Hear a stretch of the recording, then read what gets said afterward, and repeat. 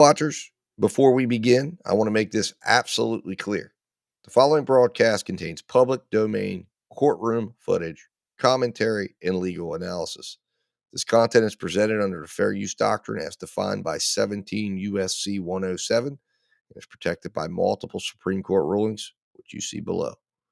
This stream is transformative, educational, and journalistic in nature. It includes original commentary, trial breakdowns, legal interpretation, and critical analysis, not raw redistribution. We do not claim ownership over any public domain footage, and all use is strictly within legal bounds. If you're watching this content, you're engaging in a protected, transformative experience, grounded in law, never in speculation. And if anyone has a problem with that, take it up with Campbell, Brady, Miranda, and Irvin. Remember, guys, justice always works better when we watch. So keep watching. See you in the courtroom.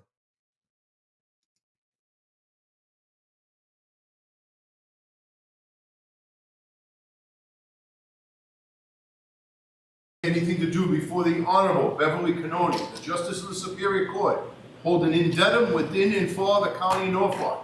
Draw near, give your attendance, and you shall be heard. God save the Commonwealth of Massachusetts. This court is in session. Please be seated. Good morning, counsel. Good morning, Ms. Reed. Good morning, jurors. I have to ask you those same three questions. Were you all able to follow my instructions and refrain from discussing this case with anyone since we left here yesterday? Everyone said yes or nodded affirmatively. Were you also able to follow the instructions and refrain from doing any independent research or investigation into this case? Everyone said yes or nodded affirmatively. Did anyone happen to see, hear, or read anything about the case since we left yesterday? Everyone said no or should be. Is Dr. Russell in the back there? Mr. Brennan, you can set up if you want to.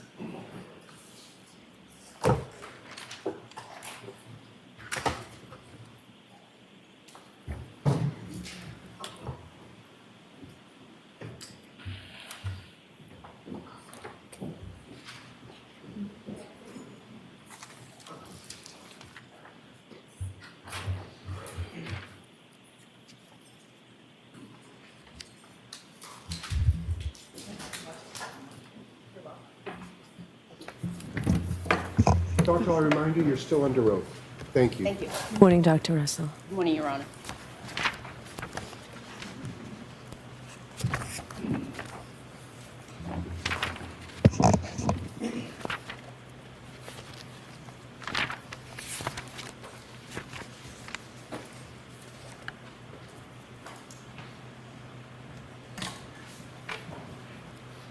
May I? Yes. Good morning, Doctor. Good morning, Mr. Brennan. I had asked you yesterday if your opinions regarding the wounds on Mr. O'Keefe's arm changed between when you testified last year and then the more recent hearings that we've had over the past 4 or 5 months. Do you remember that question? Yes. And when I asked you that question, I asked if you had help with your report, and you told us that there was a woman who helped you with your report. I told you that there was someone who helped me or made suggestions in organizing the report, having certain sentences placed in certain categories. When I asked you about the identity, the person who actually helped you, I asked you if it was one of the attorneys, and you had said no. That is correct. May I approach, Your Honor? Yes.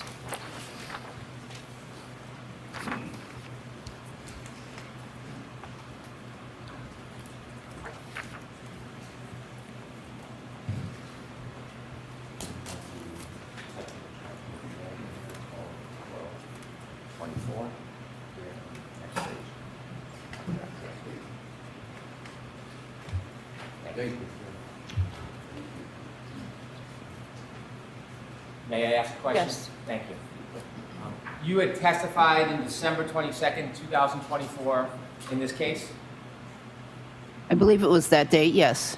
And when you testified back in December of 2024, Do you remember I asked you who it was that had assisted you with your report? I don't remember that specifically. Well, I'm going to show you a page from the testimony. This is from the hearing. And I asked you, line 21, page 207, did anybody help you write this report?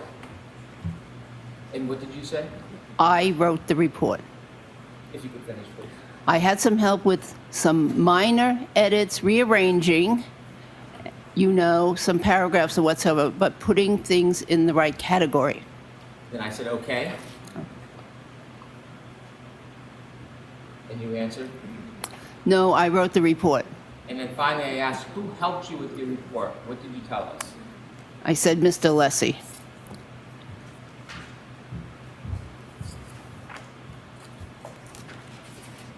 And Mr. Alessi, is that gentleman the attorney who asked questions on direct examination? Yes. Okay. And so, did Mr. Alessi help you with your report? What I recall is we discussed the report, but I recall that it was someone else that actually helped me rearrange the report. That's my memory right now. Is your memory different now than it was last December? Well, I don't think so, but, you have something in writing. Do you think you would have testified to that if it was inaccurate? Mr. Alessi did not help write the report. He may have helped organize and make a suggestion about what is training versus what is experience, but he did not help me write the report. Did you have any help trying to describe methodology? No. Did you have any help talking about differential diagnosis? No, I'm very familiar with differential And diagnosis. so, after that report was written, is there any reason why some of your opinions have changed? I don't believe my opinions have changed. When you testified at the hearing last year,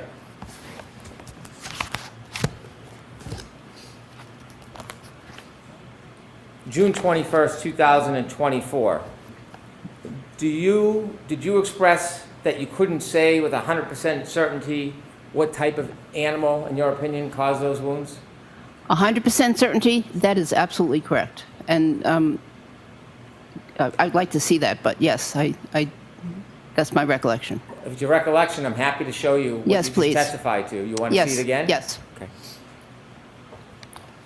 And by the way, between last night and today, did you get any advice from anybody suggesting you should ask for a transcript when I ask you a question? Did that advice come your way? That's my general advice from previous times. Well, did you have any advice last night about that? Yes. Who told you last night that you should always ask for a transcript when I'm asking you questions? Well, I think it was just Mr. Alessi. So did you and Mr. Alessi, you know there's a sequestration order, don't you? Yes. That's a sequestration order that you're not supposed to discuss the case at all with anybody? Well, we during the didn't discuss specifics. Do you know that the sequestration order mandates that you not discuss anything about the case from when you start your testimony until you end your testimony? You know that, right? I understand that there is a sequestration order. Do you understand the sequestration order mandates that you're not supposed to speak to people, including the attorneys, about this case overnight? Did you understand that? There were no specifics discussed. Or did you understand that you weren't supposed to, is what I'm asking? Did you know that's a violation of the sequestration No, I order didn't. to speak to the attorneys overnight? I did not know that that particular conversation would be a violation. So did you meet with Attorney Alessi last night? No. How was it that you had a conversation with him?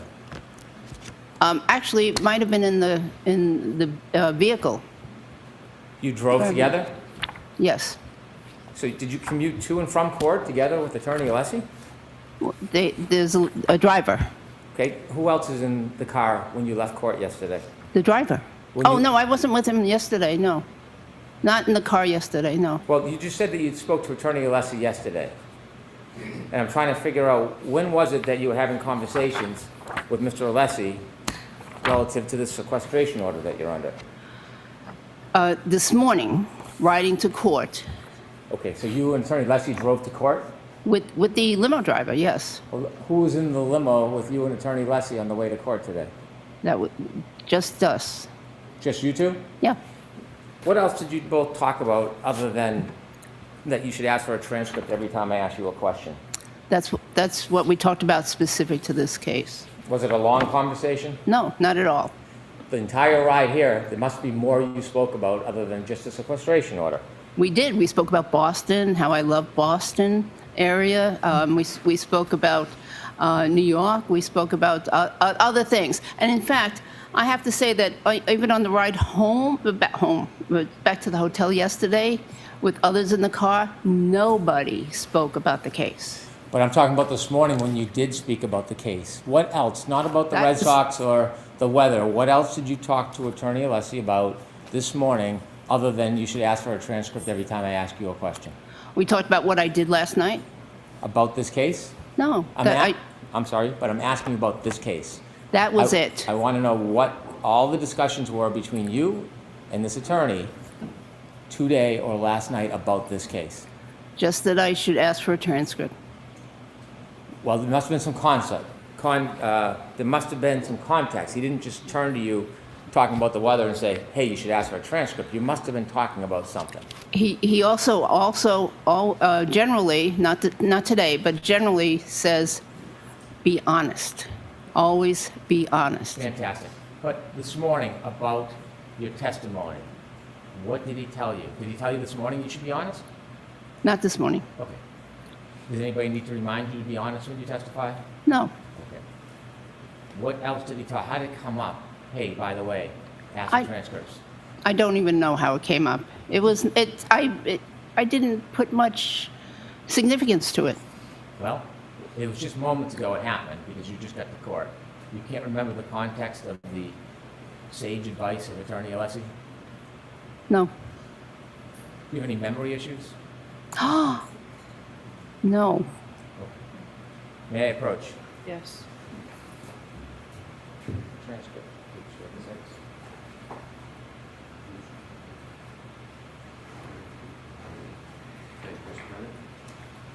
Since you've asked for the transcript, I have it for you. Dr. Russell, this is June 21st, 2024. I had asked you whether you expressed that you couldn't say with 100% certainty. You agreed with my answer, so there's no need to try to refresh your memory, but I'm going to show it to you because you asked. Take a look at line 16. Is that now consistent with the questions I asked you and the answer that you gave, that you were less than 100, you couldn't be 100% certain? That looks consistent. Do you want more time with the transcript? No.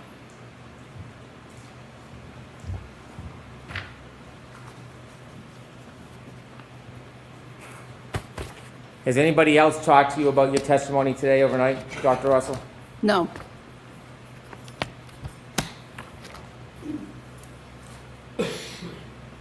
When you testified last year, same transcript that we just looked at, do you remember when you gave your opinion to a reasonable degree of medical certainty, you said that you thought the wounds were from an animal, possibly a large dog? On that same date, Yes, may I see the of transcript? course. Pursuant to Attorney Alessi's advice, let me approach. Objection, Your Honor. I'm going to strike that, disregard that, Joyce. May I approach? Yes. What page you want us to? 23.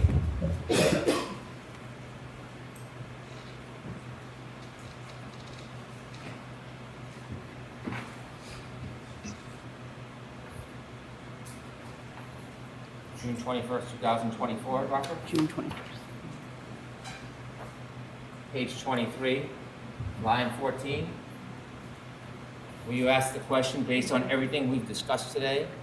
Is it your opinion based on a reasonable degree of medical certainty these injuries were from an animal attack, possibly a large dog? What did you say? I said yes. Thank you. Have that back. Yes, you may. Okay, thank you.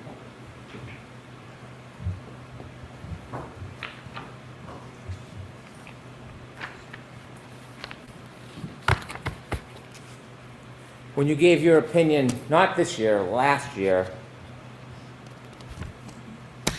you agreed when you were assessing the wound, you used the word, or adopted the word possibly, didn't you? Explain the context of it? Sure. That sentence? Sure. Go right ahead. No, you. I'm sorry. Okay. I'm sorry. Please When rephrase you- the question. When you were asked about your opinion last year, not this year, last year, about whether to a reasonable degree of medical certainty the injuries were from an animal attack, possibly a large dog, you agreed with that characterization. A large animal, possibly a dog, didn't you? Yes, an animal, possibly a large dog, last year, yes. When you were on direct examination, there were tons of questions about this word methodology. Do you remember all those questions you were asked? In June? Yesterday. Yesterday, okay, yes. Yes. And when you were asked about methodology, was that an attempt to try to explain that you weren't just looking at an abrasion and guessing or eyeballing it? You were trying to suggest there's some type of scientific or medical process to give some type of certainty to your opinion? That is the process I used. When you talked about methodology yesterday, you talked about your experience in methodology with knife wounds and gunshot wounds, correct? Yes? But there was no methodology whatsoever regarding looking at a photograph and then identifying whether that is consistent with dog bites, is there? I disagree. When you describe methodology, you were asked by Attorney Alessi whether or not you've engaged in that methodology regarding dog bites. Did you agree that there is really no methodology regarding dog bites? I disagree. When you use the word methodology regarding dog bites, there isn't something specific you're looking at as if you were looking at a fingerprint. There are points of comparison. You don't do that, do you? There are no specific points that are published by a organization, for instance, on how to determine something is a dog bite. However, I did use different methodologies, including what we talked about, the differential diagnosis, the pattern recognition. Pattern recognition, again, is so important in medicine. It's what pathologists use to diagnose tumors. There For is no instance. standard. There is no recognized standard anywhere for methodology on how to identify a dog bite wound, is there? There is no published standard from an organization that I am aware of. So there is no source, there is no recognized community, there's no certification, there is no recognized method in identifying a superficial abrasion as a dog bite. Isn't that fair to say? As in many conditions in the medical field, there are no certifications.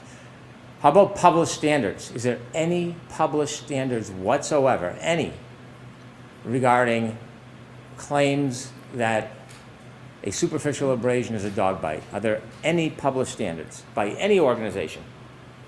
No, but there would have to be thousands of published standards to identify the causes of the thousands of different types of abrasions. So no, there's no published standards. No published standards. There is nowhere you can point to where the so-called methodology that you were telling the jury yesterday is a readily accepted standard in the dog bite community. You can't point to anywhere, can you?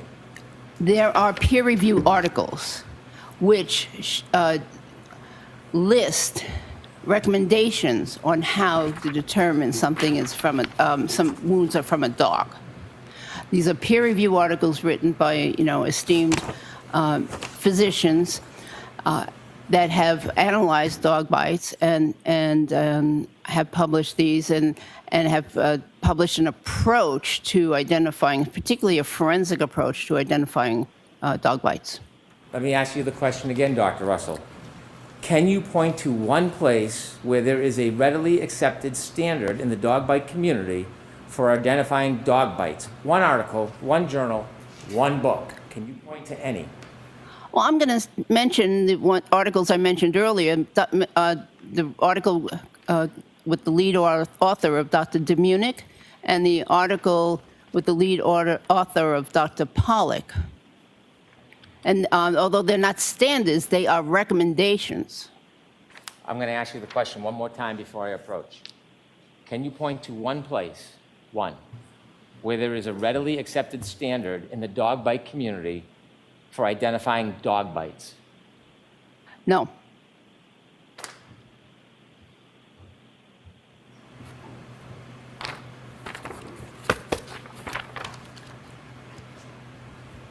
And so with no readily accepted standards in the dog bite community, no defined methodology, when you look at a photo like you do of John O'Keefe's arm, you're just eyeballing it based on your personal experience with dog bites, rather than relying on some type of scientific foundation that has been published and accepted in the community. Objection, Your Honor. I'm going to allow that. Isn't that fair to say, Dr. Russell? No, absolutely not. There are many, many conditions in medicine where there are no standards developed, and yet doctors make, and nurse practitioners and the like, make diagnoses all the time on these various medical conditions, and more importantly, they treat them because they require treatment. There are not published standards on every single of the 10,000 or more medical conditions that exist, including dog bites. I'm not talking about a stuffy nose or a broken leg. We're talking about dog bites here. So let's focus on dog bites, if you would, if you can indulge me, doctor. Regarding dog bites, since there is no standard practice, there is no accepted methodology, and since there is no accepted and approved guidelines, you are essentially simply looking at a picture, a photograph, and just using your past experience with treating dog bites as the basis for your opinion. Isn't that fair to say? I don't think so. I'm using my past experience, my strong interest in dog bites over 30 years, and the and the articles that I read. The numerous articles I read, but the articles that have recommendations. I'm using all of that combined to come up with a methodology for determining that those are the result of a dog. When you say coming up with a methodology, are you saying that you're creating your own methodology, that you're the person who has the standard and nobody else? Is that your position, Dr. Russell? No, the phrasing was not good there. I use standard methodology of pattern recognition and differential diagnosis. There is no standard in the medical community relative to differential diagnosis and pattern recognition as it relates to dog bites, not other areas of medicine, dog bites. There is no accepted methodology, is there? That's true. You mentioned that you have this strong interest in dog bites. Let me borrow a phrase. Do you think you had any confirmation bias when you got into this case? I don't think so. Well, you definitely wanted to be in this case. You weren't sought out, you sought the case. That is incorrect. And you said you had a strong interest in dogs, and that is one of the reasons you wanted to get involved in this case. Isn't that fair to say? No, that's actually an unfair statement. I did not want to get involved. I wanted to offer my knowledge and experience to help clarify issues. I did not want to become an expert witness in this case. And I used, again, as I do on just about every medical condition that I look at and every wound that I look at, I do a differential diagnosis. What else could this be? What else could have caused these scratches and abrasions and wounds? What else before I come to my conclusion? On your ride over here today, were you instructed that when I ask a question, rather than answer it, give a long explanation about something else? No. I would like to put up an exhibit of Mr. O'Keefe's arm, and I want to ask you some questions about it. You and I have had many conversations about Mr. O'Keefe's superficial scratches before, haven't we? Yes. And would you agree, looking at these, they are superficial abrasions? Do you agree with that characterization? Yes. When we last spoke, just for background, to remind ourselves, we broke these into separate parts so we could discuss them by number, just for the sense of clarity. And we discussed this as wound number 1. Do you remember that? Grouping number 1, yes. Number 2? Yes. Number 3? Yes. 4? Yes. 5? Which did I'm you call sorry, this 4? one. 4, 5. 5, 6, maybe. Okay, so as we go through, I'm going to identify them by number. That wasn't done by anybody else. It was just during our discussion so we can have clarity. Is that fair? Okay. Sustained. Is it fair if I refer to this as 1, 2, 3, 4, 5, 6?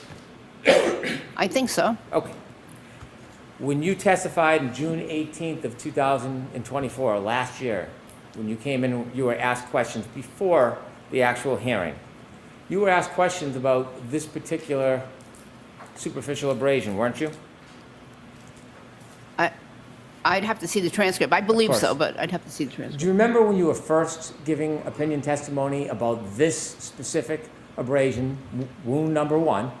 Do you remember you saying that you thought it was either teeth or nails? I'd have to see the transcript again. I will give you the transcript, and as I'm doing that, let me ask you, do you remember your testimony about what you actually said? So, do you remember your testimony? For each specific day, no. I remember generally, but not for each specific day. If you I've have been an here many opinion- times. I'm going to bring your transcript up to remind you, but if you have an opinion, it shouldn't change, right? It should always be the same? Generally, yes. Okay. So let me ask you before we talk about what you said at the beginning. What is this from? Teeth or nails? It could be either, but I think that's from teeth. So when you say they could be either, if you have a methodology and you have a certain standard where you can identify something based on a standard, there wouldn't be so much uncertainty, would there? You'd be able to look at this, consider the methodology, and either come to an opinion whether it was teeth, nails, or something totally different, right? You know, Mr. Brennan, perhaps I didn't explain earlier, but the nail of a dog tends to be cone-shaped, conical in shape, and very similar to the nails that the canine teeth of dogs. So the shape and the fact that they come to a point makes some wounds indistinguishable. Are you saying that nails of a dog are so similar to the teeth that you can't tell the difference between them when you're looking at a wound? I'm saying that they can cause similar-looking abrasions. Are you able, as the premier expert in the United States on dog bites, able to tell the difference between teeth and claw nails of an animal when you're looking at a wound? Individually, well, okay, that's a very interesting question.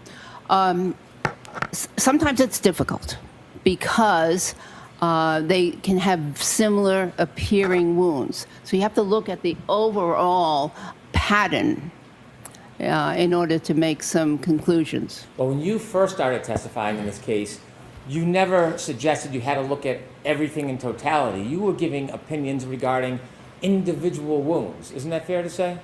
No, It wasn't until I began asking you questions and you had inconsistent answers that you've now changed from, rather than identifying individual wounds, now you're saying I can't identify individual wounds, but I can tell you in totality. I disagree with that. I believe that in the very first time I testified, I mentioned that the overall pattern was important. When you first testified, so today, before we get to your testimony, you're saying this could be either teeth or nails, but you think it's probably teeth. Correct. How probable? Do you think it's certainly teeth, to a reasonable degree of medical certainty? You're not sure? What is the value of your certainty or lack of certainty about what caused this wound? Reasonable degree of medical certainty. What is a reasonable degree of medical certainty? That what? That those are caused by teeth. Teeth. Okay. When you first testified, your position was it could have been teeth or nails. That is different than saying, to a reasonable degree of medical certainty, teeth, isn't it? No, there is a small possibility that they could be caused by nails. When you first testified, you didn't qualify it as a small possibility, did you? I perhaps wasn't asked. Well, you answered. Do you remember when you were asked about it and you answered?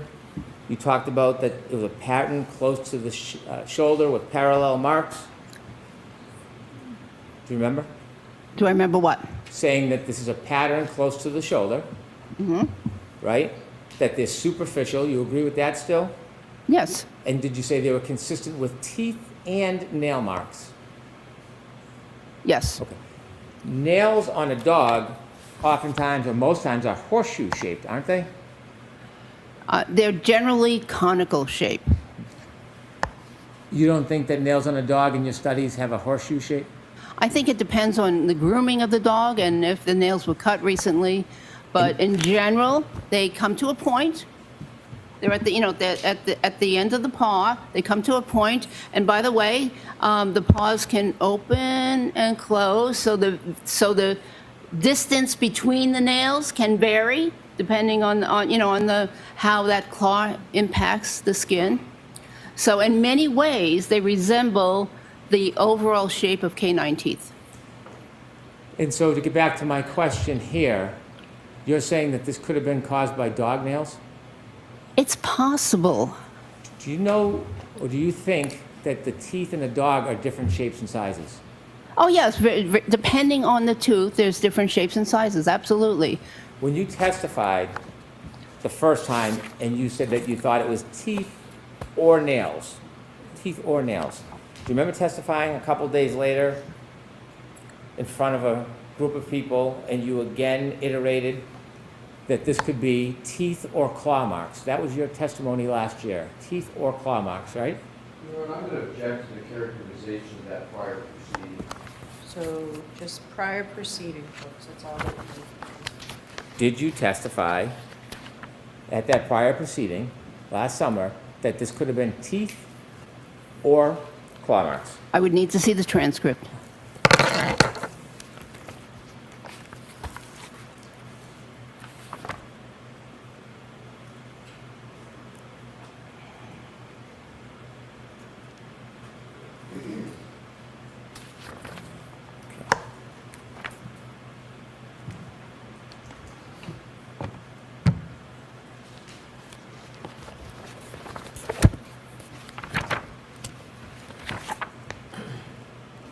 May I approach? Yes.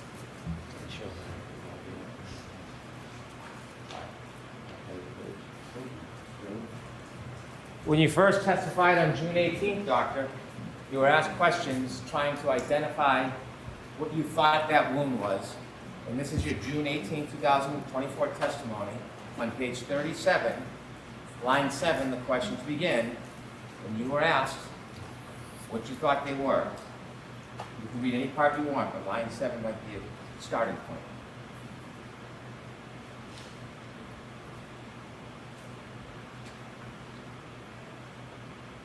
Yes, I said that which are consistent with teeth marks. They also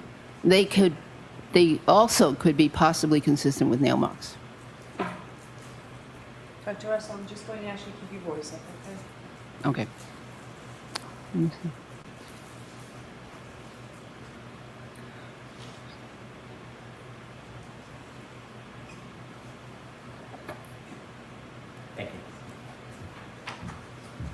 That was your first testimony last year, yes?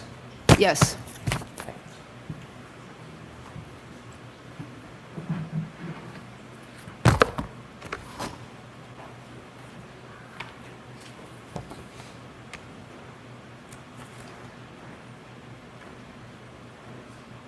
And then did you testify a couple days later and again repeated the same opinion, teeth or nail marks? May I see it? I'm asking if you remember. Yes, I remember testifying. Do you remember after you worked on your report and submitted your report, Yes. after your consultations, do you remember changing that opinion regarding number one. Do you remember changing that opinion? No.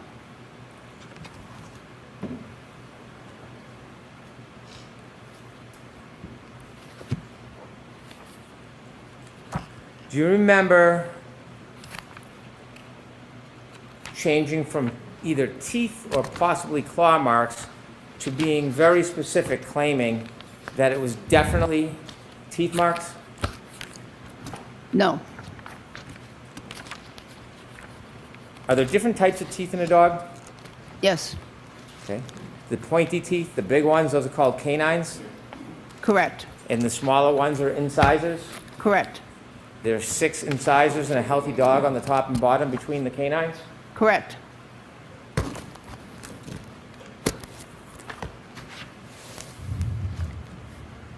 Okay. Did you, when you testified subsequently to the original proceedings, did you change your opinion from teeth or claw marks to specifically teeth and even more specifically canines?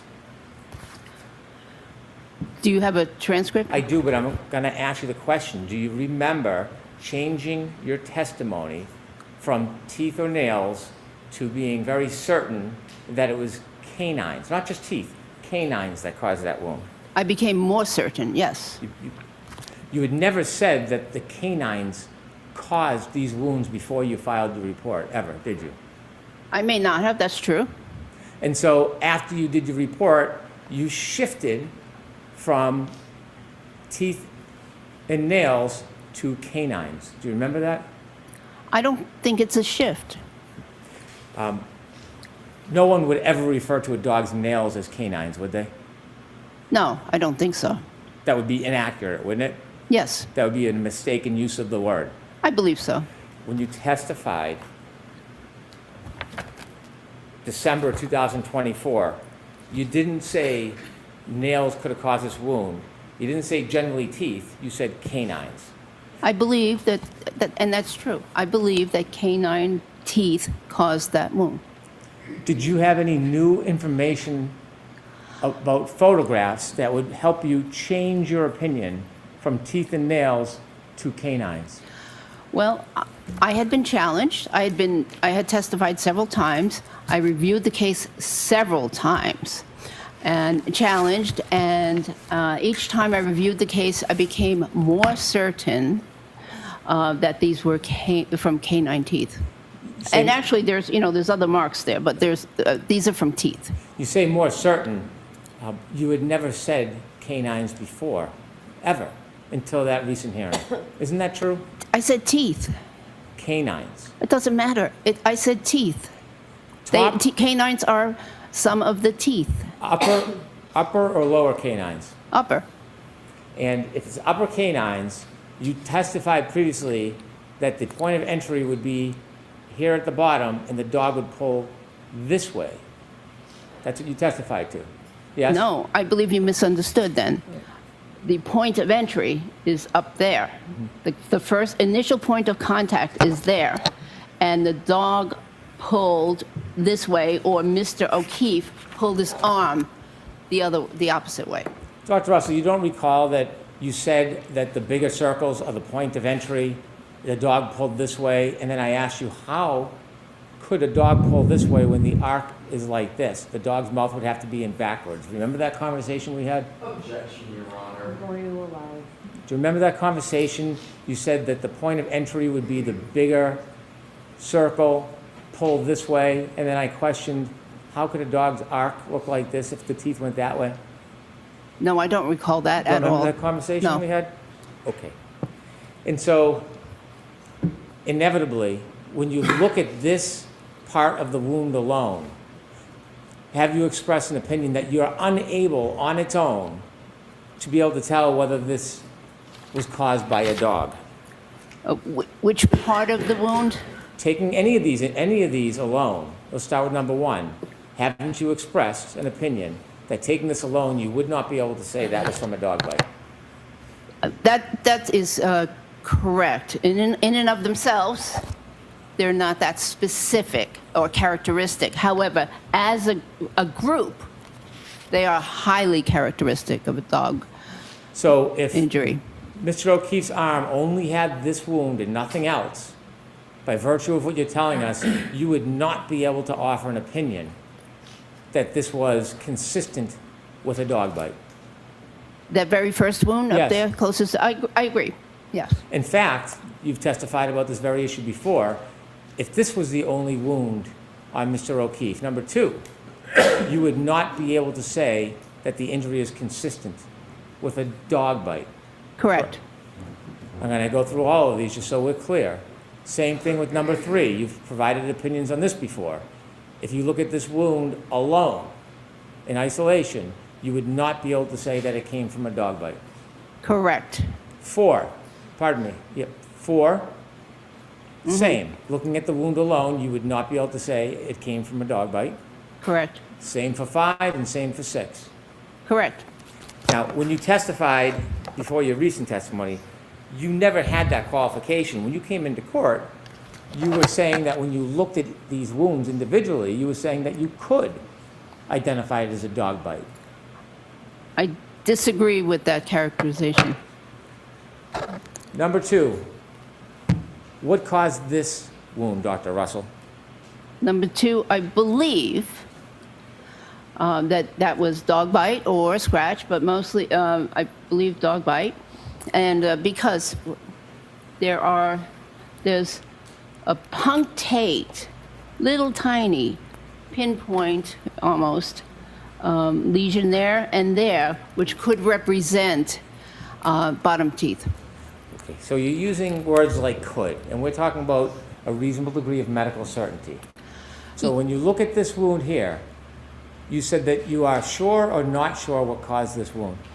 I'm saying that individually, that wound, that's correct. I'm not sure individually what that wound was caused by. However, again, as I mentioned earlier, the overall pattern of wounds is what I am convinced of. I want to go through each of these wounds separately so we understand what you actually recognize with your methodology and what you don't. So looking at wound number two, based on whatever methodology you've been using, are there any signs, indicators, objective criteria you can look at and tell us this is or is not a dog bite based on this methodology you have? There are some characteristics that are suggestive of a dog bite or dog claw, including the fact that there are parallel lesions, and many of these, overall, by the way, parallel lesions are in the same general direction. So there are parallel lesions, and here they're associated with some punctate or point-like other abrasions right here. So they're consistent with being inflicted by a dog. I appreciate you using some medical terms to describe this, but my question is more pointed. Is there anything about your methodology, something that stands out about these wounds, that you can say to a reasonable degree of medical certainty that these are consistent with a dog either biting or scratching? These wounds all by themselves, not to a medical degree of certainty, no. You said on this first wound, you thought this was from the canines. Those are the big upper teeth is what you're claiming, right? Yes. And you're saying today, anyways, starts here at the bottom and goes up. Is that No. your position today? That's not what I said. I said the Okay. exact opposite. So it starts here and comes down. Correct. Okay. And these two scratches, they're linear, just like these are linear, aren't they? Yes. But you have a problem with these because if these are the canines, you see the spacing there? Uh-huh. This is nowhere close, is it? I didn't say that these were caused by canines. And spacing also, there's reasons why the spacing could be different. Well, we can talk about that in a second. Are you suggesting that these exact, well, not exact, these two linear abrasions, just like 1 and 2, are you suggesting the canines caused these? I don't know what caused those, which teeth caused those, or which nails caused those. When you testified last year on June 18th, you said that this was either teeth or claws. Can you give us any development of your opinions, whether or not you think that is teeth or claws? Excuse me? No, well, I couldn't hear because of the fan. When you testified on June 18th, you said wound number 2, the top 2 linear abrasions, you believe were either teeth or claws. You've shared with us now you have improved your study and have new opinions. Do you have a clearer opinion whether this is teeth or claws? Objection, Your Honor. Sustained, ask it differently, Mr. Do you have an opinion whether this is teeth or claws or not something totally different than a dog? I believe they are teeth or claws caused. When you testified at trial and in that hearing that they were teeth or claws, you changed that opinion as well at the most recent hearings, didn't you? I'm going to object to the word that was used and it's been done before. Mr. Brennan, word it differently. Sorry? Word it differently. Okay. Did you testify at a more recent hearing that teeth made these, not teeth or claws, but teeth? I may have, and I would like to see that.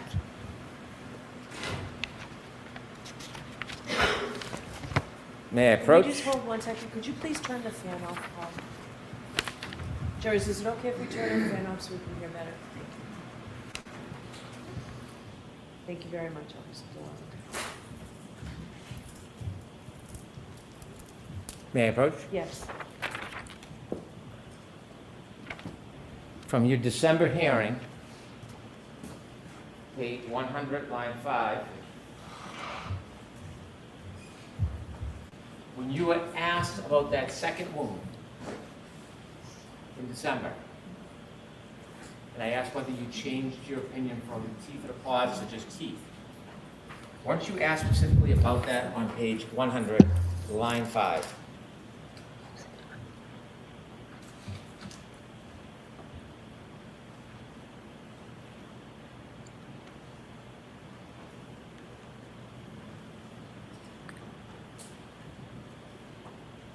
Yes. But may I read it? Sure, I'll read it with you. Okay. I said, I'm not sure on the second set. So this is the set just above the elbow. I'm not sure exactly what teeth made these. They could, one of them could, one set of these could be canine, one part of this, and then adjacent incisor tooth. But I'm not sure on the second set, so this is the set just above the elbow. Yeah, I think the first part of that paragraph is talking about the first set Yes. up there close to the shoulder, and then the sentence, but I'm not sure on the second set, so this is the set that's just above the elbow. I said I'm not sure. And then, sorry. Oh, go ahead. Are you done? Oh.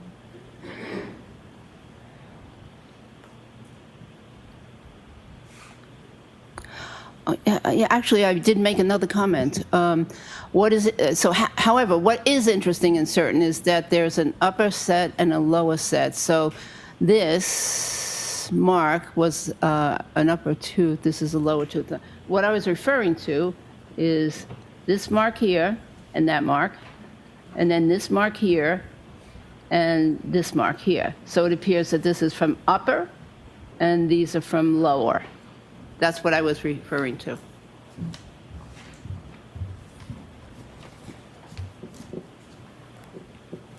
And so when you first described this wound as teeth or claws, at the most recent hearing, you had a certain opinion that this was teeth, didn't you? Yes, I was leaning towards teeth. Correct. Well, it didn't seem like you were leaning. You said these were from the upper teeth. Yes. You said it matter-of-factly, not with any qualification. Your claim at the last hearing is this was from teeth. That's what I believed. And today, you're saying you don't know if these were teeth or claws. Not with 100% certainty. You didn't qualify 100% certainty. You were asked your opinion, Dr. Russell. You Yes. were asked, what do you think? And you didn't say, well, not 100% certainty. Your claim, the first time you testified, teeth or claws. Recently, you said teeth, and now you're saying you're not sure. No, I'm saying I believe that those marks are from teeth, but I'm not 100% certain. Suffice to say, looking at wound 2 alone, you cannot say this was caused by a dog. In and of itself, no.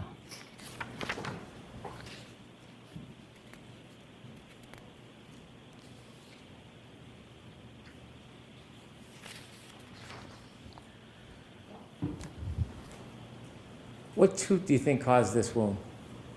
I don't know. Do you think this in any way could be caused by dog teeth if you're claiming that this is dog teeth?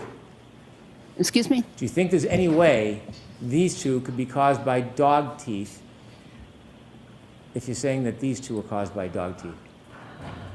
Yes, it could be, but I don't know which teeth. And I don't know the extent of the bite, how much impact there was, and how much pressure, how much contact there was between the teeth and the skin. The canines are the longer teeth in a dog's mouth, aren't they? They are. And when a dog bites, it's very common for the canines to puncture, isn't it? It's common if there's enough force, and it's common that you might have two canines if the strike is perpendicular to the skin. But if you have a tangential strike, a partial strike where only part of the teeth impact, you'll get different configurations. Look at the spacing, Dr. Russell. Did you say strike or strike? Strike with a K. Look at the spacing, Dr. Russell. A dog causing these wounds, the canines are not going to have such a dramatic distance between them because dog canines don't move, do they? They don't, and I'm not claiming that these two parallel stripes in this case, or abrasions here, I'm not claiming that those two were caused by canines. You think a dog is going to leave a wound with linear abrasions using its incisors as opposed to its canines? Is that your opinion? It's possible if that's the only part of the mouth or the jaw that actually touched the skin, if it didn't go back as far as the canines. Did you ever look at the underside of Mr. O'Keefe's arm? I did. Posterior side? Excuse me. Pictures, yes. Yeah.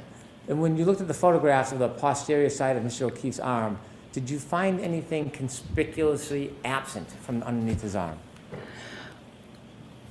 Well, first of all, let me clarify. Part of this is the posterior aspect of the arm.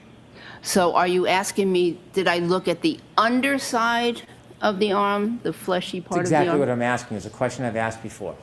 When you look at the other side of Mr. O'Keefe's arm, did you notice anything conspicuously absent? Yes, there was an absence of wounds. When a dog bites, I don't care if it's a law enforcement dog or a domestic dog, you know it's like a lever, a dog's mouth, isn't it? It can be if both jaws strike the skin. However, there are many times when only the upper jaw strikes the skin. The lower jaw is a lever, locks, and that's part of the clamping and pulling process of a dog, whether it's a law enforcement dog or a domestic dog. You know that, don't you? I know that they are attached. Your claim is that there's many, many different dog bites on Mr. O'Keefe's arm. Are you suggesting, to a reasonable degree of medical certainty, that these are a number of different dog strikes and coincidentally every single one of them lacks any wound to the underside of his arm? Yes. Your claim is that a dog penetrated the sweater on the top, but the lower jaw did not leave any wounds? I'm claiming that that's not what I'm claiming. No. As I mentioned earlier, these could be from lower jaw. Those right there. You're saying could be. Could be. That's speculation. We're asking you for your medical opinions. Your medical opinions. Do you have any evidence that the dog's lower jaw, you said maybe upper, maybe, that the lower jaw, even just once in this whole event, penetrated Mr. O'Keefe's skin? No, nothing penetrated the skin. There was no actual penetration of the skin. These are abrasions. But yes, I believe that these small marks right here, punctate marks, may be the result of lower jaw impact. Rather than deal in speculation and maybes, can you tell us to a reasonable degree of medical certainty whether or not this was caused by a tooth? Objection, Your Honor. We're going to strike the first part. Why don't you ask the other part? Can you tell us to a reasonable degree of medical certainty whether this superficial abrasion, could you put that back up, please, was caused by a dog? In and of itself, that part only, no. Can you tell us anywhere on Mr. O'Keefe's arm to a reasonable degree of medical certainty where the lower jaw impacted Mr. O'Keefe to leave even a scratch? Not with a reasonable degree of medical certainty on individual wounds. And not just individual wounds, I'm talking specifically the lower jaw. Can you point to one wound, one abrasion on that arm where you can say to a reasonable degree of medical certainty the lower jaw caused any of those abrasions? I believe there are several areas where there's impact from the lower jaw. However, I cannot say with reasonable degree of medical certainty that part only. Let's look at number 3 to move along. When you first talked about these wounds, again, is it fair to say that you described that it could have either been teeth or claw? I'd have to see it. Okay, I'll bring it to you. You don't remember that testimony? I remember, again, I've been here many times, so I want to be, Well, do you have the Specific. opinion today, and I'm getting the transcript for you, Dr. Russell. Thank you. Do you have the opinion today that that those were either teeth or claws? yes. What's your opinion today? Well, I think that most likely they are from teeth marks. Well, rather than most likely, we deal with reasonable degree of medical certainty. To a reasonable degree of medical certainty, can you give us an opinion regarding the cause of those marks? Objection, Your Honor. So I'll strike the comment. Can you tell us to a reasonable degree of medical certainty whether these wounds were caused by teeth or claws? Individually, no.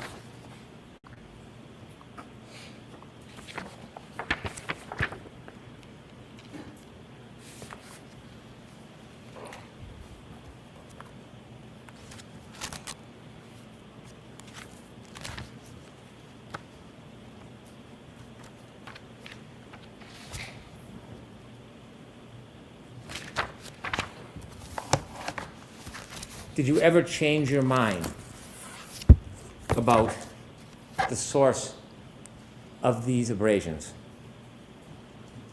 Can you be more specific? Did you ever claim that any of these abrasions were from upper or lower teeth? I don't recall changing my mind. You don't recall if you've ever said that? Let's separate these bottom wounds. Do you have an opinion to a reasonable degree of medical certainty whether these were caused by teeth or claws?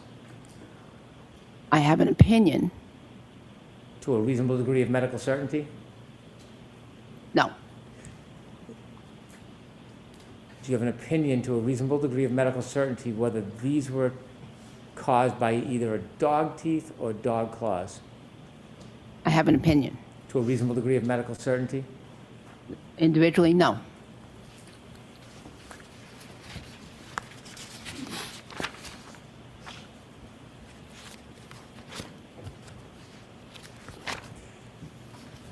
The one near the wrist, you had testified yesterday, there's lines in what you believe to be an arc, correct?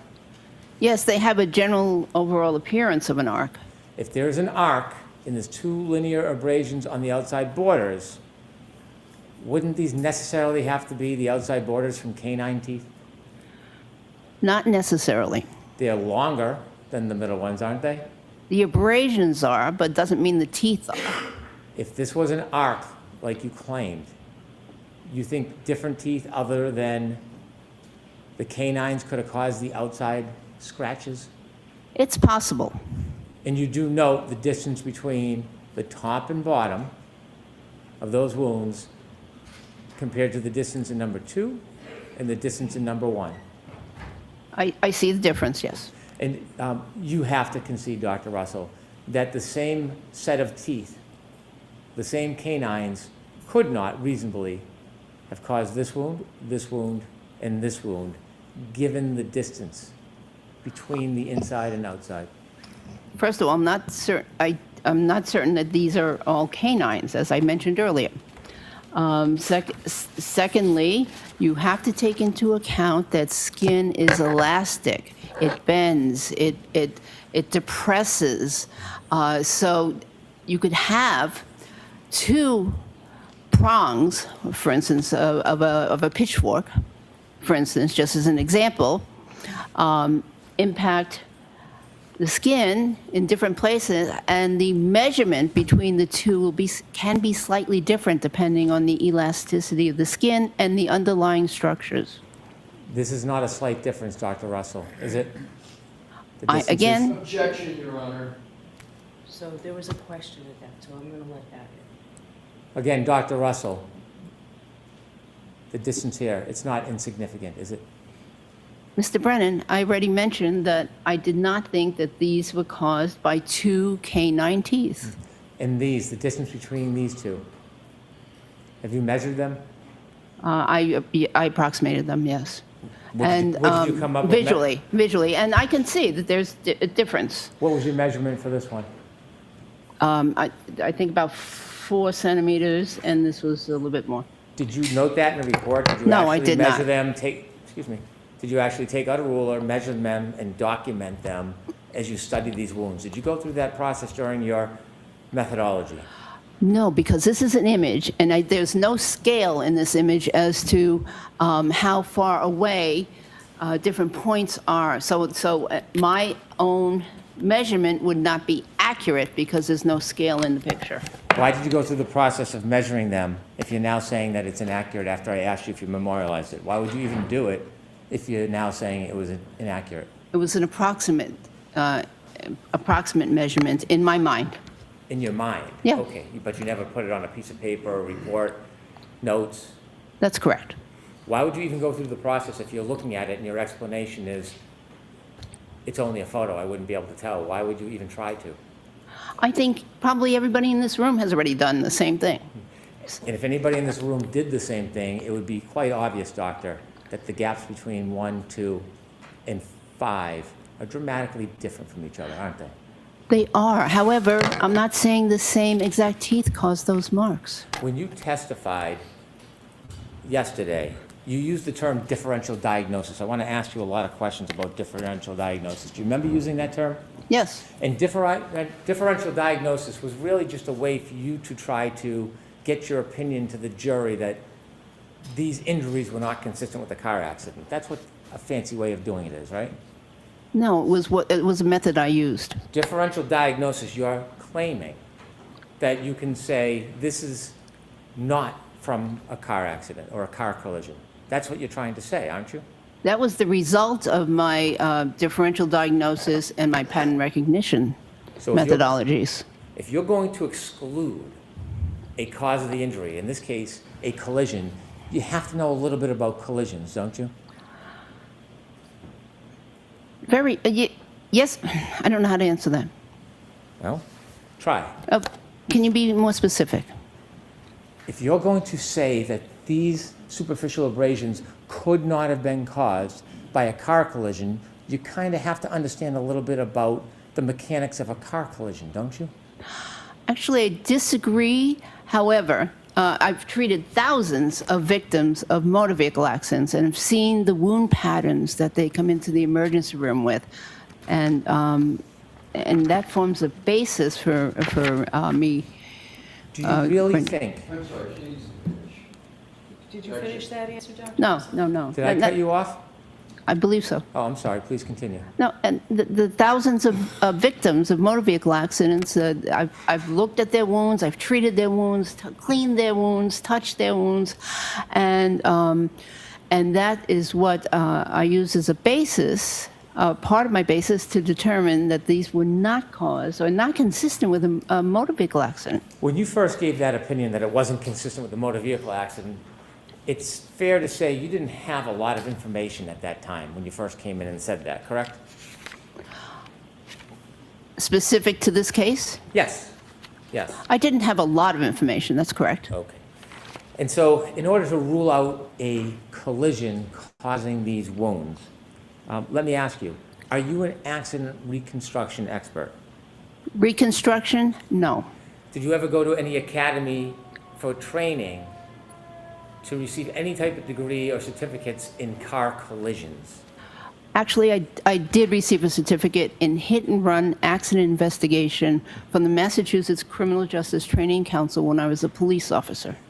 Do you agree that what training you did have was rudimentary? It probably was, yes. Well, not probably. You've used that word before. Wouldn't you say that any training you have had has been rudimentary?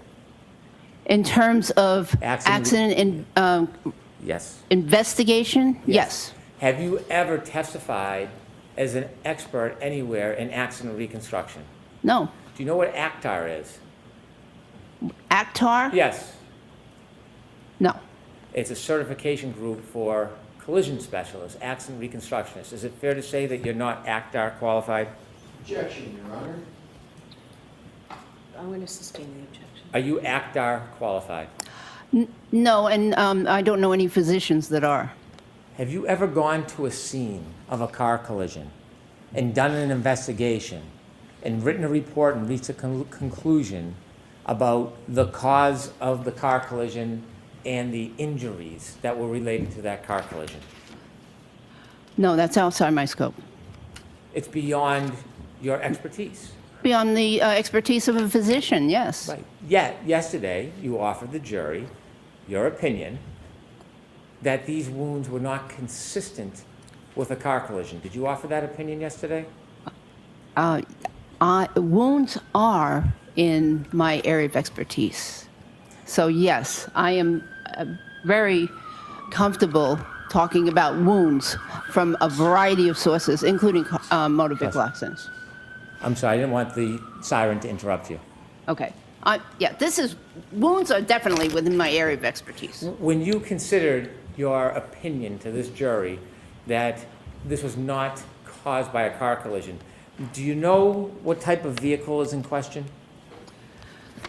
Yes. Have you ever studied the vehicle to look at the make, model, the height of different things like the bumper, perhaps the taillight? Have you ever studied that in this case? I'm aware of some of those factors, Have you yes. studied that before you Studied. gave this opinion? Yes. Did you go and actually look at the photos, do any measurements before you came up with this opinion?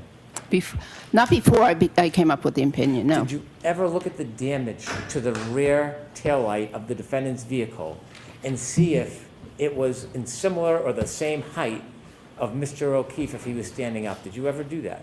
I have looked at And photographs. when you looked at the photos, did you see that a 6'1" man like Mr. O'Keefe, if he stood, his elbow would be the exact height of Miss Reed's broken taillight? Did you notice that?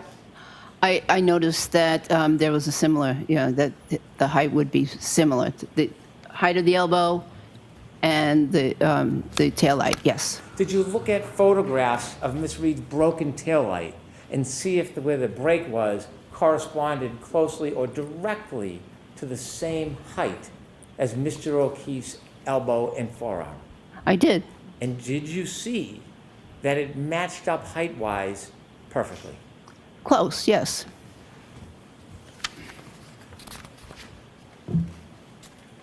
You have really no, respectfully, comprehension about the details of the car collision in this case, do you? I have some understanding of the allegations of a possible collision. Do you know how slowly or fastly Miss Reed's Lexus was traveling on January 29, 2022 at about 12:32 a.m., right around the time that you think these wounds happened? I have some knowledge of the alleged speed at the time of the alleged collision. Do you have any knowledge about the surroundings, the outside, whether the ground was soft or frozen? I understand that there was snow on the ground. How much snow do you understand was on the ground when Mr. O'Keefe's body first landed on that ground? Several inches. Where did you get the information that there were several inches of snow on the ground when Mr. O'Keefe landed? You asked me when? Where did you get that information from? A report that I read. Have you ever seen the videos or the reports that when Mr. O'Keefe was moved from the ground, there was grass and dirt under him? Yes, I saw a picture. Okay. Not 2 inches of snow. The ground, the cold, hard ground. Did you see anything that said that? Yes, I saw an area of grass Have you ever in the looked picture. Have you ever looked at Mr. O'Keefe's pants to see if there was any dirt or grass stains on the back of them? I've seen pictures. Did you realize when you were forming your opinions about the source or the genesis or the cause of these abrasions, did you look at his pants and study whether or not he landed on snow or landed on the hard ground? I did not see any evidence of grass on the pants. Did you ever actually look at the pants? I don't know if I looked at the pants, So to when you tell say you you the didn't truth. see any evidence, are you saying you didn't look, or you looked and you didn't see anything? I looked at pictures of the clothing that was available at the hospital. Did you look at anything about the pants, photographs, the actual pants themselves? Did you look at them? I looked at the pictures that were available at the hospital of his clothing that was on the floor. Were part of the photographs that were available for your review and your conclusions of differential diagnosis, was part of that evidence photographs of the back of his pants? I don't recall.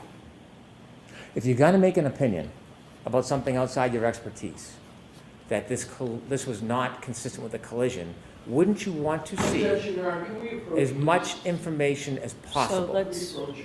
yes, we'll come to sidelines tomorrow.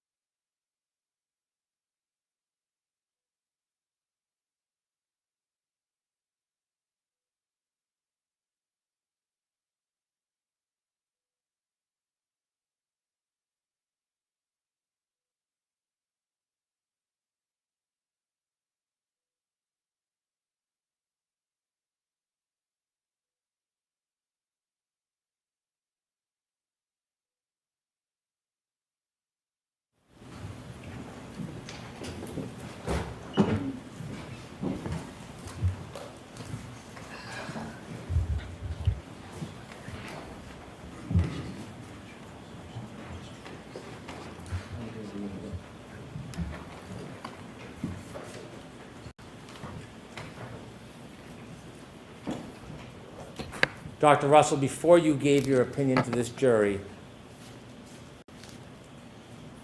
suggesting that Mr. O'Keefe's wounds on his arm were not caused by an impact with the motor vehicle, did you go to the scene of 34 Fairview and look around in the corner of the yard? I did not need to. Did you? No. Did you look at photographs to see if you could identify the land, the dirt, whether it was flat and smooth or whether it was bumpy, whether there was rocks or debris in that area? Yes. And you went there and looked at it? No. You asked me if I looked at photographs. When you looked at photographs, did they show whether that ground had any bumps or divots or rocks?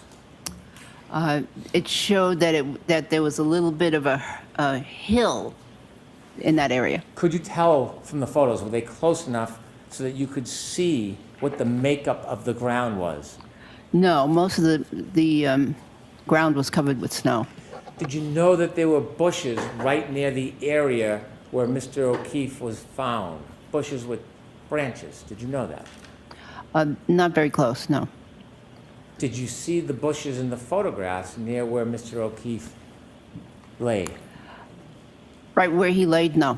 How about next to him on the left? Did you see those bushes? There was some other stuff there in the photograph, but the photographs I looked at were not of excellent quality. Do you have any understanding or information you can share with us the angle of Mr. O'Keefe's body at the time of any impact with a motor vehicle?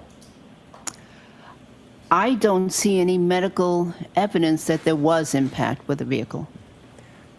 Do you know Mr. O'Keefe had other injuries other than just the superficial abrasions on his arm? Yes, but no significant injuries below the neck. How about on the head? Was there a significant injury? Oh, yes. When you considered excluding car collision as a source of those wounds, did you consider in your history that you've seen, or have you seen, let me strike that, have you seen in your history multiple victims of a car collision where Many. they were Sorry. hit by the same car?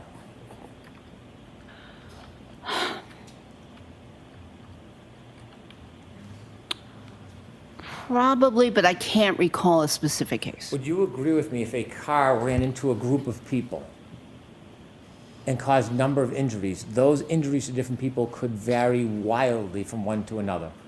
Yes. Even if the car was going at the same speed and ran into a group of people, those injuries could be totally dissimilar from one another, couldn't they? Yes. Some person, unfortunately, could be killed if the car was going fast enough and hit them the right way, yes? Yes. Another person could have a less severe injury, maybe a broken bone. Yes. Another person in the same exact collision could have scratches. Yes. In fact, there are cases, I'm sure you've studied, where people have been hit by cars, thrown airborne, and had no wounds on them at all. Have you seen that? Could you repeat that? Are there instances that you have considered where a person is hit by an automobile, actually thrown, removed from the ground, thrown in the air, and gets up unscathed with no injury at all? No significant injuries, correct. So a car collision can cause wildly different injuries depending on many, many unpredictable factors. Isn't that fair to say? Yes. When a vehicle's involved, have you ever been involved in treating patients that received injuries from broken plastic or broken glass in a car? Yes, many times. And when you've seen them, have those injuries differed on a person as far as cuts and abrasions from glass or broken plastic? Yes. When you were considering excluding car impact or collision as a source of Mr. O'Keefe's injuries, did you consider whether or not Mr. O'Keefe could have been struck on the side of the car in a clip type event rather than being run over? Yes, I considered multiple scenarios. Had you, or do you agree that injuries from a side swipe or from a clip could be much, much different than a full rear or front impact being run over? They could be. Did you do any study in this case when you were thinking about excluding the car collision or impact as the source of Mr. O'Keefe's abrasions, about what his body posture was, how he may have hit a motor vehicle? Did you consider that? I considered several scenarios, And when you con- several different Sorry, she needs to answer. several different positions.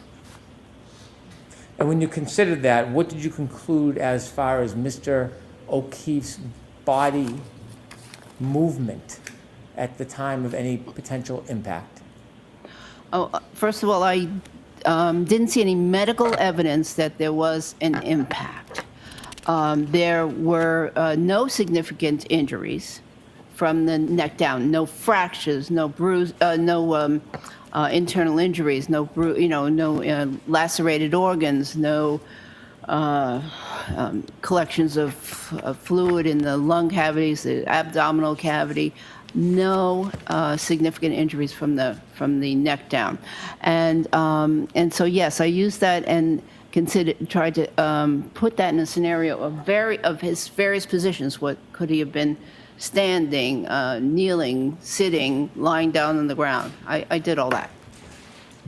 You were a police officer before you went to medical school, weren't you? Yes. You had arrived at scenes of many, many car collisions, hadn't you? Yes. What is oftentimes left behind after a car collides with an object? Debris. Debris field, yes? Did you look at the debris field in this case? No. In the cases that you went to wherever you saw car collisions, some of the debris that you would find could be broken glass or broken plastic. Isn't that fair to say? Yes. And when you went to those scenes, you would often find broken glass or broken plastic in a debris field near where the victim was found or laying. Isn't that fair to say? The debris field would be usually near the collision, if there was a collision impact. And when you were considering excluding car impact or collision in this case, did you take a look at the entire debris field to determine how close or far it was from Mr. O'Keefe's body?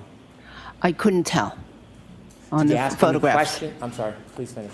I couldn't tell from the photographs. And before you came to your conclusions, did you ask anybody for any more information so that you could make a fair assessment of that information? The injuries here were so characteristic that, and they were so parallel to one another that I couldn't even imagine pieces of glass or plastic or even metal lining up to cause those injuries, lining up in a certain fashion to cause those regular striations. Rather than imagining, did you make any effort to actually seek information so you could identify and evaluate the debris field around Mr. O'Keefe's body that morning? I did not. Have you ever, as a police officer looking into car collisions, ever hear of the term knocked out of one's shoes? Not as a police officer. Have you ever heard of that as a medical expert? I've heard of it as a civilian, yes. Not as a medical expert. Could I have Exhibit 74B, please?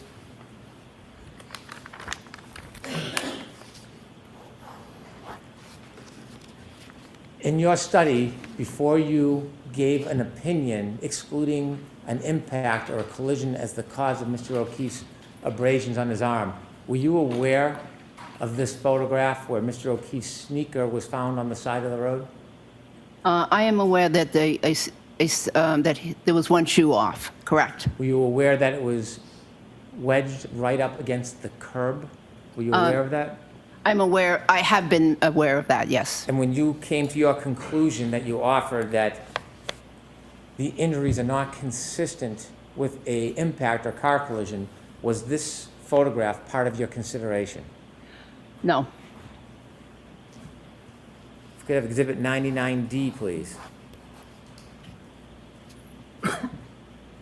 In your study to give an ultimate opinion, where you suggest that a car collision or impact was not the source of Mr. O'Keefe's arm injuries, were you aware of this photograph of Mr. O'Keefe's hat found at the bottom of the snow in the corner of that yard?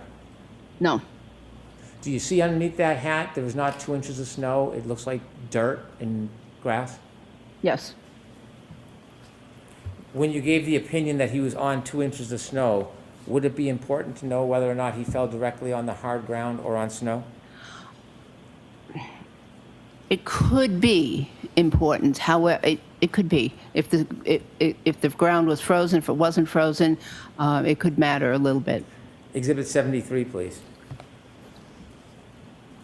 When you were reaching your conclusions, you said you considered some of the debris field. Did you see this photograph of a piece of taillight that matches the defendant's taillight of her SUV? Did you consider this piece of evidence that was found in the debris field? Not specifically. 76A, please. Same question. Did you consider this piece of the debris field when you were coming to your conclusions that you offered us yesterday? I considered that there would be several pieces of metal, plastic, or glass at the scene. Did you consider this picture of plastic from the defendant's rear taillight found at that scene? Did you consider that before you gave your opinion to the jury? No.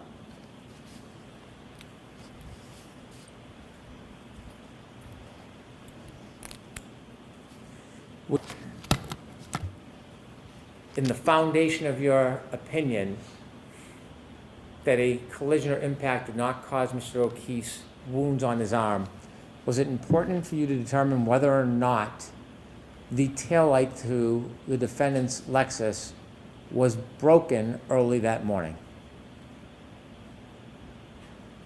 I think there needs to be more to the question. Okay.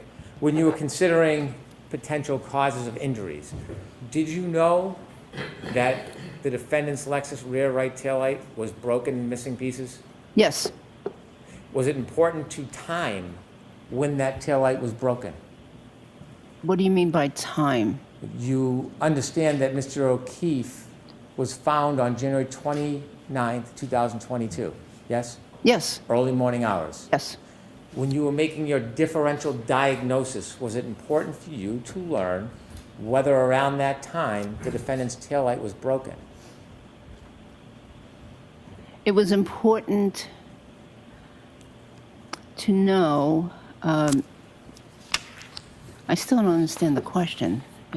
I'm having trouble Okay. understanding the question. It's my fault. I'll try to ask it a different way. You were considering as much facts and information as you could to give a solid opinion in front of this jury, weren't you? Yes. And you ultimately have offered an opinion that the wounds to Mr. O'Keefe's arm are not consistent with an impact or a collision with a vehicle, yes? That's correct. You know the vehicle in question in this case is the defendant's vehicle, her Lexus. Yes. And you learned that her right rear taillight was broken in missing pieces, yes? Yes. Did you want to know if there was any evidence depicting when that taillight was broken, in considering this conclusion? Yes. Did you know that there was video from 5:07 a.m. showing that the defendant's taillight was missing pieces? Objection, Your Honor.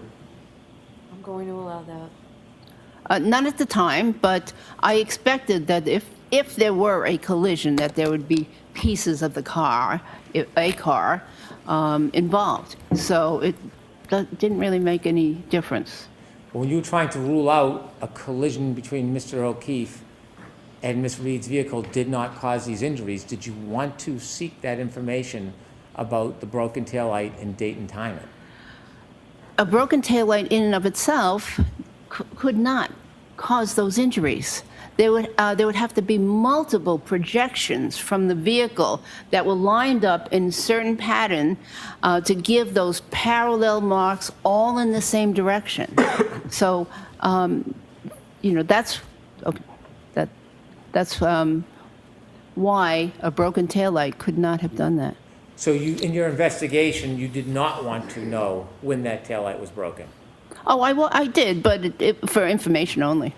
Did you review the ring video from 5:07 a.m. at Meadows Ave? Later on, later on in the, not initially when I had the initial records, but later on I did. Did you have that information before or after you arrived at your opinion? Oh, after.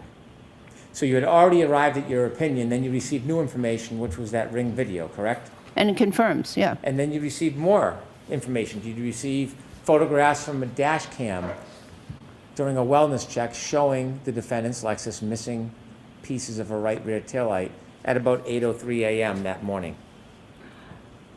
Would that be, I'm not sure which video that is. Well, it's not a video. If we could put up Exhibit 10. It actually was from a video. Did you look at this picture during your differential diagnosis? I think I've seen that picture before. And The could we car, have the vehicle parked, yes. Exhibit 11, please. Did you consider this picture in your differential diagnosis? I don't know that I ever saw this picture. Seeing this picture, do you see that the right rear taillight is missing pieces? I can't even see that. Oh, yes, I do see that. But again, these pieces would have to be lined up in a certain configuration in order to cause those wounds. So seeing this photograph now for the first time, it doesn't in any way shape or change your opinion, does it? No. You had, as a police officer, when you're excluding the source, and in this case you're saying the cause of Mr. O'Keefe's scratches on his arm could not have been from a collision, do you listen to witness testimony or do you review witness statements? Objection, Your Honor. I'm going to allow that. Just, do you do that? As a police officer, in investigating a car accident, is that what you're asking me? Yes. Did I take witness statements? Yes. Yes. And do you value the statements as part of your analysis? I give varying values depending on what I believe to be the veracity of the witness. Have you listened to the statements of the defendant herself in this case regarding potential impact? No, what do you mean? Well, have you seen any statements made by the defendant to any media about potential impact or collision in this case? Oh, are you referring to what you've asked me previously about, did I hit him or something of that? What do you mean specifically? Have you seen any of the media statements by the defendant, 2020, Nightline, docuseries? Have you seen any of these statements in your analysis of whether or not there was a impact, a collision between the defendant and her Lexus and Mr. O'Keefe? Have you seen any of those? I did see some statements, but that was after I rendered my opinion. And some of those statements, after you rendered your opinion, did some of those statements come from the defendant herself? Yes. And when you listen to those statements, did you hear any of them talk about the idea or issue of collision or impact? Yes. And when you listen to those statements after you formed your opinions, did in any way change the analysis of your opinion? Absolutely not. And I'll tell you why. Please do. Because the defendant had undergone a very stressful event, finding her loved one in the snow. And so after a stressful event, many people suffer from what's called an acute grief reaction. It's very common. And they do things that seem to be irrational. They ramble. They act bizarrely. They make statements that are irrational, that don't make sense, and they oftentimes tend to blame themselves for whatever has happened. I've seen this many, many, many times in the emergency department. Does this happen moments after a stressful event? Oh, yes. Does it happen months later when you go on 2020 or Nightline? I've never seen that situation. No. Does it happen a year later when you go and speak to documentarians and be interviewed? Is that the same kind of condition you see a You year know, later, year and a half later? A grief reaction can last years. It usually is very brief, but it can last years.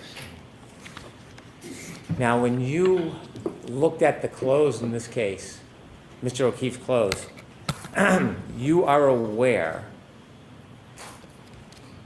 that those clothes were swabbed for DNA traces, weren't you? Yes, I'm aware that some of the clothes were swabbed for DNA. Could we have Exhibit 147B, please?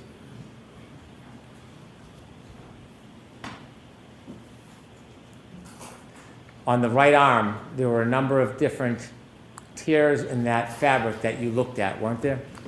Yes, there were a number of small round holes in that You're fabric. aware, aren't you, that those holes were swabbed for traces of dog DNA? Objection, Your Honor. I'd like to approach, please. Okay, come on up.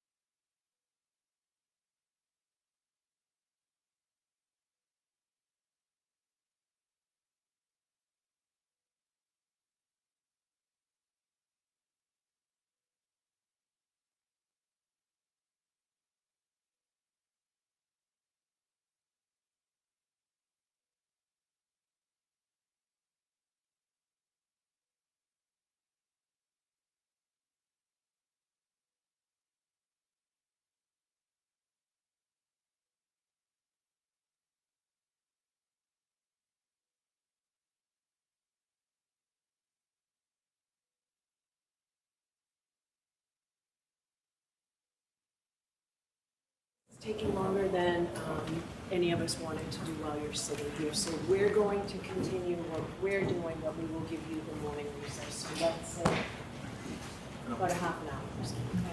All rise for the court, please. Close your notebooks, follow me.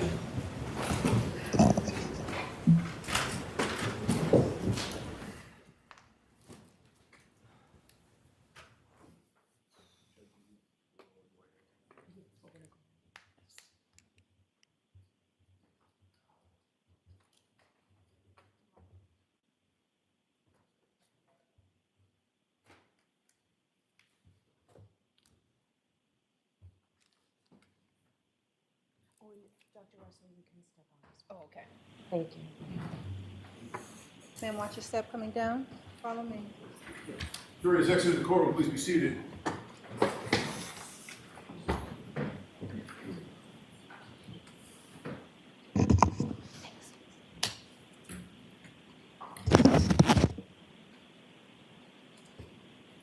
All right, Mr. Alessi, I'll hear you.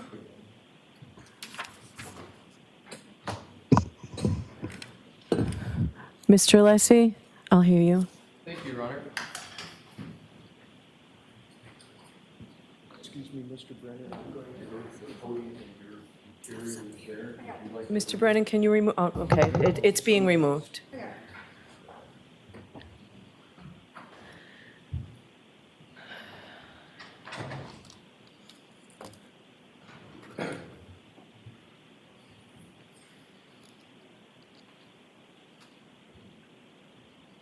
Thank you, Your Honor. Attorney Brennan, just with regard to Dr. Russell, in open court in front of the jury, used the concept of DNA in this case. He has introduced it and brought it in for the very first time in front of the jury. He has done so intentionally. He intentionally brought up DNA. Based upon that intentional mention, the defense moves strongly, vigorously for a mistrial with prejudice. A mistrial with prejudice. There has been no mention in this trial of DNA with regard to the topic, with regard to what Mr. Brennan has raised. There has been none. Specifically, the prosecution had, in the first trial, had a witness, Terry Kuhn, with regard to DNA. For whatever reason, the prosecution has chosen not to bring that witness in who would testify perhaps to DNA. As a result of that strategic decision that the prosecution made, there's been no mention. I want to be very clear. The defense has been incredibly assiduous and meticulous about not mentioning DNA in any fashion, directly or indirectly.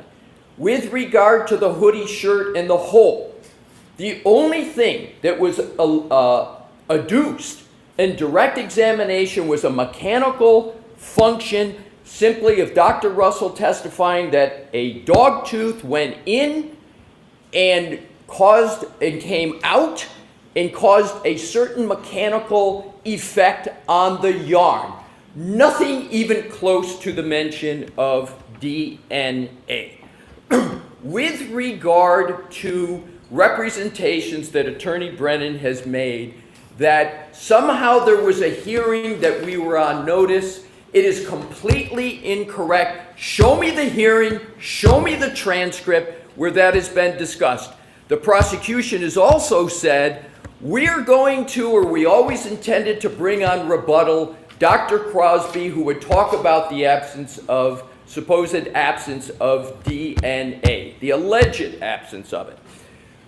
The problem with that of trying to rescue the mistrial that the prosecution has caused with prejudice is that Dr. Crosby could never testify about such a topic, because I would object and object because there would be no foundation because the prosecution strategically chose not to bring in the foundation whatsoever in this trial. The fact that they did it in another trial, or perhaps did it, is irrelevant to this trial, as Your Honor has admonished several times. What happened this is a new trial, and whatever happens in the first trial is the first trial.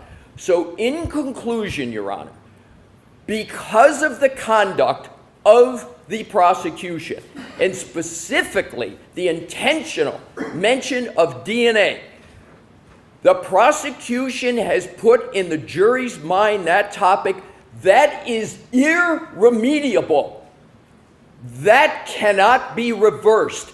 That cannot be cured. That cannot be ameliorated with a jury instruction. That cannot be dislodged. The prosecution has to suffer the consequences of its own intentional actions of bringing up that topic.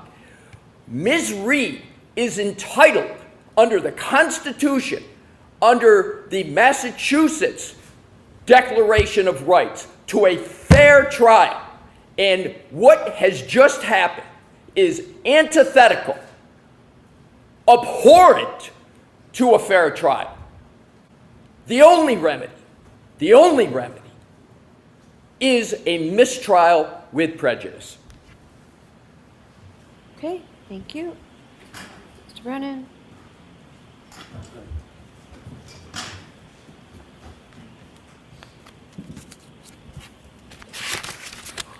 Inquiring of Dr. Russell about the absence of dog DNA is not only proper and permissible, it's essential, and the Commonwealth is entitled on cross-examination to explore theories and facades that the defense creates if there is actual evidence that undermines or contradicts the representations that they are trying to portray to this jury. Let's be clear. The defense is on notice that there is no dog DNA in the sweater of John O'Keefe. Let's be clear. The defense is on notice that we were not going to try to disprove all of their varying theories in our case in chief, but if they were going to propose theories that we thought were unsubstantiated, we would do so in rebuttal. It is clear these witnesses are on the witness list. More so, the conversation and examination of Dr. Russell is replete in the historical record of this case. Dr. Russell herself testified on December 12, 2024, that she did consider the absence of DNA in her opinion. She disregarded it, she discounted it, she created false theories about the potential destruction of it, but she did testify this was part of her consideration for her opinions. Again, on January 7th, 2025, Dr. Russell again discussed the absence of dog DNA in John O'Keefe's sweater. Now, it may be inconvenient, it might be hurtful for the defendant's theories, for the creation they portrayed for this jury yesterday, but it is not improper, it's not unconstitutional, it's not irrelevant, it's very relevant. It is powerful evidence that the Commonwealth has to undermine this idea that the linear, superficial abrasions on John O'Keefe's arm were somehow caused by a dog. They, on their case in chief, tried to create impressions about the cause of the abrasions to Mr. O'Keefe. The defense does not get to pick and choose what words the Commonwealth can or cannot use. They do not get to pick and choose what parts of Dr. Russell's opinions are important and not important. Because they chose not to emphasize, highlight, or discuss the absence of dog DNA on direct does not mean it's beyond the scope of direct examination. It means they did not want to talk about it because it was not helpful to them.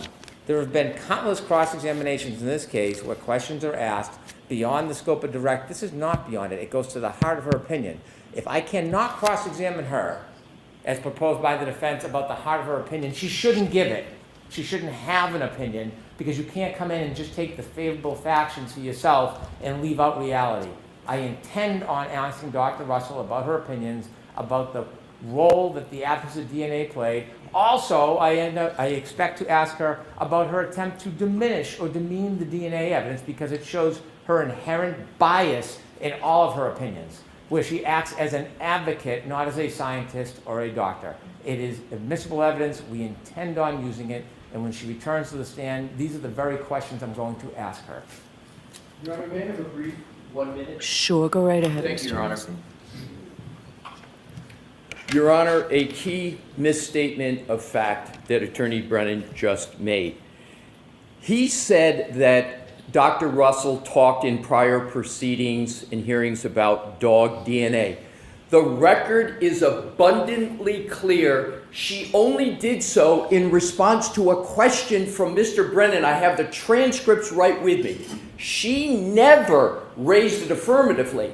She gave her opinion that these wounds were to a reasonable degree of medical certainty from a dog. Mr. Brennan on cross said, did you consider, and this is in a prior proceeding, did you consider DNA? She gave her answer. She didn't raise it.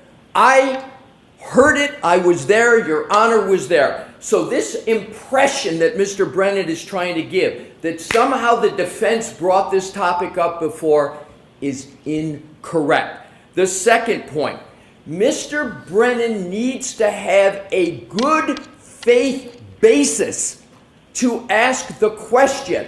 To have a good faith basis, he has to have some admissible evidence that he's got for it.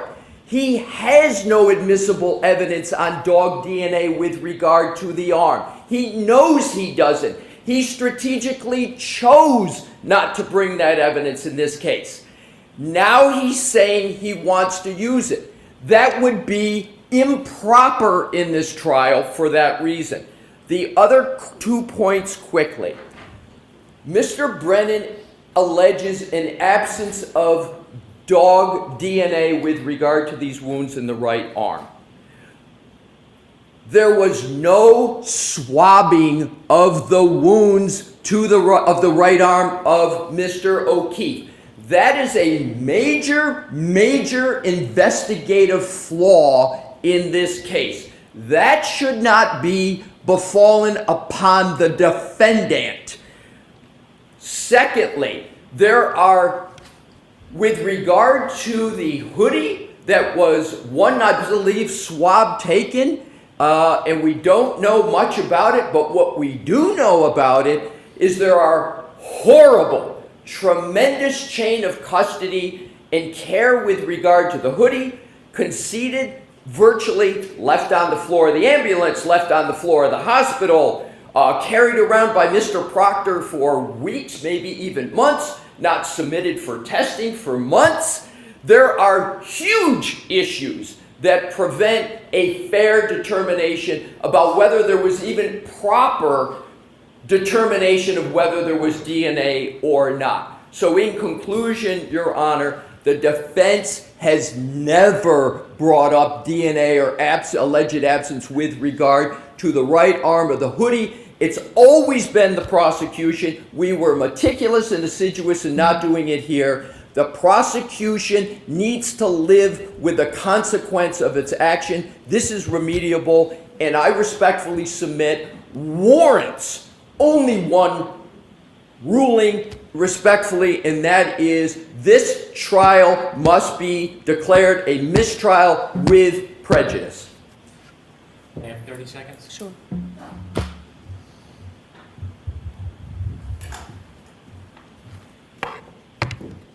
The defense can pound their fists and yell as loudly as they want, but they can't change truth and reality. Whatever the motivation is for wanting a mistrial can't be based on a claim that the prosecution raised DNA for the first time with Dr. Russell at the Lanigan hearing. If we actually look at facts and reality, rather than making false claims about everybody in the courtroom and everybody else who comes in here, what we'll see in the transcript, and this is the December 22nd, December 12, 2024 transcript, I direct the court to the direct examination of the attorney who just accused the government of raising it for the first time. Despite his words, we have page 83, line 21. We have page 122, line 14. We have page 124, line 14. These are the words of Attorney Alisi on direct examination. And there are more. There are more. But that is enough for the court to understand that the representations are wholly mistaken by Attorney Alisi. Wholly. All right, thank you. We'll give everybody a half an hour. So All right.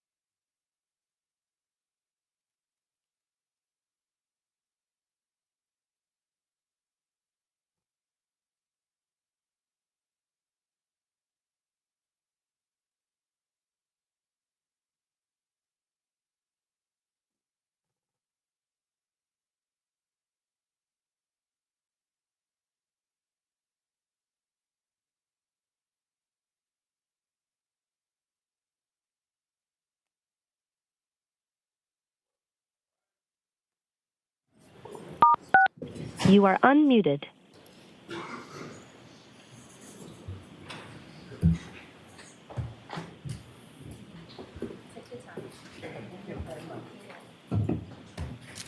Please be seated for the session.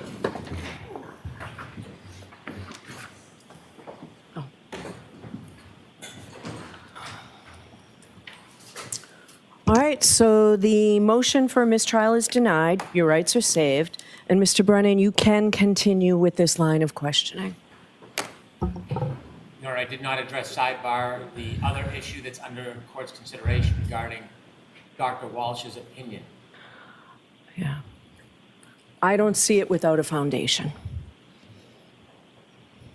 So if you can build a foundation, I'll consider it.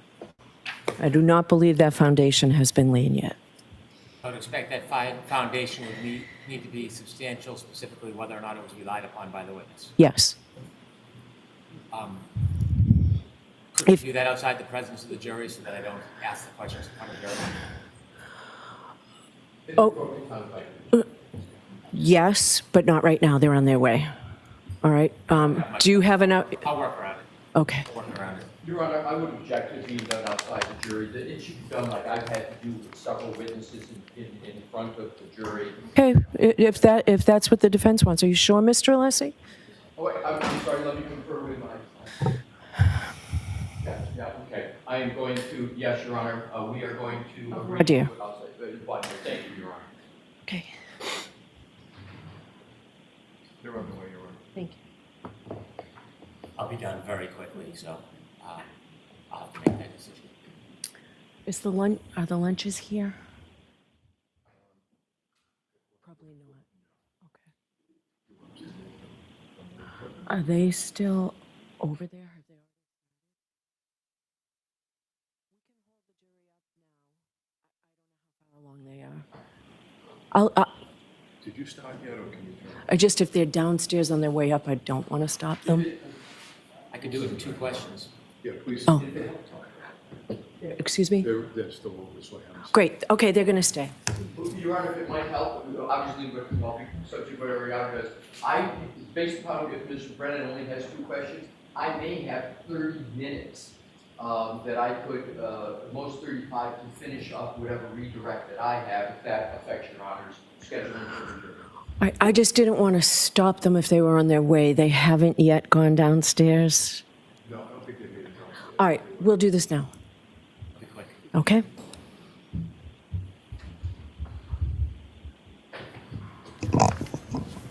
Dr. Russell, during your review of the case, did the defense offer you the report of John C. Walsh, MD, Deputy Medical Examiner? I didn't hear the whole I'm sorry. question. During your review, the defense provided you materials. Did they provide you the report of John C. Walsh, MD, Deputy Medical Examiner? I don't recall. May I approach? May I- Yes. Can we turn the fan off over here, Tony, please? Thank you. Dr. Russell, did you ever review or receive that document from the defense?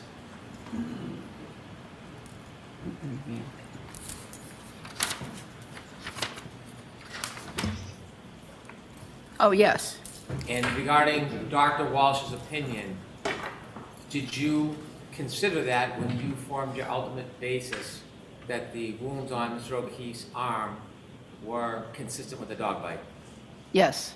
Did you disregard it or agree with it? I disregard, I disagree with his assessment. Thank you. Yeah. Or I'd like to inquire. Your Honor, I would object. This is the same exact issue I had to deal with because the witnesses disregarded it, and I was not allowed to pursue questioning. So I do not believe, under the standards that's been set in this trial, that a proper foundation has been set. What do you say about that, Mr. Brennan? How is this any different? Pardon me? I'm talking to Mr. Brennan. How is this different with this witness's analysis? Because they specifically opened the door when they had her vouch for her own credibility, extolling her uniqueness and ability to determine that these were dog bite wounds. And so when they opened their own door to vouch for their own credibility and suggested that they're only person or a limited person in the entire country that can do this, they should be confronted that they are not alone. There are other experts. And so this isn't affirmatively bringing it in. This is when the defense continually opens the door and creates these issues. What do you say, Mr. Lessie? Thank you, Your Honor. My response is this. I'll give 2 quick examples. Dr. Welcher, Trooper Ball, Dr. Scordy-Bello. They talked and opened the door under Mr. Brennan's theory of opening the door widely.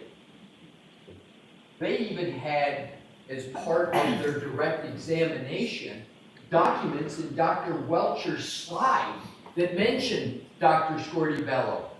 You'll recall that slide. They even had material from the CARS team with a file named Trooper Ball. I'm not letting it in. Thank you. All right, I'm not letting it in under that, Mr. Brennan, so you can mark the report if you want, but for that reason, I'm not, for the reasons stated by the Commonwealth, I'm not letting it in. I don't need to mark it. Okay. All right, thank you, Hunter.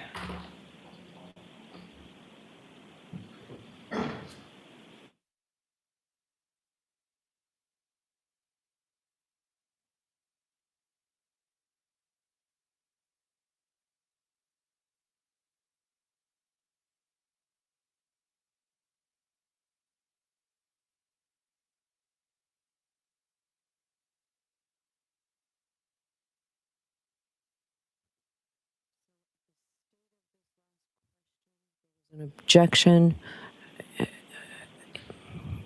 Where are we? Is it in evidence now? It's not yet. It will be. Okay. Could you just say it in evidence? The DNA. It's not, right? It is not. And Okay. is there a question? Yes, it's open. I denied the motion and allowed the line of inquiry.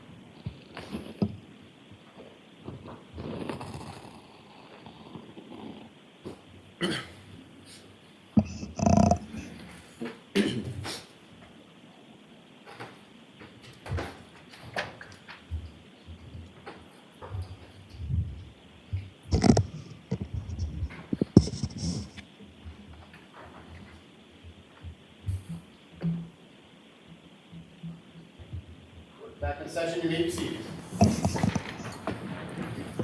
Jurors, I appreciate your patience. All right, Mr. Brennan. Thank you.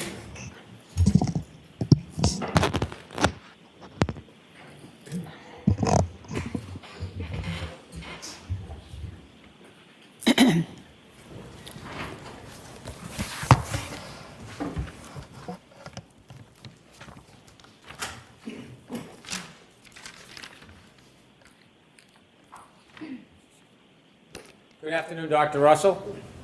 Good afternoon. Dr. Russell, we were talking about your differential diagnosis and your opinion that Mr. O'Keefe's abrasions on his arm were not consistent with impact or collision with a car. I was asking you specifically about some of the things you may or may not have reviewed before you formed your opinion.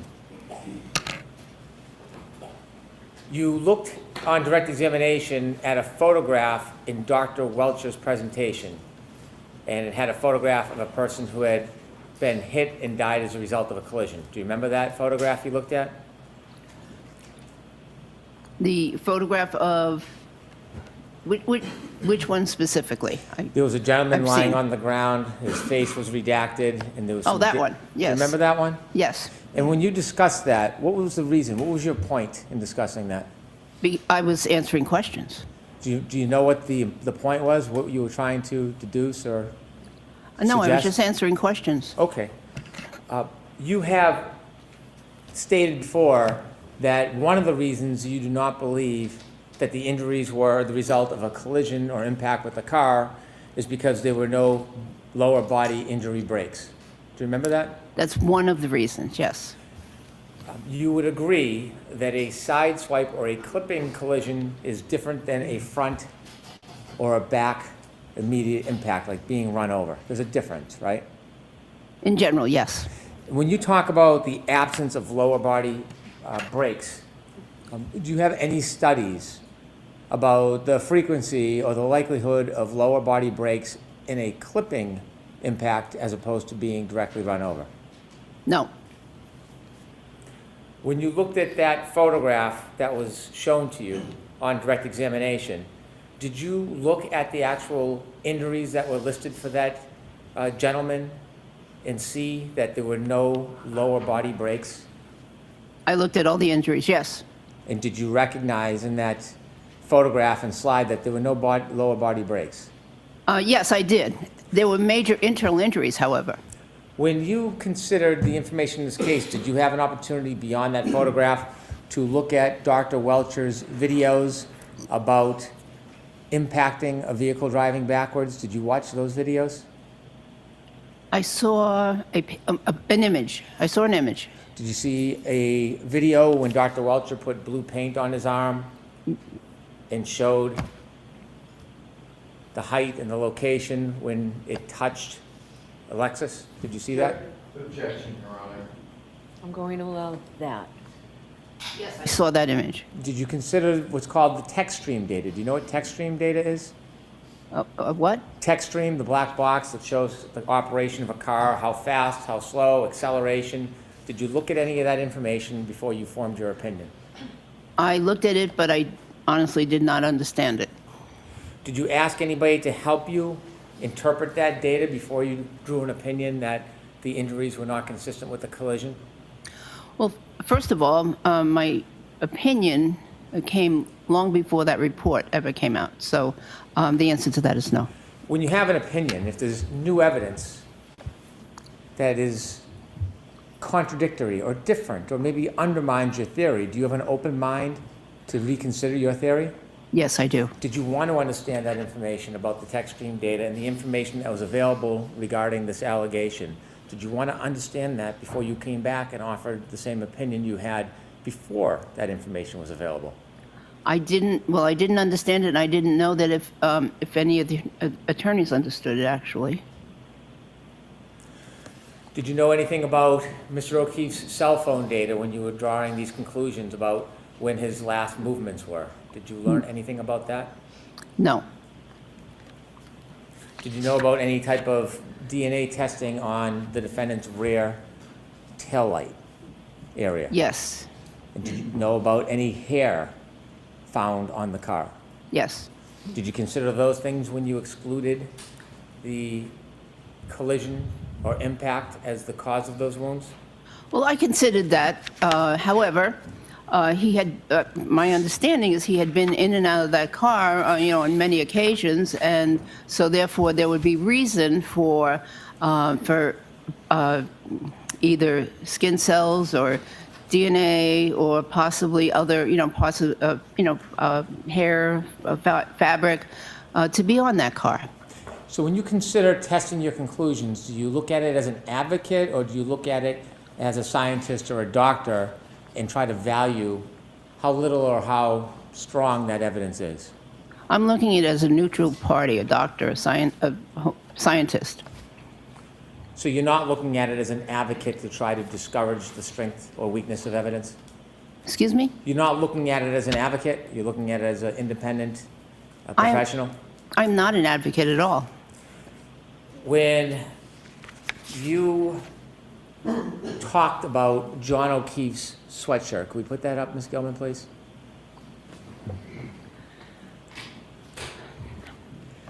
You identified or discussed some of the tears to the right sleeve of Mr. O'Keefe's sweatshirt, didn't you? We discussed one puncture to the right sleeve, yes. Having an interest in dogs and dog bites, certainly you're aware in your experience, when a dog bites, it creates quite a bit of saliva, doesn't it? It can. It can actually, a dog can froth, is what they call it. Excessive saliva when it's in the moment. Some dogs, yes. And some dogs, they can shed hair, especially when they're interacting with other objects, don't they?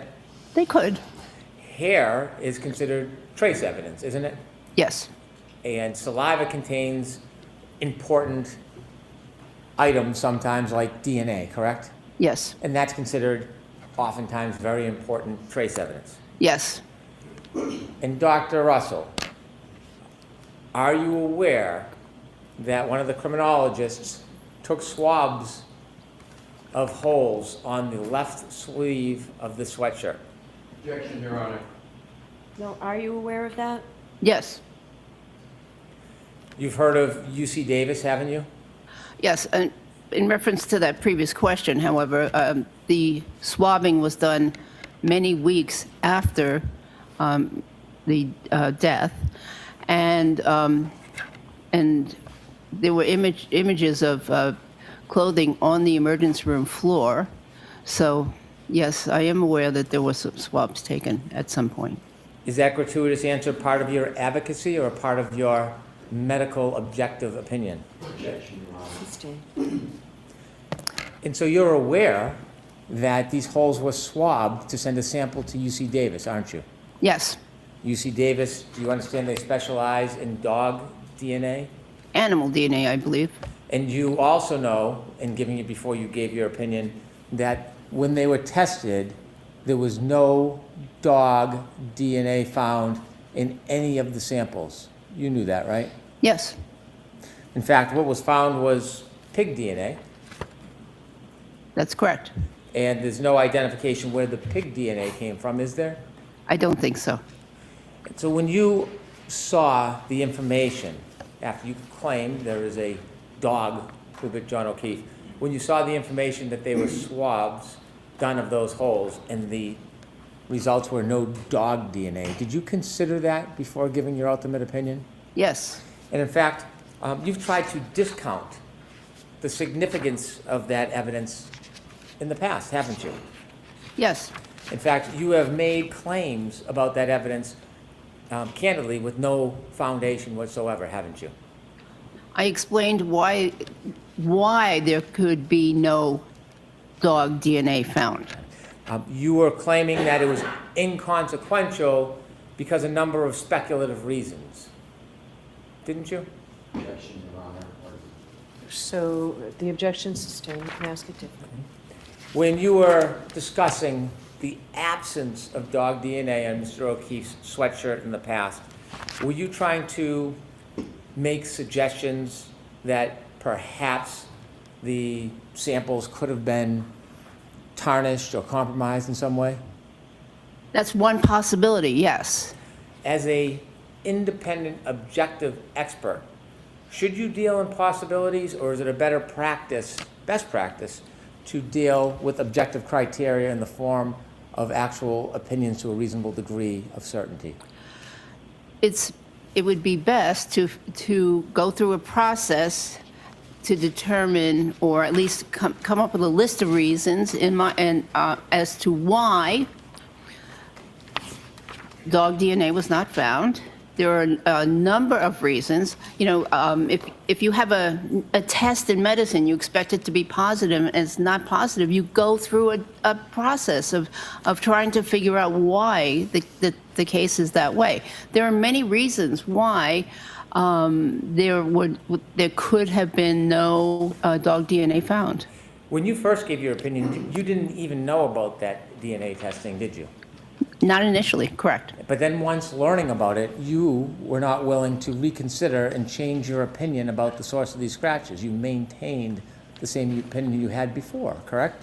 I reconsidered, however, my opinion did not change. What you suggested is there's possibilities, is the word you would use, possibilities why there were errors with the DNA. Yes? Yes. You can't tell us anything based in fact. Wait, No. I'm sorry. Oh, sorry. You can't tell us anything based in fact to support the claim that something was wrong with the testing of this DNA, can you? Not in fact, but again, you have to go through a process. If you expect a certain diagnosis or a certain finding on a lab test and it doesn't materialize, then you wonder why, and you want to know, was the test done correctly? You know, was the specimen handled correctly, et cetera, et cetera. There's a process. And in that process, you found no evidence whatsoever, none, zero, to support any claim of compromise of that DNA process, did you? Well, ideally, the swabbing should have happened immediately or very soon after the incident. So there was a delay in processing or swabbing to begin with. And then, of course, I don't know about the transportation or the chain of custody. You were a medical examiner, weren't you? Yes. When you were a medical examiner, when you examined a person or their body, you did everything you thought was reasonably necessary based on the information you had, correct? Yes. Did you know at the time Dr. Scortabello did the autopsy, there was no claim whatsoever that a dog caused these wounds? Yes. Did you know that claim didn't come about until over a year later? No. And did you know that in response to that claim, that's why this was done at a later time? Did you know that? Still, for a complete investigation, this should have been considered by investigators early on. Even where there was absolutely no claim or evidence whatsoever that a dog caused these wounds? Well, again, a complete investigation. You can't tell us one step that went wrong with that DNA process, can you? The process, no. In fact, you have admittedly very little experience with DNA. I have little personal experience with DNA. And yet, although you're not an advocate, you are willing to advocate trying to undermine the strength of that evidence, aren't you? No, I am a scientist, and I'm trying to understand why it could have been negative.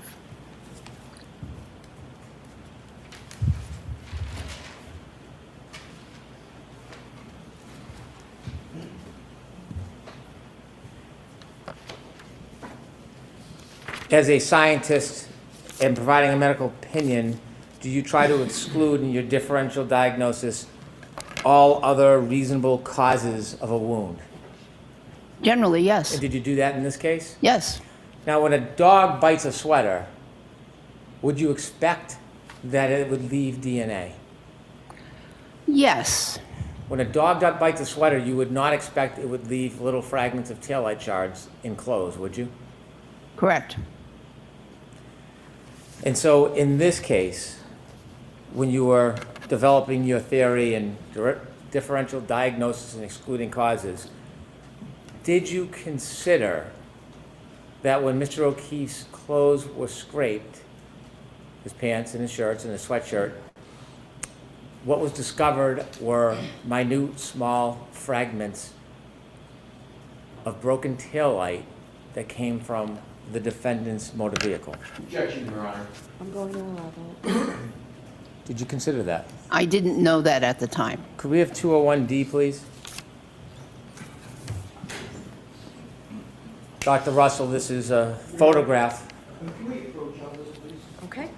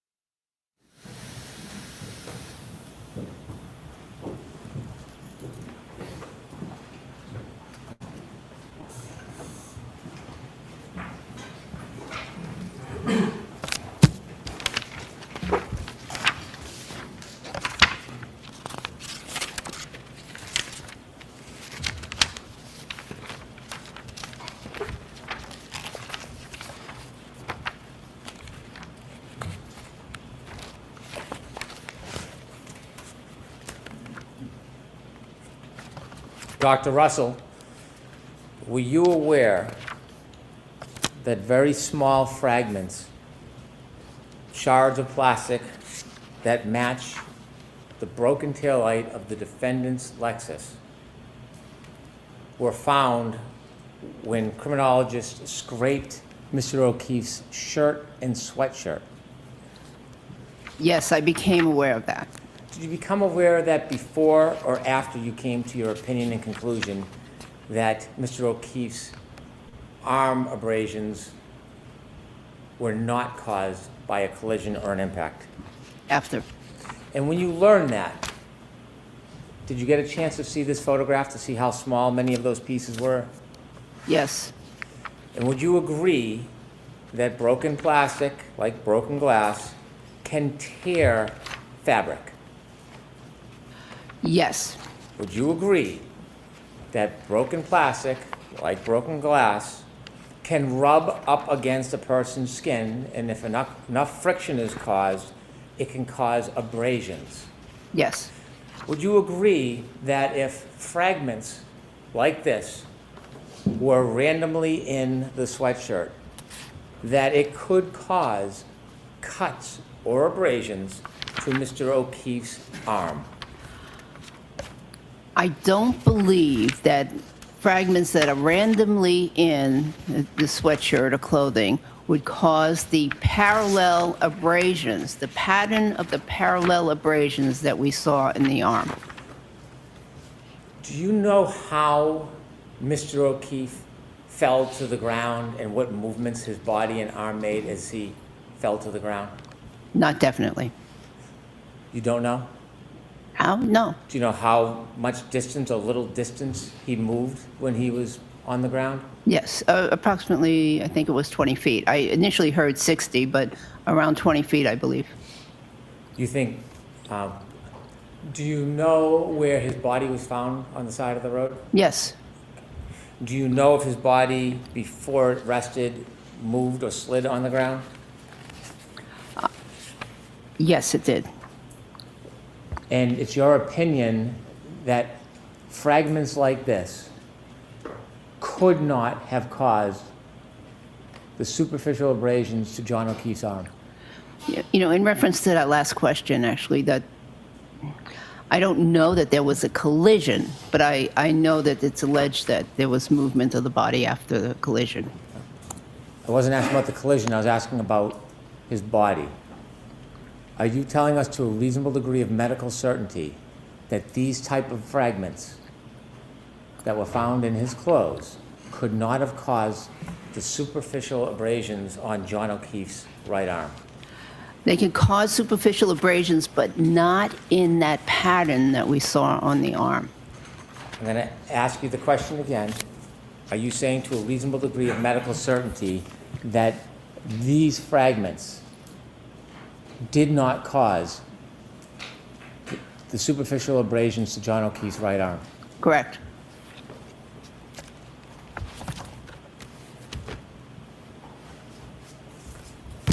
I have no further questions. Mr. Alessi? Thank you, Your Honor.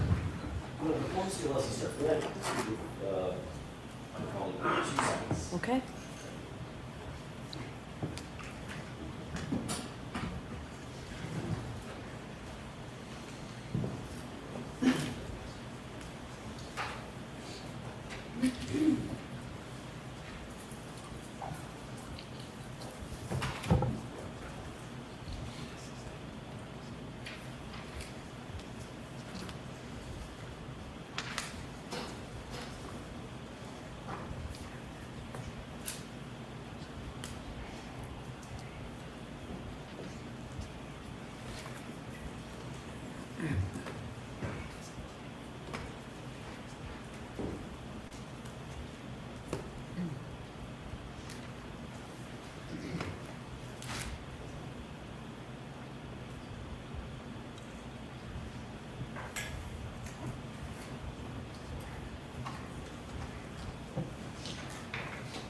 Thank you, Your Honor. Okay.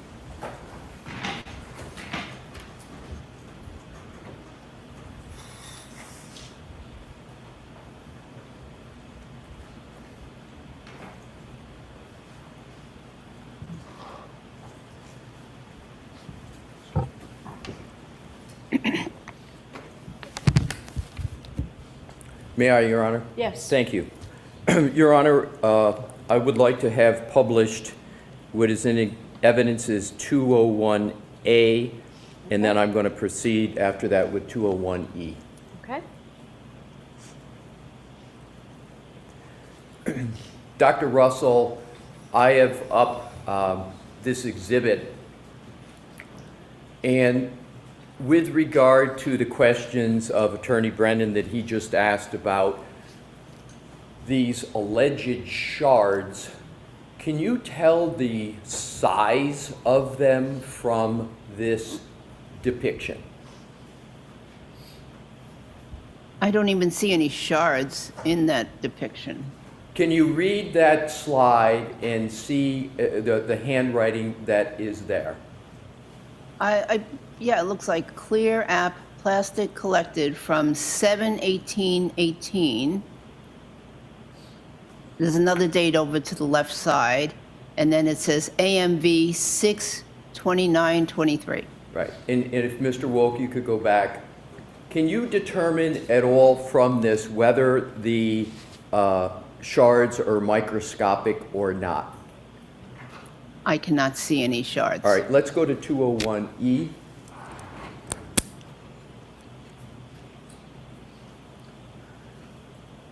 With regard to this depiction, do you recognize what is in this depiction? It looks like irregular, red-colored pieces of debris. Thank you. And do you recognize the ruler above those pieces? I'm not sure if this is the same ruler as in the previous image, but there does appear to be a ruler. If we could go back to the previous slide, does that at all assist you in determining whether or not it's the same ruler? Not exactly, but there are similarities. So let's go back to, flip back to the next slide. Does the, what is up in black help you reach any conclusion about whether those pieces are microscopic in size or not? Well, so those are, again, I'd like to go back, but I think those might be 16th or 32nd of an inch if we're using the same edge of the ruler. Those pieces that are depicted are not microscopic because we can see them with our eyes, but they're extremely small. All right, so they're extremely small. You've asked, you want to go look back at the ruler. Does that further assist you in your analysis as to the size of these pieces? 4, 16. So those looks like they're maybe a 16th of an inch or less. Okay, so let's go back, Mr. Wolk, one more time. So these pieces are a 16th of an inch or less, correct? Yes, if we're using the same ruler. Right. So with regard to, and if we could, Mr. Wolk, now go to Exhibit 1.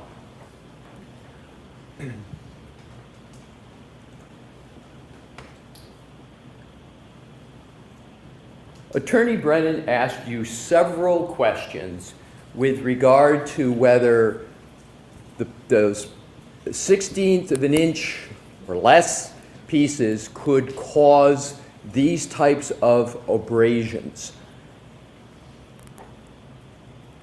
You have addressed this issue, but I would like you to answer whether those pieces, a 16th inch or less, could cause, now knowing the size, whether they could cause these abrasions, including with regard to this pattern. I don't believe so. And with regard to that answer, how do you come to that conclusion? What is your thought process? Okay, again, there are multiple parallel abrasions. So these pieces would need to be lined up in a certain configuration to cause those abrasions, and they'd have to be oriented in nearly the same direction because many of these groupings of wounds, and if I may use the pointer, are oriented in this direction a little bit. well, anatomically, a little inferior to superior, ever so slightly this way. So they're oriented in the same way. So not only would they, those abrasions are rather large for those tiny pieces of plastic or glass, but they'd have to be oriented in a certain way to cause those wounds. As an emergency department physician, as a forensic pathologist, what is the likelihood, if any, that those shards could cause those wounds? You have to ask it differently, Mr. Rossi. Dr. Russell,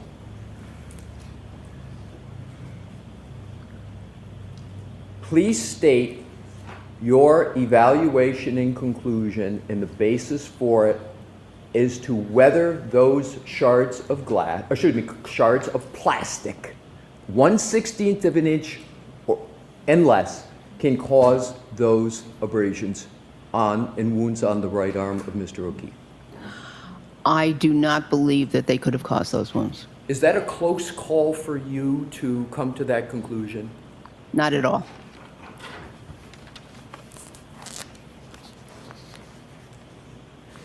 You were asked several questions by, please keep that depiction up, Mr. Wolf. You were asked numerous questions by Attorney Brennan where he wanted you to go section by section by section and evaluate each. He grouped these, I think, 5 or 6. Do you recall that questioning? Yes. Is that a scientifically proper way to evaluate this wound to determine whether or not it is from a dog? Is that a proper methodology to look at each individual section only? No. How, at a scale, is it improper to evaluate them that way under your methodology? Objection. Sustained. Dr. Russell, what is the proper way to evaluate the wounds on the right arm to determine whether or not they're caused from a dog? To look at patterns, because individual wounds can vary, but the pattern is what is significant. And on your direct examination, did you go through this method that you just described, a pattern and pattern recognition? Did you go through that in some detail and discuss that? Yes. Now, you were asked questions by Attorney Brennan, and in his questions, it was asserted that you don't have a standard, a published standard. Do you recall that questioning? I'm going to allow it. Do you recall the question asking whether you had a standard to reference for your methodology? You recall that questioning? In reference to dog bite wounds, yes. Yes. Yes. And with regard to the question and assertion in the question with regard to a methodology, you referenced studies and as part of your answer. Do you recall that discussion with Mr. Brennan? Yes. Do those, and are those studies peer reviewed? Yes. And give the name, please, again, that we had gone over on direct, but give the name of the lead authors of each of those studies. Yes. So one of them was by Dr. D. Munich, and the other one was Dr. Pollock. And by peer review, that means that it's the article was reviewed by other physicians in those respective specialties So of if we the could authors. I'm sorry to interrupt you, Dr. Russell. I'm You sorry. finished? The specialties of the authors, yes. We could take that down for a moment. Your Honor, may I approach, please? Okay? If I could have, Your Honor, from Madam Court Reporter, exhibits marked for identification P, P, P, and Q, Q, Q. And I'll start with P, P, P if I could, please.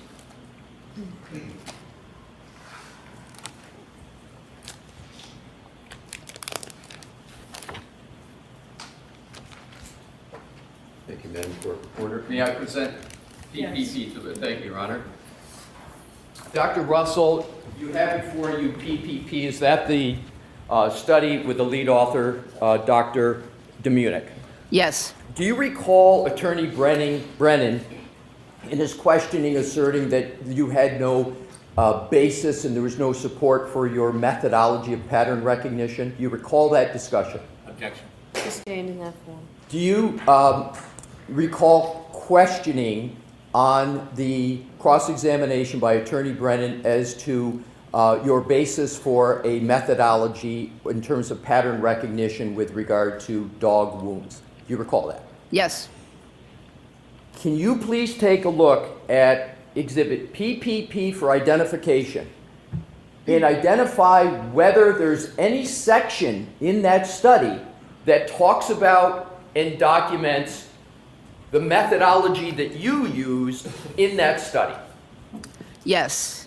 So this is an article that was published in the International Journal of Legal Medicine, and it is entitled Forensic Approach of Fatal Dog Attacks, a Case Report and a Literature Review. And so it's several pages long, talks about a specific case, and then on page 298, there are some significant passages that I would like to read, actually. So it says here, dogs have some very specific dental and maxillofacial features. They have 42 teeth, 20 in the upper jaw, 22 in the lower. Usually the mandibular dental arch is narrower and shorter than the maxilla, and that means upper, lower and upper. Maxillar is the upper. Maxilla, and the shape of the dental arches varies among the different breeds. There are natural gaps between the teeth that are attenuated or accentuated depending on the breed. The canine masseter pterygoid complex is short and strong, and its insertion on the mandible provides powerful mechanical advantage. So that's talking about the muscles, how powerful they are. And then it goes on to measure the forces. If you could find the location, if there's any in there with regard to pattern, is there any discussion about attributes and patterns in that study? Yes, this next paragraph. The above features attribute to the characteristics of dog bites. The maxillary teeth distal to the mandibular teeth allow the so-called scissor bite in which the dog can lock onto his prey. The tremendous force of the bite, muscle complex can develop, allows the dog to twist and tear, and cause great damage. The injuries caused involve a combination of biting, crushing, tearing that results in characteristic patterns of punctures, lacerations, avulsions of the skin and soft tissue. Forensic pathologists noted the multiple torn wounds with adjacent puncture wounds, the so-called hole and tear combination. That's in this case. The puncture wound, a round hole, is made by the canine tooth of either the upper or lower jaw on one side that serves as an anchorage, while the other teeth cut into the flesh, causing stretching lacerations in the process of biting, shaking, and tearing. This should be considered pathognomonic for dog bites, especially when accompanied by tissue defects and claw marks, the latter being narrow, superficial, linear abrasions arranged parallel to one another, 4 or 5 in number, and usually found in the vicinity of the bite. This pattern allows differential diagnosis, with bites of other animals, which are not accompanied by pulling and shaking, nor by the usage of prominent canine, and with stab wounds caused by sharp instruments. Does that study support or not support in the literature a pattern recognition methodology? That's sustained. What do you conclude from the language you just read in that study with regard to methodology of discerning dog bite wounds? That pattern recognition is very important. Now what I would like, if I could approach Your Honor. Okay? Sure.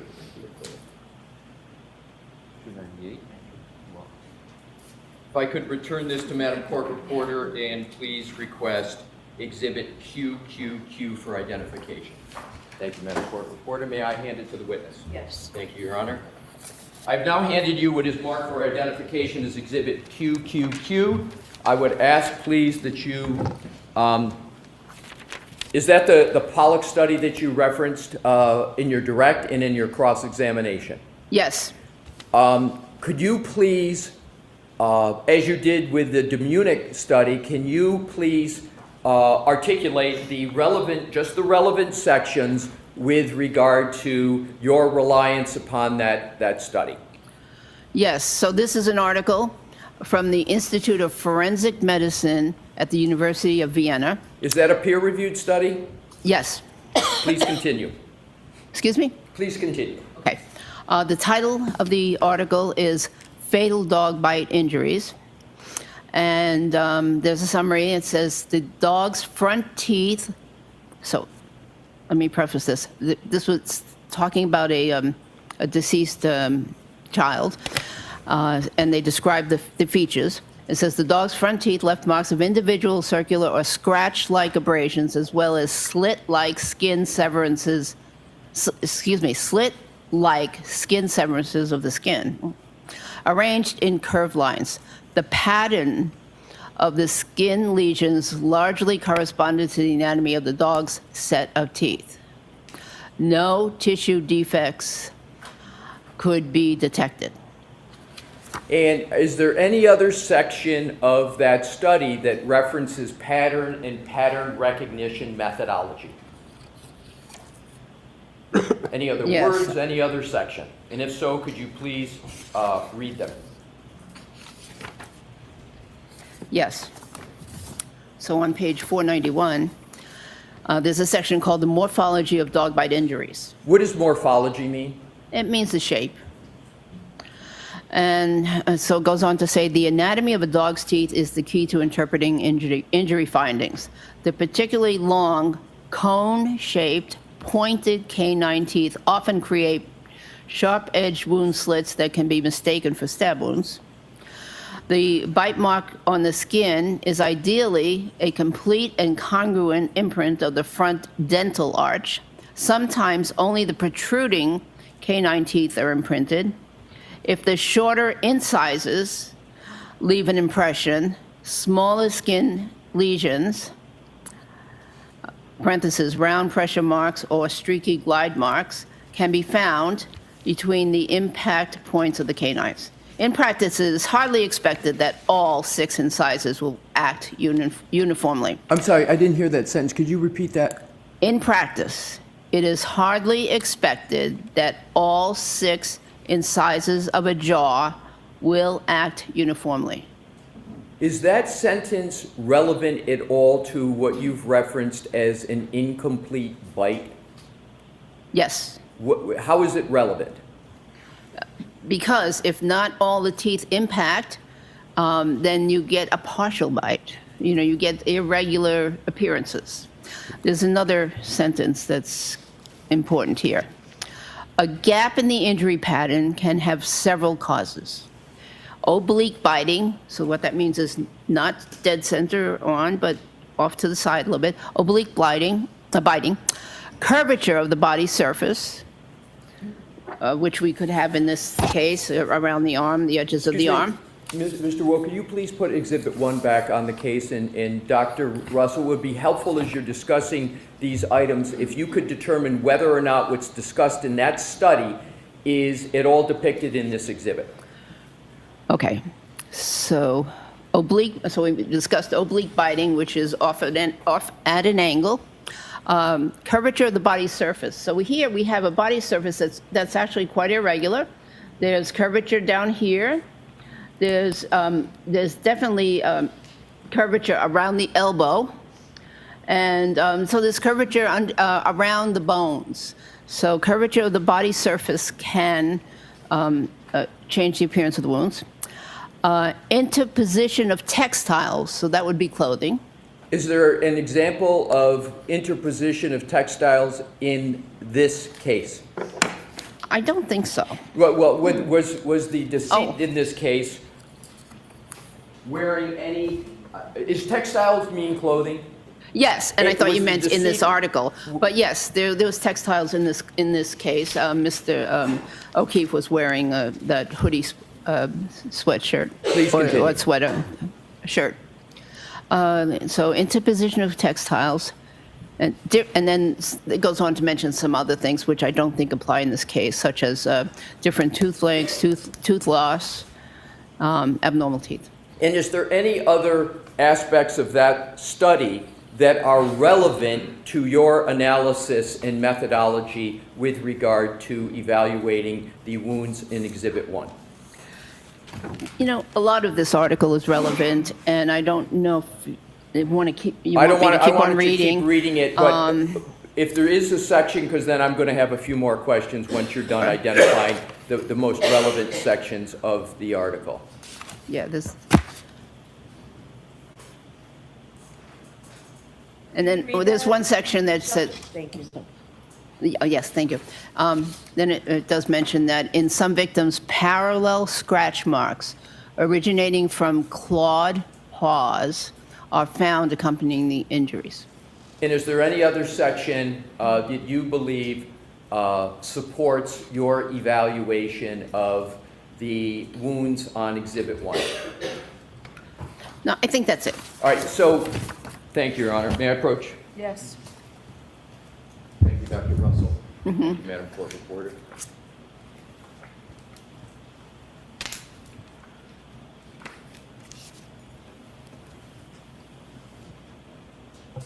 So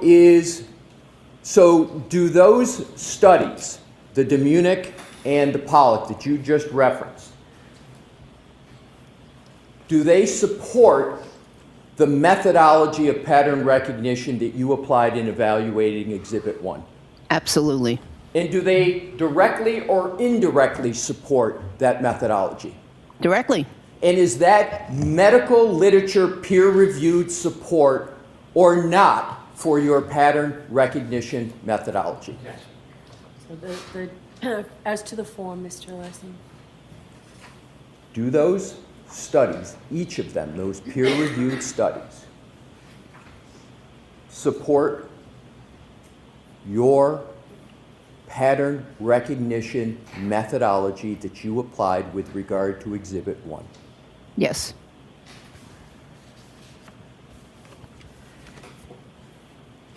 Did those studies look solely at individual wounds, or did those studies' methodology look at the overall pattern to evaluate and discuss wounds from dogs? Ask it differently. How did those studies evaluate wounds with respect to individual wounds and overall wounds? How did the study evaluate those? They described some individual wounds. There were numerous wounds.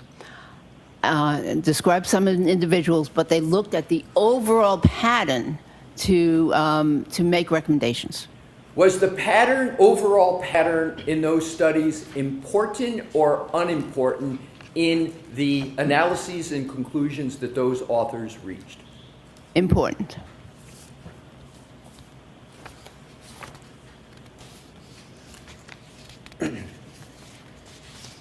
Now let's switch topics.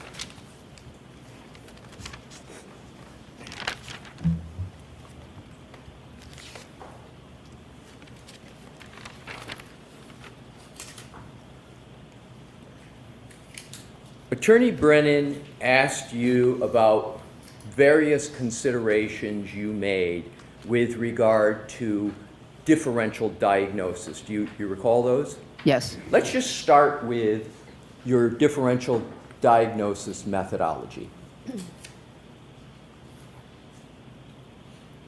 You describe whether or not you took into consideration additional information that was presented to you in determining whether your initial hypothesis was correct or not. Describe just generally that process and whether or not you took new information and retested your hypotheses. Describe that process that you undertook just generally. So in general, when a physician is presented with a set of circumstances or wounds or symptoms or whatever, they come up with a possible diagnosis, but have to consider other diagnoses as well. That's what a good physician does. They consider what they think is the most likely, and then they go through a process of eliminating the or including and the other possibilities. Would you like to give an example, like chest pain or?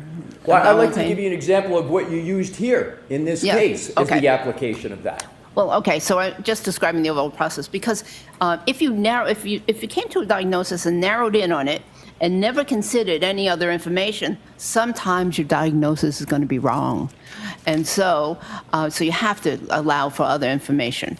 And so I did that in this case. I examined the circumstances, examined the wounds photographically, and came up with my impression, but I also considered other possibilities. What else could cause those scratches or those abrasions? And did you honestly and scientifically consider those other possibilities as you continue to review the information, old and new information in this matter? Yes. And did that process allow you to avoid confirmation bias? Yeah. Yes. So in terms of that process, now let's go through some of the items that Attorney Brennan discussed with you.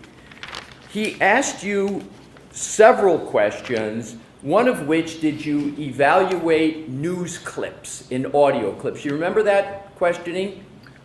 I remember a question about some news clips. And did you recall your discussion with Attorney Brennan about acute grief reaction? You remember that discussion? Yes. Now, in terms of acute grief reaction, you talked about it, and do you recall discussing that sometimes people who have a traumatic event, that acute grief reaction occurs? You recall that discussion with Attorney Brennan? Yes. Now, do you recall also mentioning that sometimes these patients engage in self-blame? Yes. And my question, among others, is when they go to self-blame, from your experience as emergency room physician, seeing patients with this, as you discussed with Mr. Brennan, are there instances when patients blame themselves for something when they're not to blame? Sustained. Can you discuss what you meant by self-blame in acute grief reaction? Sustained. Your Honor, may we approach? Okay.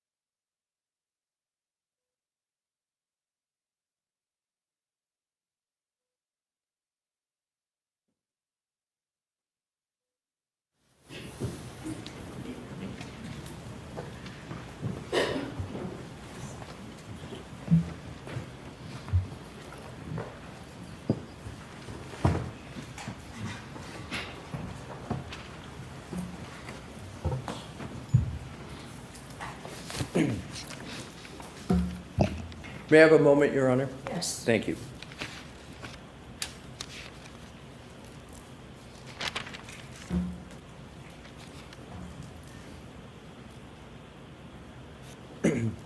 Dr. Russell, do you recall questioning by Attorney Brennan with regard to some alleged clip with regard to a motor vehicle, the Lexus and the pedestrian in this case? Do you recall that discussion? Yes. And have you reviewed and Attorney Brennan asked you about the slide presentation that what Dr. Welcher did with regard to this supposed accident reconstruction? You remember those questions? Yes. Mr. Woke, if you could please publish the slide from Dr. Welcher's presentation with the arm out in the glass in the back, not that one, the one in this case of the Lexus and Dr. Welcher dressed up as Mr. O'Keefe and with the clothing in the back, but with his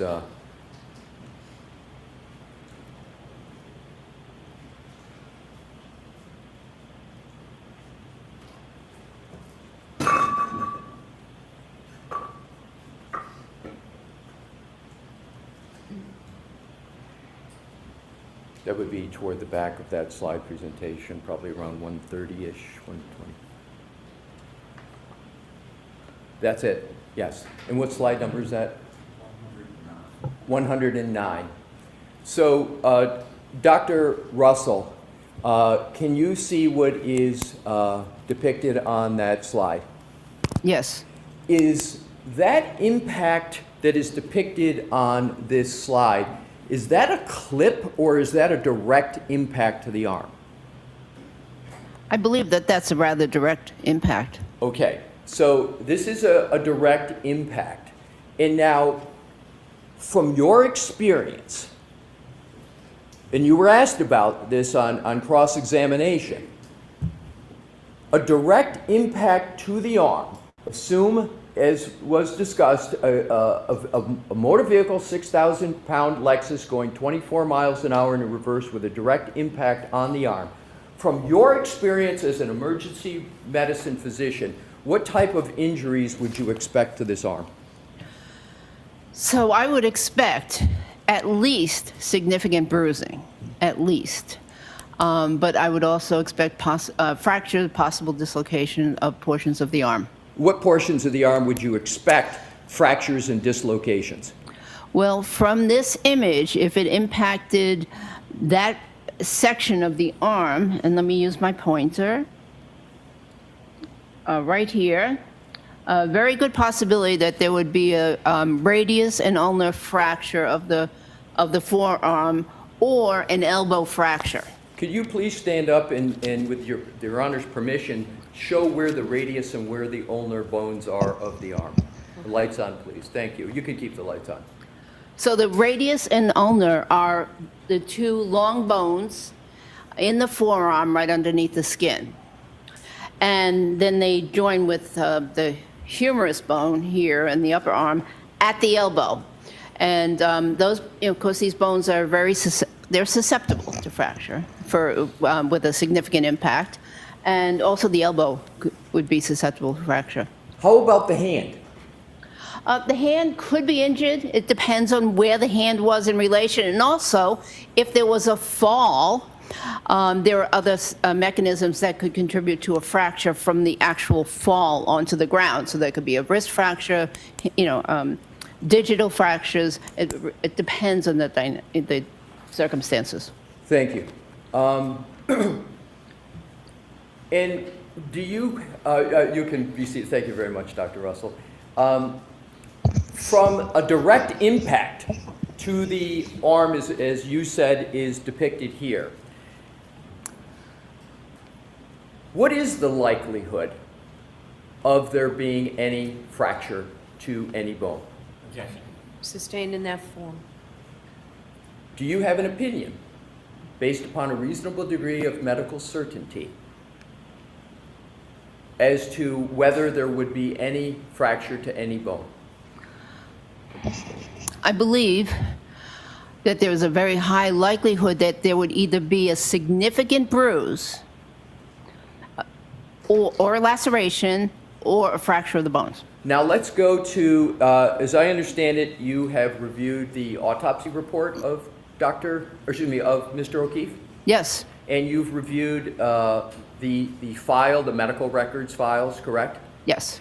Is there any indication at all of significant bruising to the right arm of Mr. O'Keefe? No.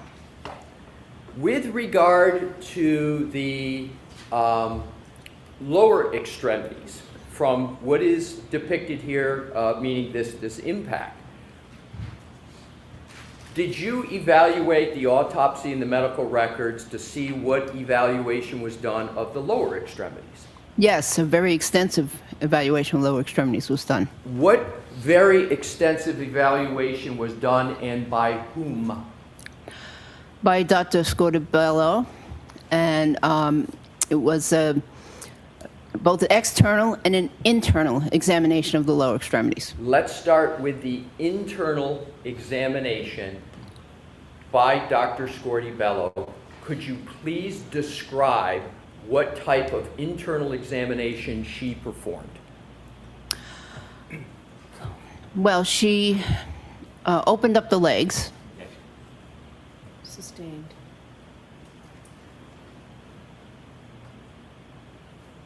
May we approach her?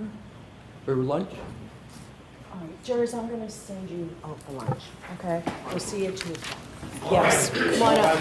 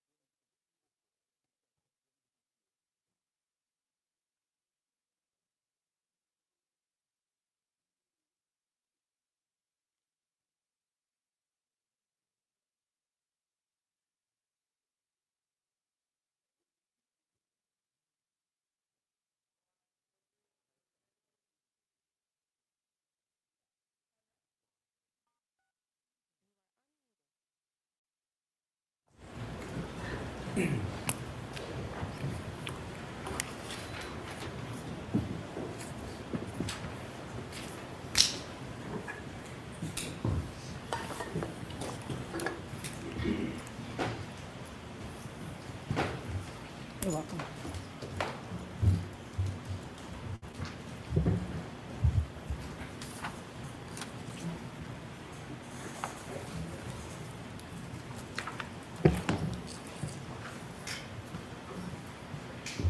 Put us back in session, you may be seated.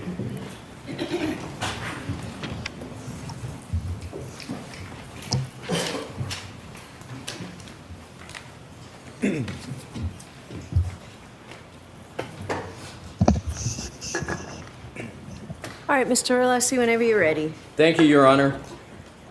Dr. Russell, we left off talking on the topic of differential diagnosis, and more specifically, we were talking about the lower extremity, the leg, and you were mentioning we reoriented to Attorney Brennan's questioning in the area. Could you please describe for the jury your basis of differential diagnosis with regard to the lower extremities and the leg, and specifically with regard to the autopsy's analysis of that area? Well, the autopsy doctor did a very thorough evaluation of lower extremities, and to include, the external examination, which is very important, as well as an internal examination of the extremities, the tissues beneath the skin in both legs. And just briefly, how did she perform that internal examination beneath the skin, to look at what was beneath the skin? Well, to directly visualize those tissues, she had to open up the skin. So she opened up the skin in the legs from the buttocks right down to the bottom of the legs near the ankle, and then reflected or folded back the skin to examine if there were any injuries to the tissues underneath. Were there any injuries to the tissues underneath from that examination? There were no injuries that she mentioned, nor no injuries that I saw on the pictures. And no injuries, did that include analyzing whether there was any inflammation? No, you can't tell about inflammation, but I specifically looked at the area adjacent to a very punctate little abrasion on the knee. And I looked underneath of that area very carefully on the photograph, and there was nothing. No injury underneath, no bruising, no hemorrhage underneath that abrasion. With regard to that, how did you describe that punctate? I want to make sure I got it accurate. By the right knee? Abrasion. Abrasion. Could you determine from that even the age of that abrasion? I could not. No further questions at this time, Your Honor. Oh, okay. Mr. Brennan? Could I inquire about scope? See what sidebar.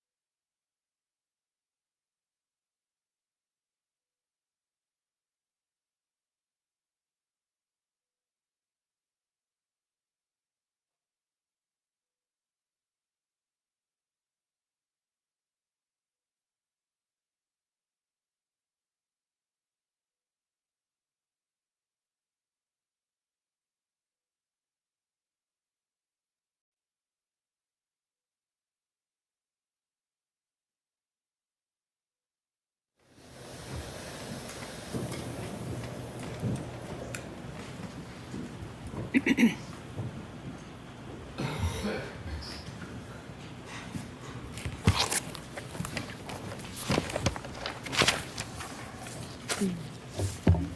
I? Yes.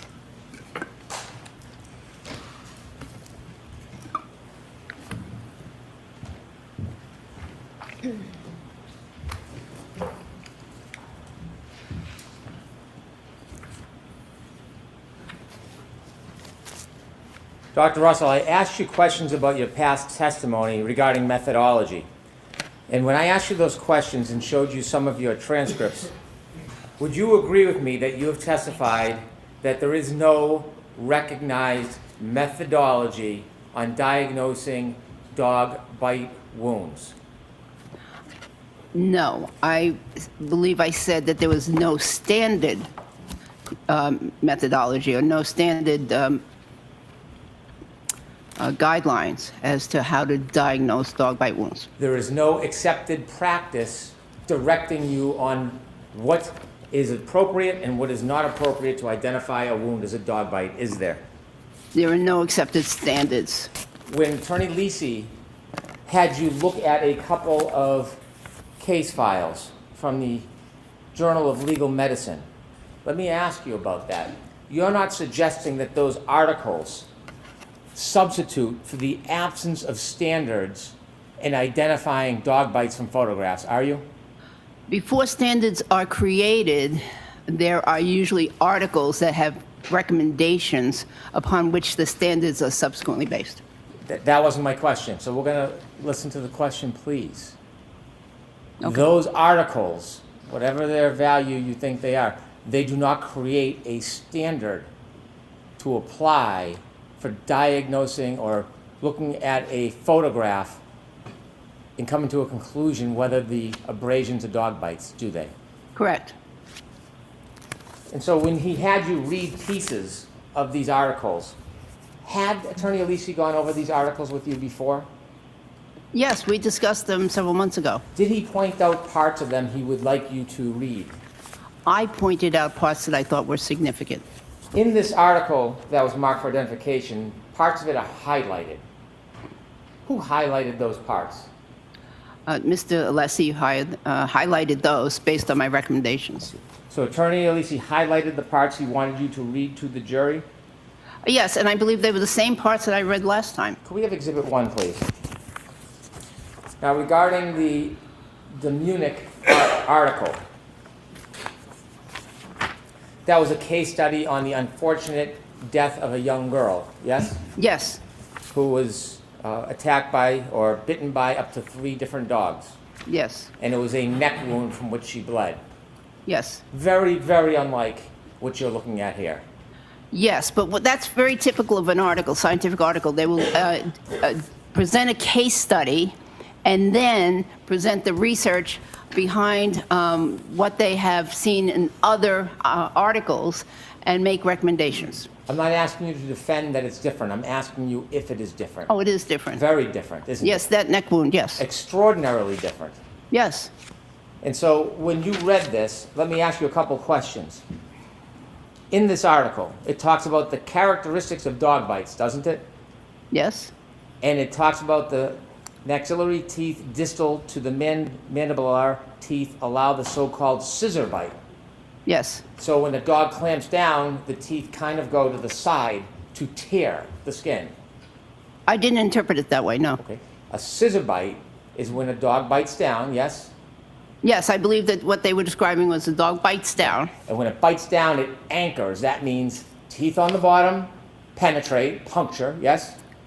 They can, but they don't always puncture. And then the top is a puncture. If you're going to scissor, it requires a puncture, doesn't it? It's a mechanism. It's a movement. What they're describing is a move. The way I read it, the way they described it is a movement like a scissor, where it's open and it's closed. It doesn't mean anything about how deep they penetrate. There are no scissor bites on that wound, are there? I don't know. I see 1 or 2 things that show up what I think might be upper and lower, so it could be. Would you define any of those abrasions as scissor bites, Dr. Russell? We talked earlier about how these marks here may be lower. I'm not going to define it, no, I can't say for sure that there's a scissor bite, but I see things that appear to be characteristics of upper and lower teeth. I'm asking you about scissor bites. Please listen to my question. There is nothing on that wound that is consistent with scissor bites, is there? I don't know. Well, you're the expert. So when you look at that, can you point whether there's any wounds that are consistent with scissor bites?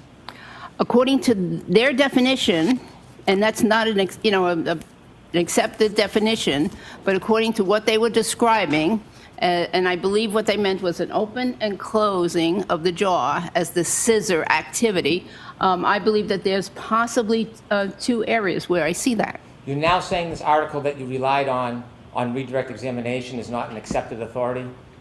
I'm not saying it's not an accepted authority. It is a peer review article. The injuries caused involve a combination of biting, crushing, and tearing.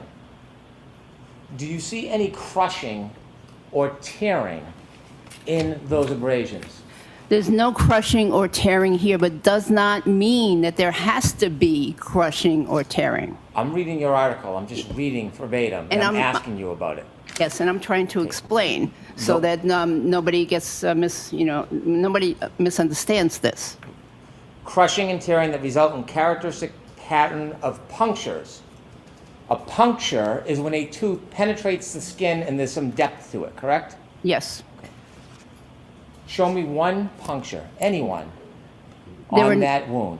Okay, there are no punctures on this arm that I see. However, again, the wounds don't have to have every single characteristic.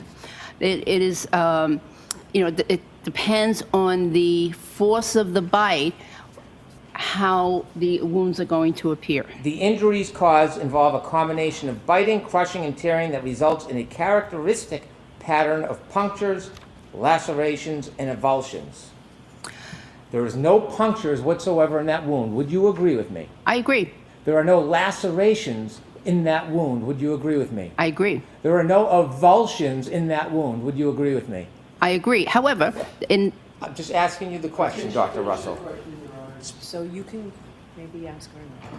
Specifically, this study says the injuries cause a combination biting, crushing, and tearing that result in characteristic pattern of punctures, lacerations, and avulsions. They name 3 things that are characteristic traits of a dog bite, and you would agree not one of those 3 traits is present on the arm of Mr. O'Keefe. Would you agree with me? I agree. However, in that case, those were dog bites that killed the victim. In this case, we do not believe that these dog bites killed the victim. When they were discussing this article on the victim who was killed, do you realize when they were giving background, this background has nothing to do with the case study? This is general background I just read. Do you realize that? They were investigating fatal dog bites. Do you realize that is not qualified in this article? You realize that? I realize that they were commenting on fatal dog bites. This is not a case of a fatal dog bite. This article, I'm going to show it to you. May I approach? Yes. In the highlighted paragraphs that Attorney Alisi had you read, that is describing the background of dog bites, not this fatal attack. Would you agree with me? The title of the... No, I don't agree. Okay. I move to introduce this as an exhibit, please. Mr. Leslie? I have no objection, Your Honor. Okay.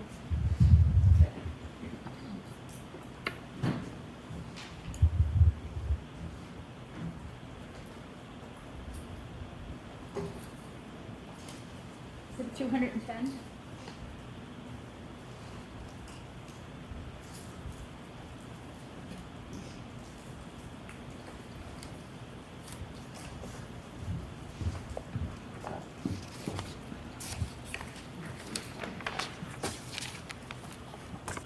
In the other article that you read from, that was highlighted as well. Who highlighted the portions you were to read?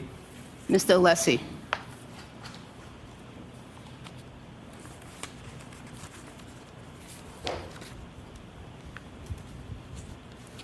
It describes that teeth from a canine create a stab wound-like skin laceration. They can do that, right? They can do Do you that. see any stab-like wound lacerations to Mr. O'Keefe's arm? No. It talks about punctures. And again, we've discussed this. There is 0 punctures on Mr. O'Keefe's arm, correct? Correct.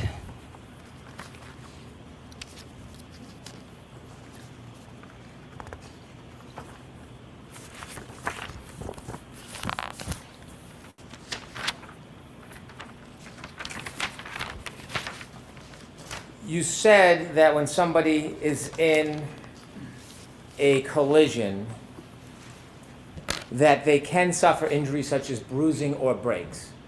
Yes. We've also discussed when a person is impacted by a vehicle, it can result in a variety of different injuries or no injury at all. Correct. There's a number of dynamic factors involved that are very difficult to assess and predict, correct? Correct. And in this case, you did not do any accident reconstruction to try to identify the details of the mechanism of injury to John O'Keefe, did you? I did not do accident reconstruction.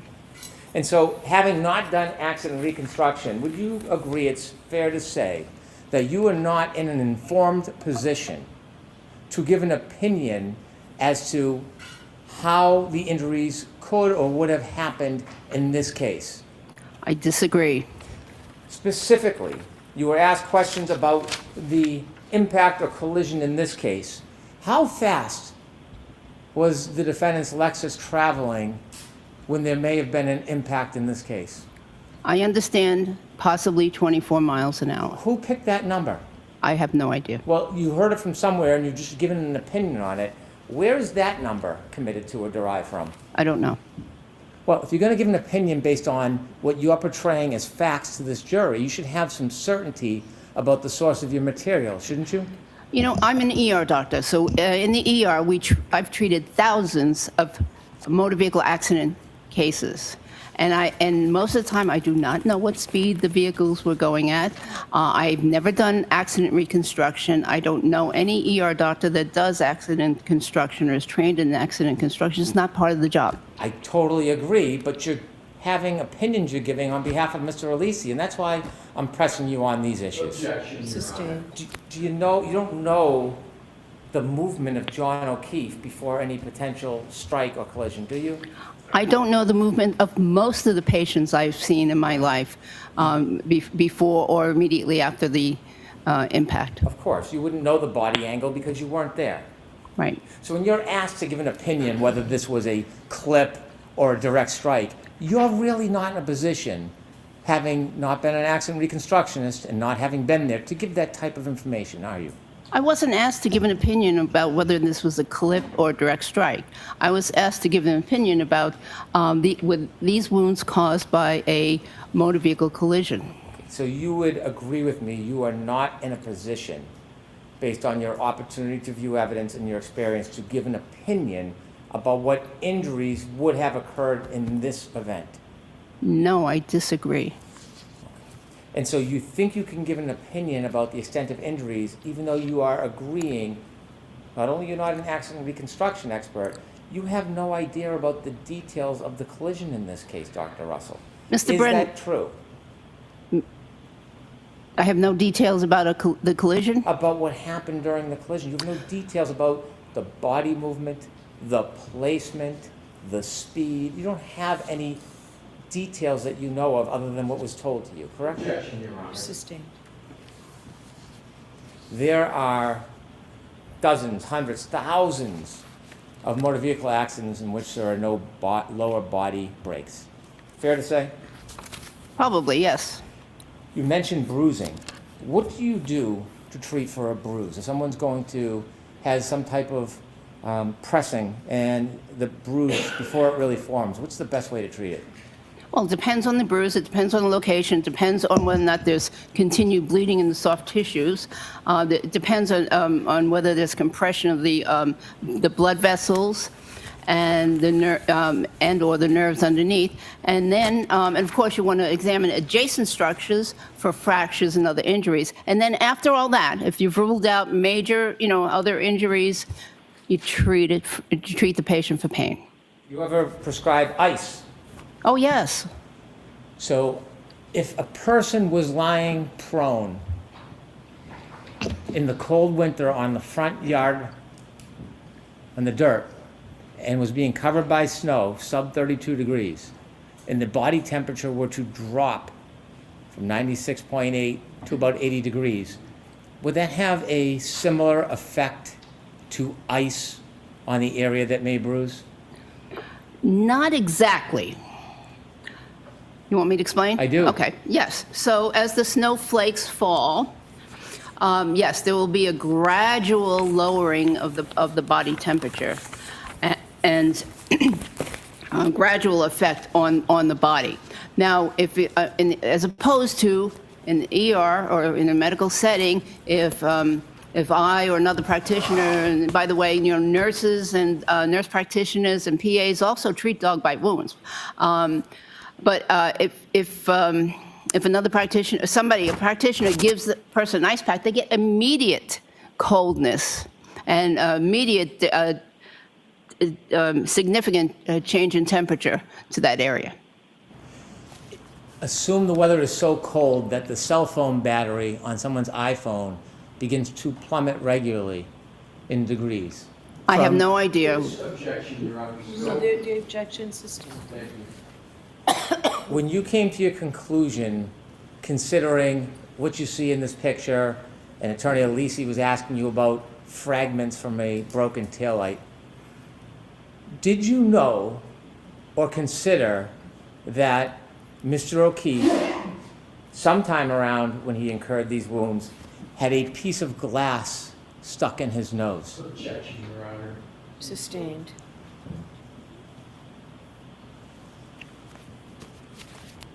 Finally, Dr. Russell, you said during your differential diagnosis you consider information, you either weigh it, accept it, or you distinguish it and you disregard it, correct? Yes, generally. During your differential diagnosis, you've referred to a number of different people studies, things that you haven't done yourself, but you've looked at other people's efforts. One of the things you looked at was the deputy medical examiner from the Forensic Pathology Investigations Division of the Armed Forces, a person by the name of John C. Walsh, correct? Objection, Your Honor. I'm going to allow that. Would you like me to ask that again, Dr. Russell? No, you don't have to ask it. I read that report, yes. And John C. Walsh is a doctor, correct? Yes, that's what it says. And do you have any understanding that he works with the Forensic Pathology Investigations Division of the Armed Forces? Yes, and therefore his practice may be limited in scope. Well, you are trying to qualify what he doesn't do. Do you know if his practice is limited in scope?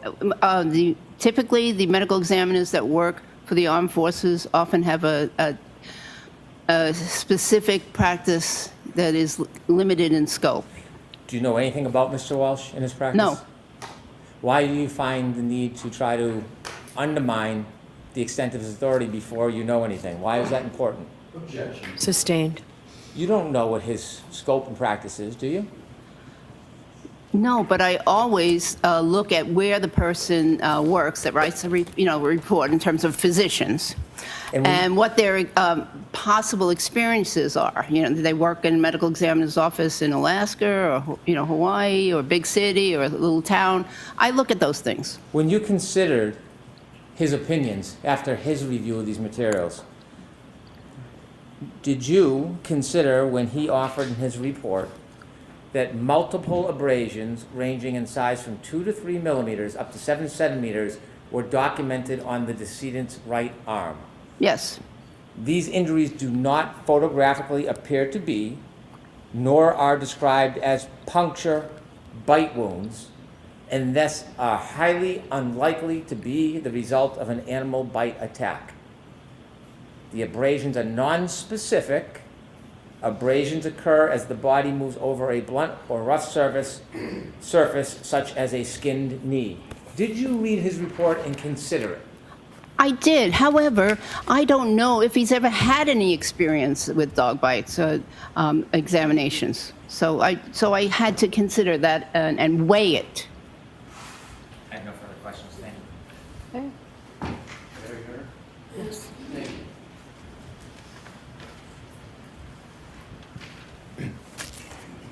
Dr. Russell, there were questions with regard to highlighting of articles. Did I determine which parts were to be highlighted, or did I merely perform the function of highlighting the parts you wanted me to highlight because you didn't have a highlighting function with you traveling from California? That is correct. It's the second one. With regard to these articles, you mentioned a methodology in connection with them and a pattern recognition methodology. Was it the purpose of citing this article to say that they're just like this situation, or was the purpose to say that there is a methodology in the literature to determine how to determine whether a wound is from a dog? Objection. Sustained as to the form. Dr. Russell, what is the purpose? Let's just start with the Demunic article that was talked about, because these articles were discussed. What was the purpose of you citing to those articles? The purpose was to identify that pattern recognition is an important component in identifying wounds, and particularly in dog bite wounds. It did not mean that the victim had to have every single characteristic that was listed. And it just was focusing on things to look for, and the patterns. It was not just that there's one individual wound that's going to be diagnostic, but that there are patterns for the physician to look for. In terms of, Attorney Brennan asked, and so now with regard to the Pollock article, in terms of the Pollock article, is there any discussion in this article about whether the spectrum of injuries to which you can apply the mechanism and the methodology, is there anything in there about whether the pattern of injuries can be diverse or whether they're all the same? Does Pollock speak to that? He does. And what does Pollock say about whether or not the spectrum of possible injury forms when you apply this methodology can be diverse? What does he say? Well, he mentions about the actual surface of the body that is impacted, if there's any curvature to that surface, if there's any structures underneath that would affect the bite. Those are, and if there was material or textiles or fabric that were in between the bite and the skin, and there were other factors too. Okay, thank you. Now, lastly, what I'd like to cover is Attorney Brennan discussed the Dr. Walsh. May I approach, Your Honor? Okay.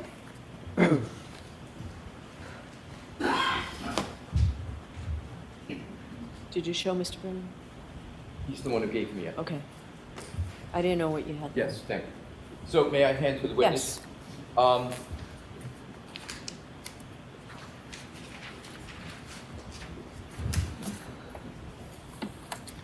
May I stand here, Your Honor? Yes. Thank you. Just step back a little bit. Yep.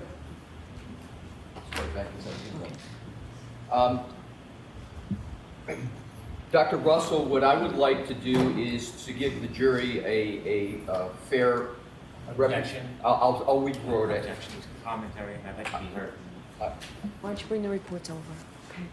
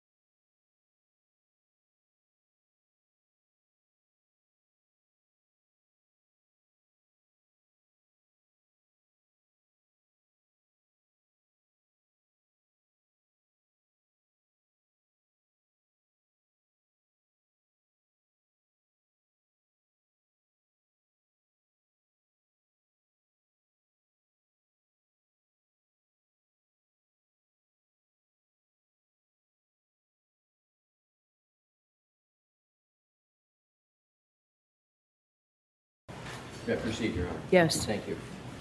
Dr. Russell, I am re-handing you this letter from Dr. Walsh. And what I am going to do, and you just tell me if I do it correctly, I'm just going to read 2 paragraphs, okay? And you just tell me if I'm reading it correctly.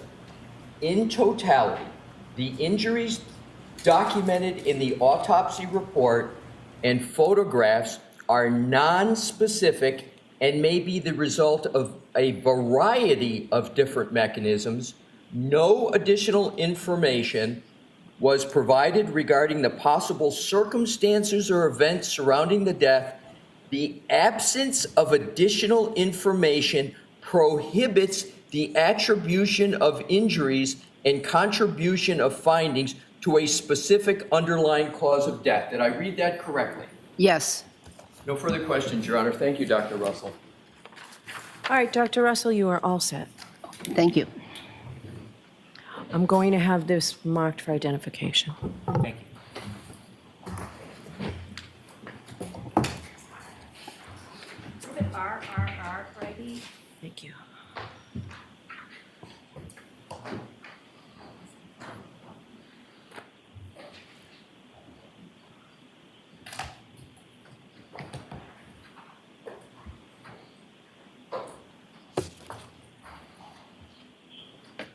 And the next witness is who? Sorry, Your Honor. Who's the next witness? If I may, Your Honor? Yes, just tell me the name because I need to know whether we need to go to sidebar first. Officer Barrows. Okay, thank you. Officer Barrows.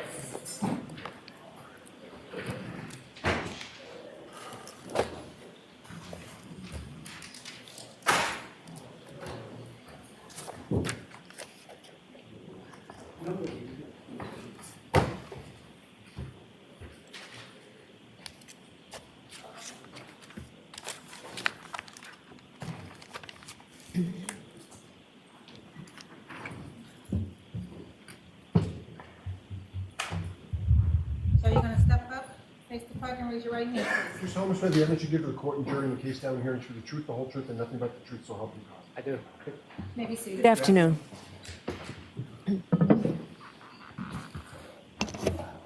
All right, Mr. Jackson, you are all set. Thank you, Your Honor. Good afternoon, sir. How are you? Good afternoon, sir. Could you please state your full name, spell your last name for the jurors, please? Nicholas Barrows, Barros, And where do you currently work? the town of Dayton, Dayton Police Department, How long have you worked for the Dayton Police Department, sir? since 2011. And what's your position there currently? Currently, I am a sergeant. What's your duty assignment as a sergeant? What do you do? I supervise the 4 to midnight shift. We'll get to that in a little bit more detail in just a second. A couple of more foundational questions. How long have you been a police officer altogether? Since 2011, so going 14 years. And what education and training and background do you have that qualifies you to do your duties as a sergeant, a supervisor at the Dayton Police Department? I completed the police academy. I hold a bachelor's degree in criminal justice. I've been to many trainings as a police officer and as a supervisor. When did you get your bachelor's degree? 2012. Is the Dayton Police Department an autonomous police department for the city? In other words, is it a branch of, say, for instance, Massachusetts State Police, or is it an autonomous department? It's on its own. Okay. It's not in any way connected to the Canton Police Department, I presume? Correct. Is it in any way connected to the Massachusetts State Police It Department? is not. As a supervisor, are part of your duties to oversee subordinate officers in their daily fare, whatever that may be? Yes. Does that include anything having to do with crime scene investigation, To an extent. witness interviews? No, that would be the detective bureau. What about working and coordinating with detectives? To an extent. Collection of evidence or working with detectives as they collect evidence? They would collect evidence. Maintaining crime scene protocols, things of that nature? Correct. All right. As a sergeant with the Dayton Police Department, are you a trained observer? I am. Would you consider all of your subordinates, the patrol officers, day-to-day officers, are they also trained observers? They are. Is that part of policing? It is. Describe that a little bit for the jurors so we understand. We are In the police academy, we were told to watch everything. It's our heads on a swivel. We are always looking because we don't know what the unknown is. When you say you don't know, is it true that you don't necessarily know what might become relevant later that may be needed in court? Correct. I want to draw your attention to January of 2022, a few years ago. January 29th, 2022, did you have any, you personally, officer, did you have any personal relationship with the Canton Police Department? I did not. Did you have any personal relationship with a trooper from the Massachusetts State Police named Michael Proctor? I did not. Do you have any relationship with a person by the name of Brian Higgins, an ATF agent? I did not. Do you have any relationship with a Boston police officer known as Brian Albert? I did not. Did you know any of the witnesses or individuals involved in an ongoing investigation related to the death of Boston police officer John O'Keefe? I did not. On January 29th, 2022, did you receive some sort of a call to respond to a particular location? I don't want the address of the location. We'll get to that in a second. Did you receive some sort of a call in the afternoon? I did. Describe that for the jurors, please. Around 2:30 in the afternoon, I received a call from the troopers assigned to the Norfolk District County DA's office in regards to a vehicle that was at a residence in the town of Dayton. What were you asked to do? Why did you get that call? The troopers said that they were coming into my jurisdiction, and as a courtesy, they wanted me to respond with them. Is that sort of normal protocol? If you go into somebody else's jurisdiction, you let them know? Yes. So that was not necessarily unusual. No. About what time did you receive that first call? The first call was around 2:30 in the afternoon. Was there are logs kept of those kinds of things? If you get a call, you respond to location? Yes. At some point after you received that first call, did you receive any other call specifying a time of arrival for the MSP troopers, anything like that? I did. Describe that for us. I got a second call around 3 p.m. From Trooper Michael Proctor stating that he was about 10 minutes away from the address in Dayton. At the point that you spoke with Michael Proctor, had you ever spoken to him in your professional or personal capacity ever before? Never. Did you know the name? Did you know who he was? I did not. Complete stranger? Complete stranger. What time did you actually arrive at the residence? I arrived at the residence, I believe it was 3:27 p.m. Sergeant Barrows, did you, I don't want the address, cameras are rolling. Did you respond specifically to a residence in the city of Dayton? Yes. Did you at that time know who lived at that residence, who resided there? I did. How did you know that?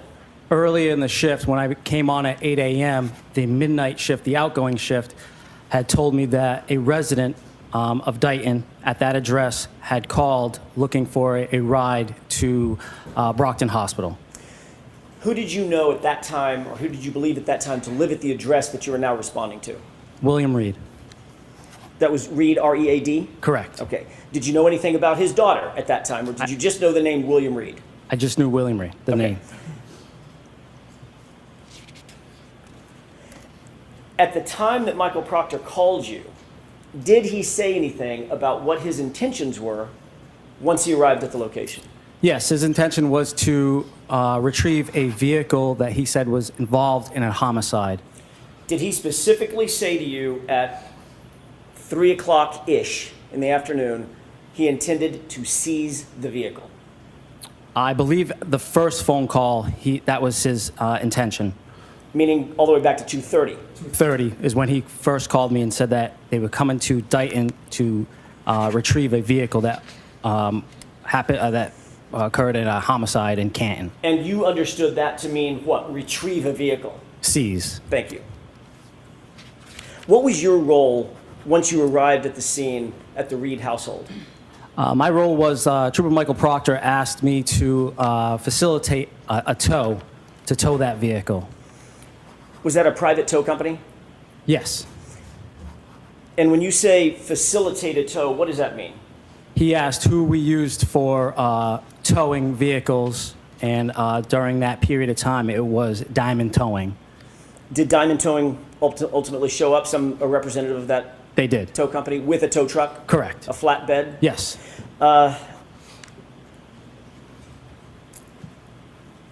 Who was with Trooper Proctor when you arrived at the scene? Sergeant Buchanan. Had you ever met Sergeant Buchanan before? Never. Did you know him? Nope. Did you know him professionally or personally? Never. Had you ever spoken to him? Never. Ever? I'm so sorry. It's getting late in the day, and I guess I'm going too fast. Sorry, my fault. Let's start that just a little bit slower. Did you know him? No. Had you ever spoken to him before? No. Had you ever heard his name before? No. No relationship whatsoever. None. Same with Trooper Proctor. Correct.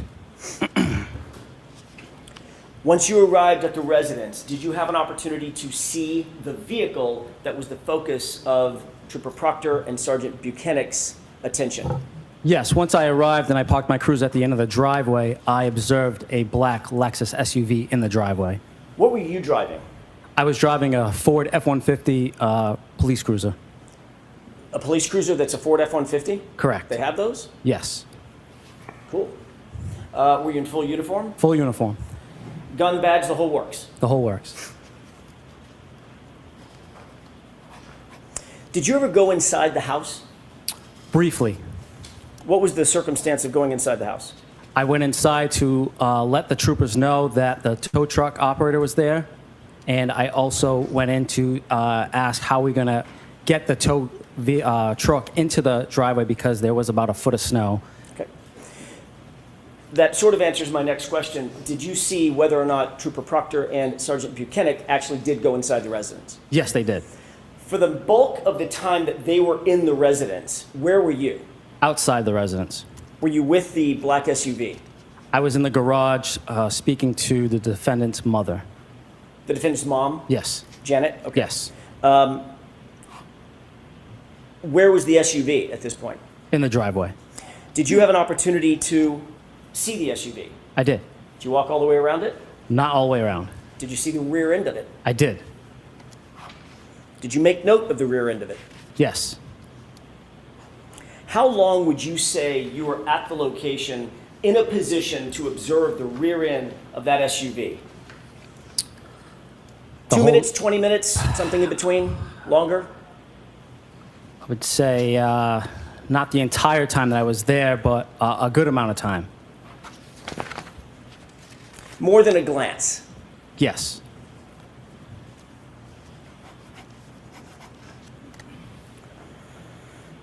This is the afternoon of January 29th, 2022, correct? Correct. Before the vehicle had been seized formally by Trooper Proctor and Sergeant Buchanan, correct? Correct. Did you observe anything of note about the rear end of that black SUV? Yes, I noted in a report that there was damage to the taillight, Can you describe for the juror, by the way, which taillight are we talking about? the right rear taillight. Can you describe for the jurors what you noted in terms of the damage to the right rear taillight? I noted that the report said that there was right rear damage to that taillight. When you say damage, have you ever described that damage previously? I have. Can you tell us what that Yep. description is? There was, it was damaged, the taillight was damaged, but there was a crack missing, but it was not completely damaged.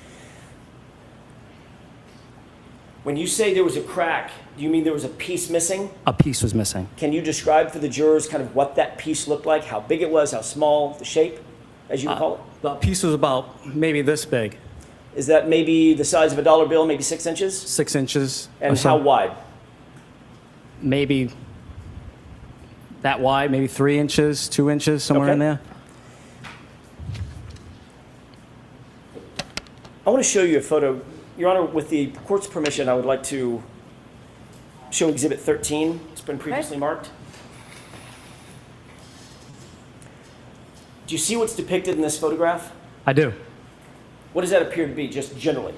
The right rear taillight, Of what? the Lexus SUV. Is that consistent with the black Lexus SUV that you saw at the Reed residence?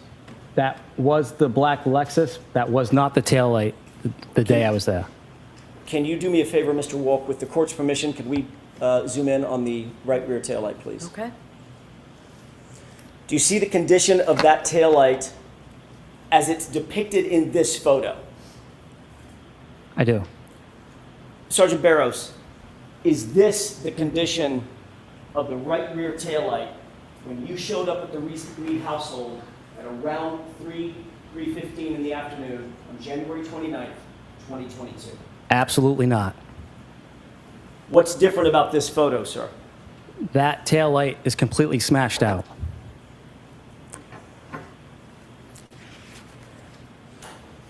Does it appear that there are additional pieces of taillight that are removed from this taillight condition than when you saw it at the Reed residence?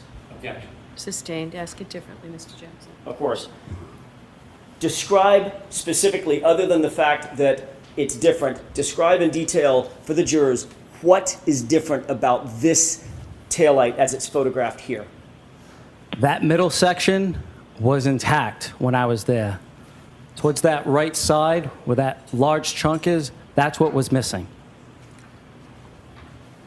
I'm going to hand you a green laser pointer. If you can, there's two displays, one monitor directly in front of you and one to your right. If you could use the one to your right, it's a little easier on the jurors. Describe what's different about that taillight. Can you see that?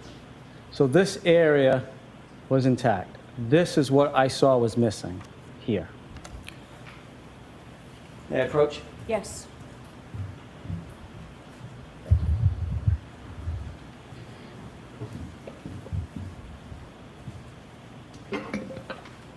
If the entire taillight had been broken out as it's depicted in this photograph, would you have made note of that?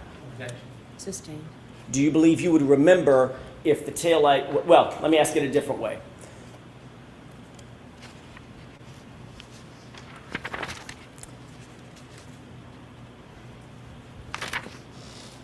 The piece that you saw missing, but not completely damaged, is the reason that you use the phrase not completely damaged to highlight the fact that there was still more taillight attached to the vehicle than is depicted in this photo. Objection. Sustained. We can take this down. As you sit here and recall back to that, your observations, and you observed this for over the course of how long would you say? How many minutes? Probably 20 minutes or so. You actually wrote a report about this, correct? Correct. And you documented your observations, correct? Correct. In your documented observations, did you use the phrase cracked but not completely damaged? I did not. Sustained. You've testified previously, I have? about a year ago. Yes. Did you use the phrase cracked but not completely damaged then? The objection sustained, Mr. Jackson. Ultimately, was the black Lexus SUV towed and cleared from the scene? It was. Is it your responsibility or part of your responsibility to log the time that things like this happen, like for instance the SUV is taken away? When I clear from the scene, yes. What time was that when you cleared the scene? I believe it was 4:17 p.m. Suffice it to say that SUV was not seized at a later time, correct? Correct. It was not seized at 5:30 p.m.? No. I'd like to show you another exhibit, if I could. This is Exhibit 105.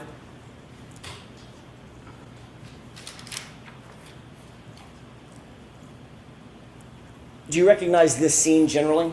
I do. Do you recognize it as being, what do you recognize as being? This is the Reed residence. Do you see some vehicles in that still shot of the video? I do. Describe what you see. That tow truck is Diamond Towing, and that other vehicle that's at the rear of that tow truck is the Lexus SUV.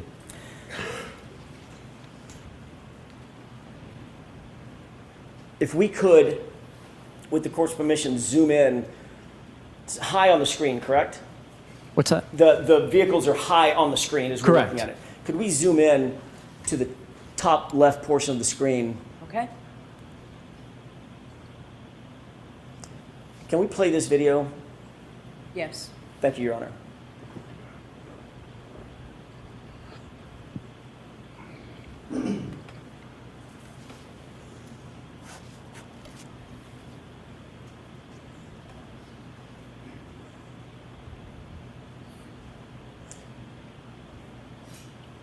Can you see what's depicted in the still image of that video right now? I can.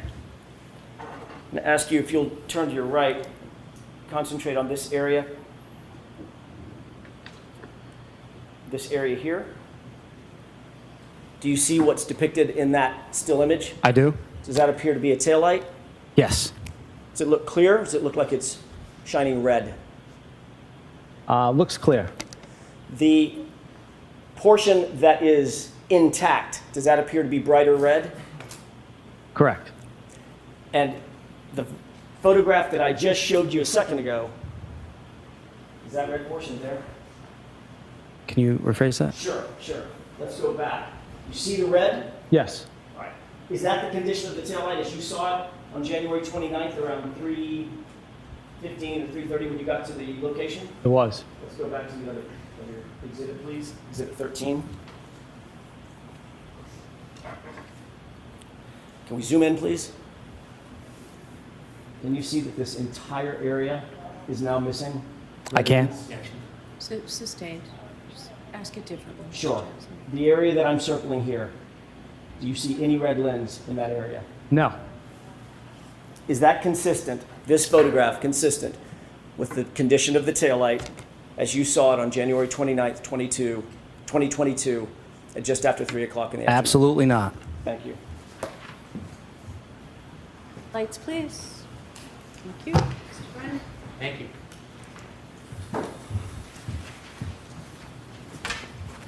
Good afternoon, sir. Good afternoon. Have we met before? We have not. Do you still work in Dayton? I do. At the time you went to the Reed residence, you did not know the occupants? I did not. Since then, have you ever met or spoke to William Reed Nope. or the defendant? Nope. When you went there that day, it was at the request of the state police? Correct. When they asked you to come, it's a typical procedure for one law enforcement agency to contact local law enforcement agency? Correct. And part of the reason they do that is to bring in separate and independent law enforcement officer to the scene? Yes. Because it's your jurisdiction? Correct. And they called you before they got to Mr. Reed's house, didn't they? Yes. They told you what they were going to do and when they were going to do it? Yes. They didn't just show up at the Reed house and then you found out later. They invited you and informed you what the process was going to be. I wouldn't say that they told me what the process was going to be. When you got there, were the troopers already there or did they arrive after you? The troopers were there. Were they in the house or outside of the house when you got there? They were outside in a pickup truck. Did you see them get out of the pickup truck after you got there? They got out after I identified themselves. Did you ever see them approach and touch the rear taillight of the defendant's Lexus? I did not. Did you ever see them manipulate in any way that rear taillight of the defendant's Lexus? I did not. Did you see them do anything that was suspicious, inordinary, or unfairly remarkable relative to that car? I did not. When they spoke to you, they then went inside the house? What do you mean by spoke to me? After they introduced you introduced yourself to them, they went into the Reed house, Yes. and then they came out. They came out much later. And that vehicle was towed. Correct. At no time from when you got there until you left did you see anybody from the state police in any way tamper with that vehicle, did you? I did not. When the vehicle was towed, do you know how long it took to take the vehicle from Dayton back to Canton? How long? Yes. I do not. You didn't escort it back. I did not. You had an opportunity to write a report in this case, didn't you? I did. And when you did, you had an opportunity to describe the damage to that taillight in any way you wanted to. I did. You could have gone into detail about size of the damage. I could have. You could have gone into detail about the shape of the damage. I could have. You could have gone into detail about the width of the damage. I could have. You could have taken photographs of the damage if you wanted to. I could have. In fact, there was no limitation on what you could have written in your report regarding the damage, was there? No. You write reports regularly, don't you? I do. You're trained at the academy. It's the best way to memorialize events. Correct. Because in time, your memory is not always as good later on than it is at the moment. Correct. What might be important or remarkable later might not be remarkable at the time you're making the observation. Correct. So you're taught at the academy to use as much detail as you can so that you can have an accurate memory later on. Correct. Because oftentimes, well, you respond to a number of different events and incidents, don't you? I do. You write a lot of reports. Not necessarily now in this position that I'm in, but Did you at the time? at the time, correct. Yeah. And so it's sometimes difficult to remember the details of all events, and you use the report to refresh your memory. Correct. When you wrote your report, and you could have put as much detail as you wanted, is it fair to say you only wrote one single line about the damage to the car? Correct. The vehicle had damage to the right rear taillight. That's what I wrote. Fair to say you didn't document that it was the size of a dollar bill. You didn't say that, did you? No. Or that it was 3 to 6 inches. You didn't mention that, did you? No. You didn't mention the placement of where the damage was. To an extent, I did the right rear tail light. Right rear taillight. You didn't indicate if it was on the side or on the back. I did not. You didn't provide any other details of your description when your memory was probably at its best. True? True. And would you agree that your memory that day was probably much more accurate than it is today? I would not. When you wrote the report, did you ever have an opportunity to write a supplement report if you wanted to give more detail? I guess I could. You didn't. I did. Inevitably, you were a witness at trial. I'm sorry, you were a witness at a prior proceeding in this case, weren't you? Correct. You came in and you swore under oath regarding your memory. Correct. And that was probably a year to a year and a half after you first made the observations which you reduced in writing in the police report. Correct. And when you made those observations, that was on January 29, 2022? Correct. When you came into court and you testified, that was on June 10, 2024. If that was the date. You were asked questions to use your best memory to describe the damage to that taillight last time you swore under oath to tell the truth, weren't you? I don't think I was asked that. Well, were you asked to describe the best you could the damage to that right rear taillight last time you were in court on June 10, 2024?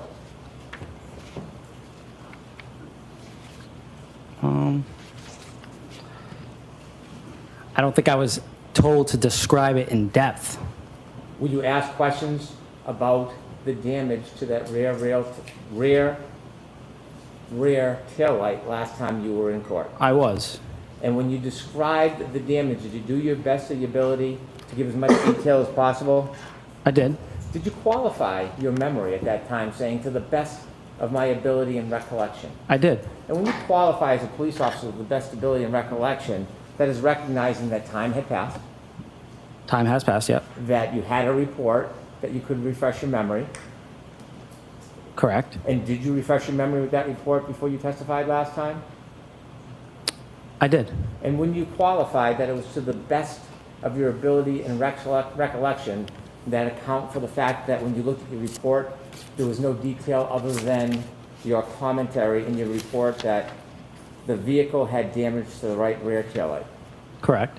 And so when you qualified, you were considering human factors like time had passed, Correct. that your report was respectfully scant, Correct. that you had heard a lot about this case since that point, hadn't you? Correct. And so considering your memory in June of 2024, when you qualified your answer, was it considering all of those different factors that had passed in between that time? Can you rephrase that? Yes. When you decided to qualify your answer and you said to the best ability and recollection, and then you went on to describe what you remember from the break of the taillight, is the reason why you used that qualification to the best ability and recollection, is it because of those human factors that had passed? I would suppose so. And sir, since the time you came into court on June 10, 2024, have you spoken to anybody from the defense about this case? Yes.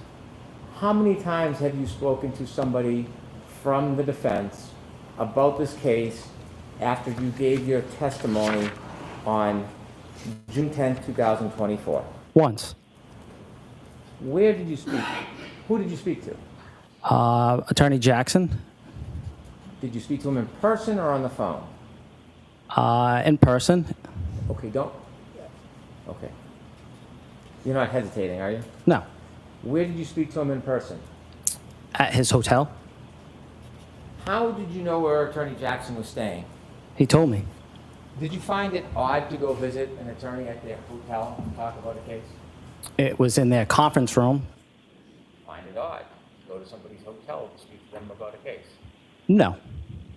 Without saying the name of the hotel, where was the hotel located? Boston. And where were you located? I don't feel comfortable telling you. I'm sorry. Did you have to drive? I did. So you took the effort to photograph. You never, ever suggested that there was a difference in the damage as you see it in that photo compared to what you remember, did you? I don't think anybody asked me to describe that. Did you ever make a note or say anything that is dissimilar to what you remember at the last event that you testified at? I testified that that was not the taillight the day that I saw it. That's what you testified at the last event? Did. Yes? Yes. You said that photo does not depict what you saw? Correct. Yes? Yes. And when you testified to that at the last event, who was asking you that question? District Attorney Lally. Okay. And you remember making that comment under oath? I do. Do you remember that as well as your memory about what the taillight looked like back in Dighton? I do. When you were asked questions about that taillight, you had described the taillight as not completely damaged, it was cracked, and there was a piece missing but not completely damaged. Remember that testimony? I do. And is that accurate testimony? It's accurate.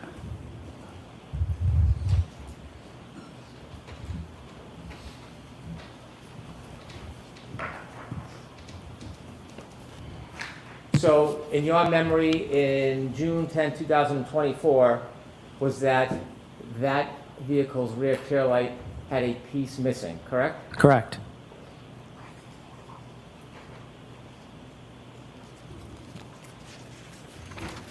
You said that your memory about the damage to the taillight, as you recall it when you were in Dighton back on January 29, 2022,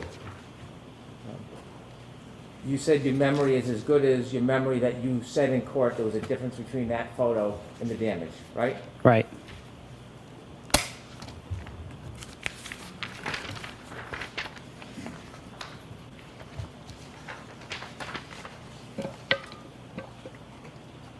Have you ever read your testimony from your last proceeding? Never. But you have a specific memory of discussing that specific photograph? Yes? Yes.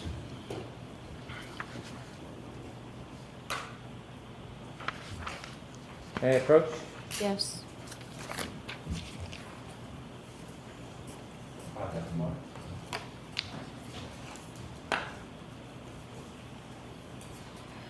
I'm going to show you your transcript of sworn testimony on June 10, 2024. And when you reflect on your memory, understanding some time has passed, you've testified that your memory of distinguishing that photo is reflected in your testimony, right? Objection. So ask the question differently. Okay. Your memory is that you discussed the distinction between that photo and what you saw at the last time you testified. Objection. I'm going to allow that. And I should take a look at there. Could you show me anywhere in your testimony Anyway, where you made any statement about that photo being inconsistent with what you saw in Dayton on January 29th, 2022.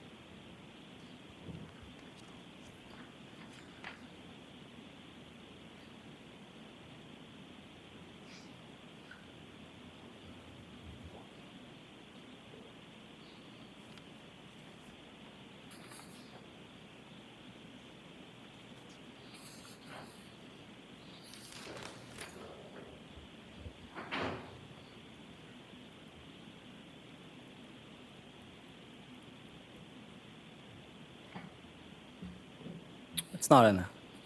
Can I approach? Yes.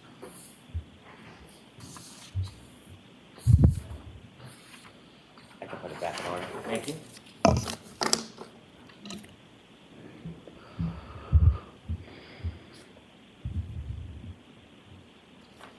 So respectfully, sir, your memory about distinguishing that photo is not as you thought it was and claimed it was in this transcript, correct? Correct. And that's not a matter of you trying to fool anybody or lying, is it? No. No, it's a matter of time passes and memory fades. Yes? Yes. And that's one real example why at the academy, they teach you when you write reports to be as detailed as you can. To accommodate the fact that memories can fade. Right? Correct. Memories can change.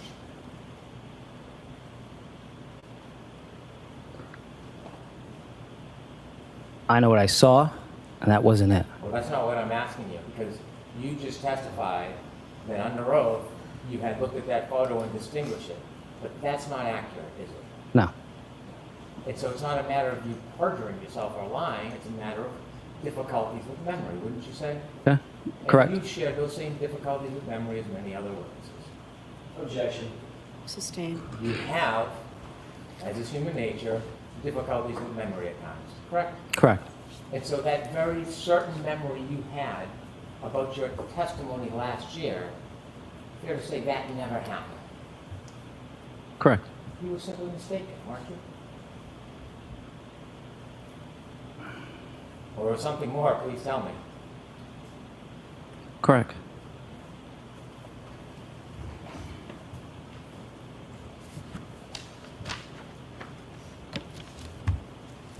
When you met with the attorneys in Boston, what'd you talk about?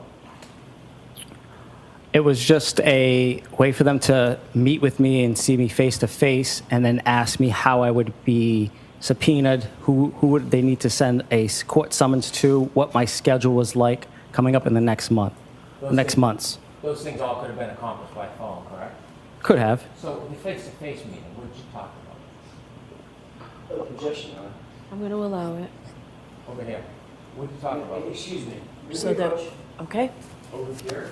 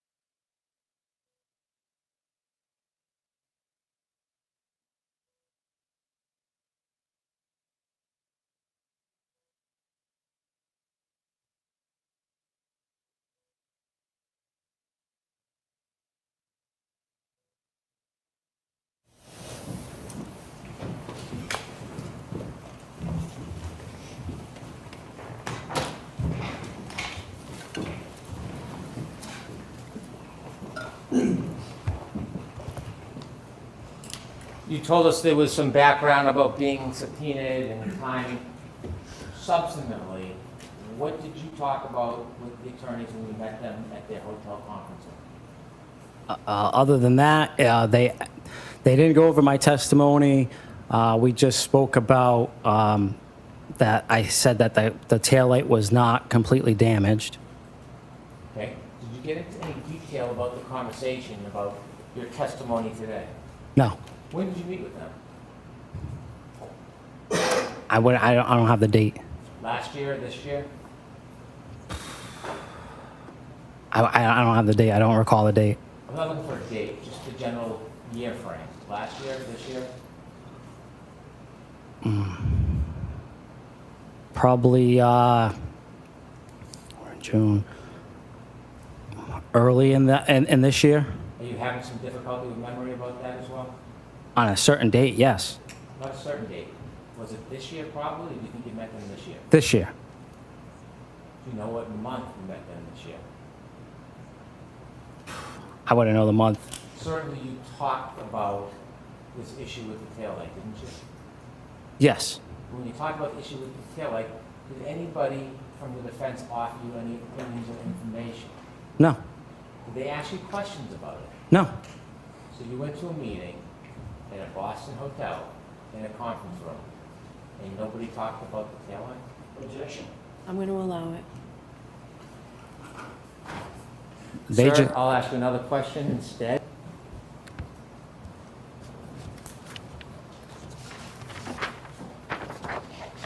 Have you had an opportunity to see other evidence of that taillight being damaged that morning before you saw it? on the 29th of January. No, The video that was shown to you with the tow truck, had you seen that before today? yes, Who showed it to you? from seeing it on TV, and Was it shown to you during your conference room meeting at the hotel? it was not. So you've looked and studied and watched this case a little bit? With all due respect, sir, I don't live under a rock. It's all over social media and the news. You can't avoid it. I'm not criticizing you or discounting you, I'm just asking you. Have you been exposed to this case since you made those observations indicted on January 29, 2022? I have. Have you seen other video footage and evidence about that taillight since January 29, 2022? I have. Have you seen other information since you last testified last summer about the taillight? I have. And seeing this extraneous information, this other information, do you think that played a part in some of your difficult memory? Objection. I'm going to allow that. Your Honor, can we approach? Okay?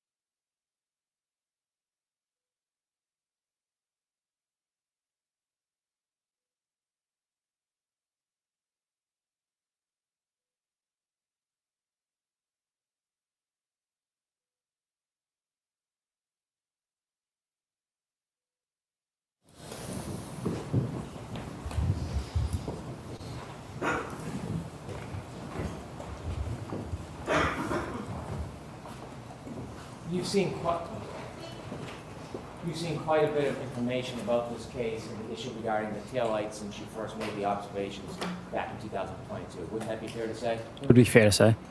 And based on all the additional information you've read and seen, would you agree it's had some effect on your memory? I guess. No, I don't want you to guess. You testified that you made explanations at the last trial that you didn't make, right? Correct. You had a memory as you testified in direct examination under oath, and you tried your best about things that just didn't happen, right? Right. Would you agree that you have some difficulty with your memory? I'd agree. I want to show you some evidence of that taillight before you had a chance to see it in Dayton. If we could have the ring video at 5:07:58, please.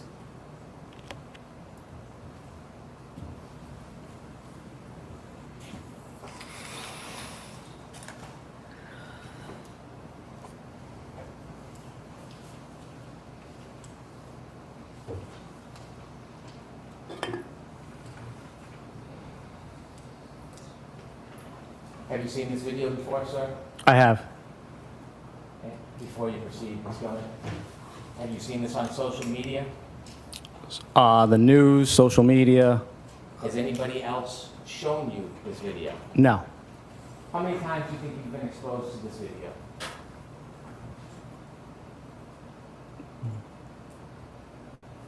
Too many to count. Because you were involved in this case, and I'm going to say as a predicate, there were no orders for you not to look at anything. I'm not suggesting any impropriety. But because you were involved in this case and issues regarding the taillight, do you think you had a particular interest when things like this came on TV and social media to take a look to compare it to your memory? Did I have a Yes. particular interest? No, I didn't follow this case But you've seen this many, many times. because of what is out there on social media and the news. I understand. I understand. Who's play this, please? Turn the sound down. Thank you.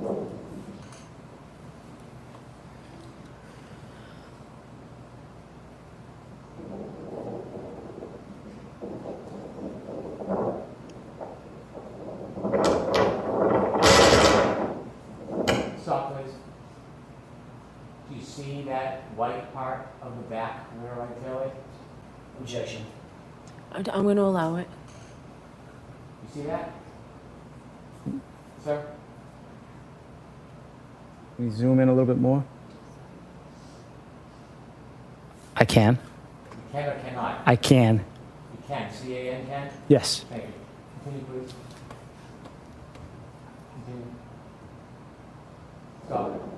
Can you bring it back, Ms. Stone? Back more. Open, right there. Zoom, please. You see, sir?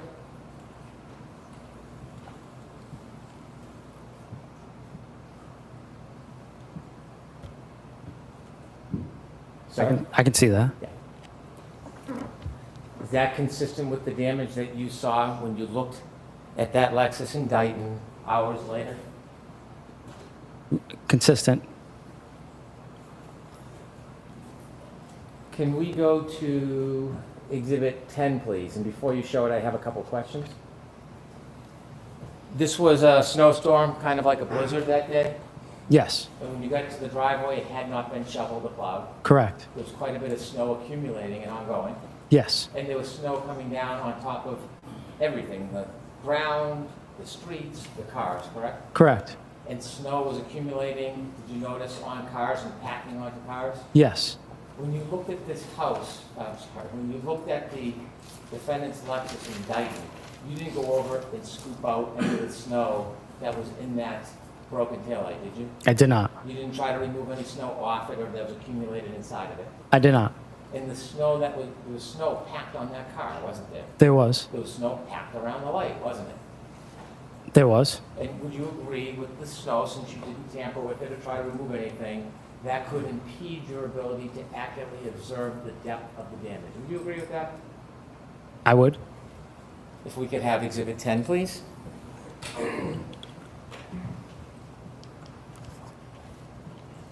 Does that appear to be the same Lexus you looked at when it was in Dayton? And it's a far view, so I don't want you to guess. If you're not sure, you can tell me. I wouldn't be able to tell you. I can't. Okay, we have Exhibit 11, please. Can you take a look to the right? You see that right tail light, the white part? I can. Missing, yes? Looks like snow is packed on it. Does it look like there's a red tail light there? Does not. This is before you saw the car in Dayton? Do you know that, or you wouldn't know that? That doesn't look like the Reed's driveway. Do you know if this photograph was taken before or after you made your observations in Dayton? I do not. The right rear taillight and the missing parts there, is that consistent with what you saw around 3:27 on January 29, 2022? Yes. I have no further questions.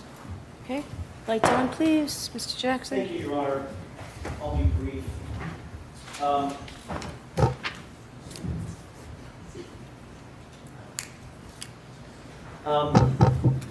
Sergeant,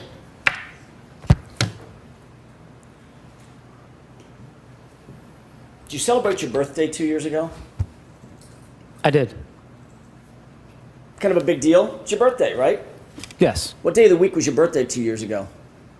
No idea. Do you have a difficult memory, sir? Yes. The fact that you had a birthday, you recall, correct? Correct. The day of the week of that birthday may fall by the wayside in your mind, right? Right. Sustained as to the form, Mr. Jackson, is Of your course. witness. The fact that you can't remember the day of the week, does that mean that you have a bad memory? Objection. I'm going to allow it. Correct. You remember being in Dayton, correct?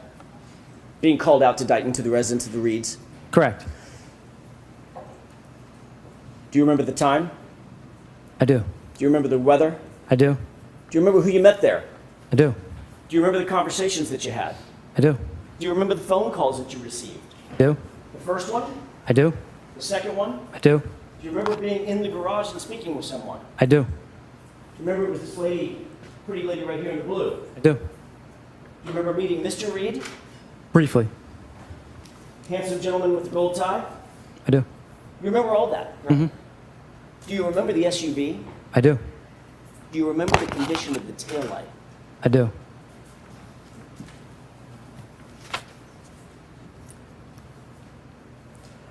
You were asked whether or not you saw Trooper Proctor in any way manipulate that right rear taillight while it was out at Dayton, while you were there, correct? Correct. You said no.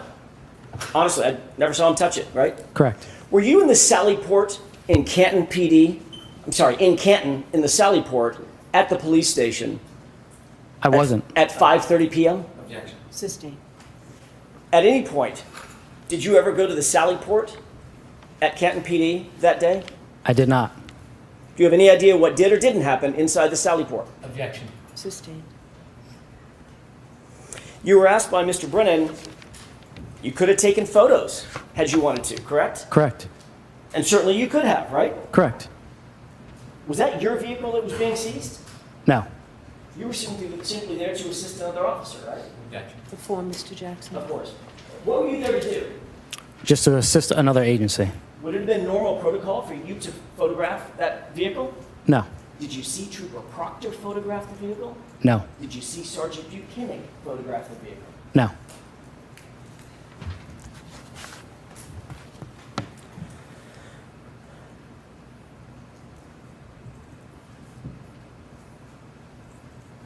By the way, you and I did meet once before, correct? Correct. Was that before or after you testified last year at another hearing? After. And you were called by whom last year at the other hearing? The defense or the Commonwealth? The Commonwealth. You testified for them? Correct. Objection. Move to strike. So that's stricken, it's beyond the scope. Did the Commonwealth ever contact you after your testimony at the hearing last year? They did not. Did they ever call you on the telephone? After? Correct. No. Did they ever send you a subpoena? No. And you testified last year that the taillight was cracked, but not, or damaged, but not completely broken, correct? Objection. Sustained. You and I met in a hotel in a conference room, correct? Correct. Anything sketchy or nefarious about that? No. Did I introduce myself to you? You did. You happen to know I live in Los Angeles? Correct? I don't have a house, right? Correct. I don't have an office out here, correct? Yes. Sustained. Do you know whether or not I have an office? I do not. Do you remember me asking you if you would mind meeting at a hotel where I was staying in a conference room? I do. Okay. Do you have any problem with that? Nope. Did you find that unusual? No.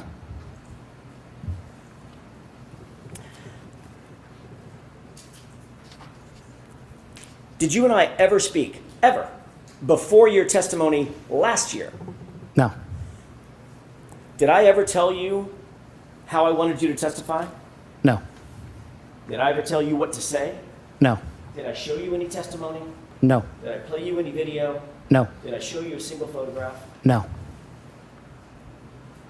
During that conversation, did you tell me how to subpoena you? I did. Did you tell me where the subpoena should be directed? I did. Did you tell me your vacation schedule? I did. Did you tell me your availability and willingness to testify? I did. Did we talk about any other thing of substance other than that and whether or not you recalled what your testimony was from last year? That was all we talked about.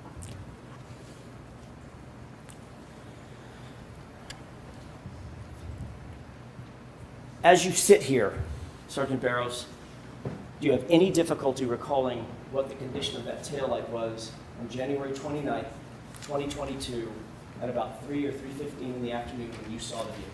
Any No. difficulty whatsoever? No. You remember the condition of that taillight? I do.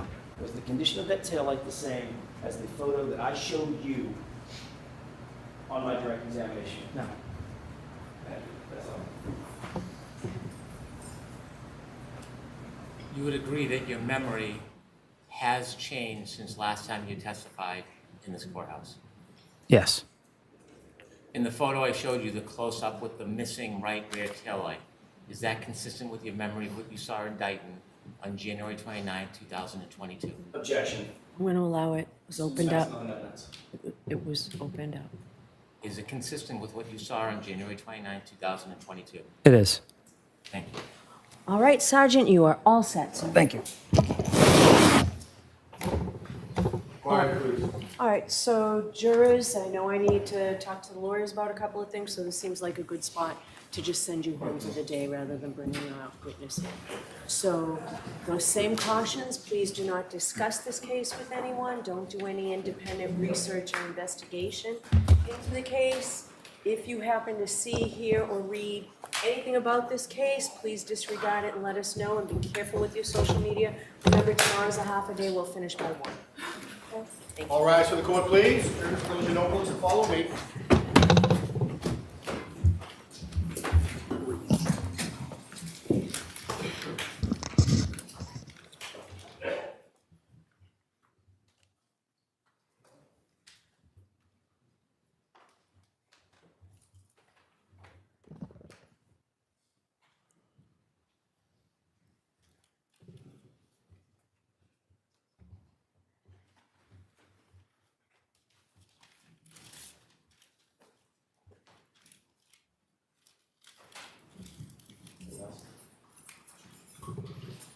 Jury's exit the courtroom, please be seated.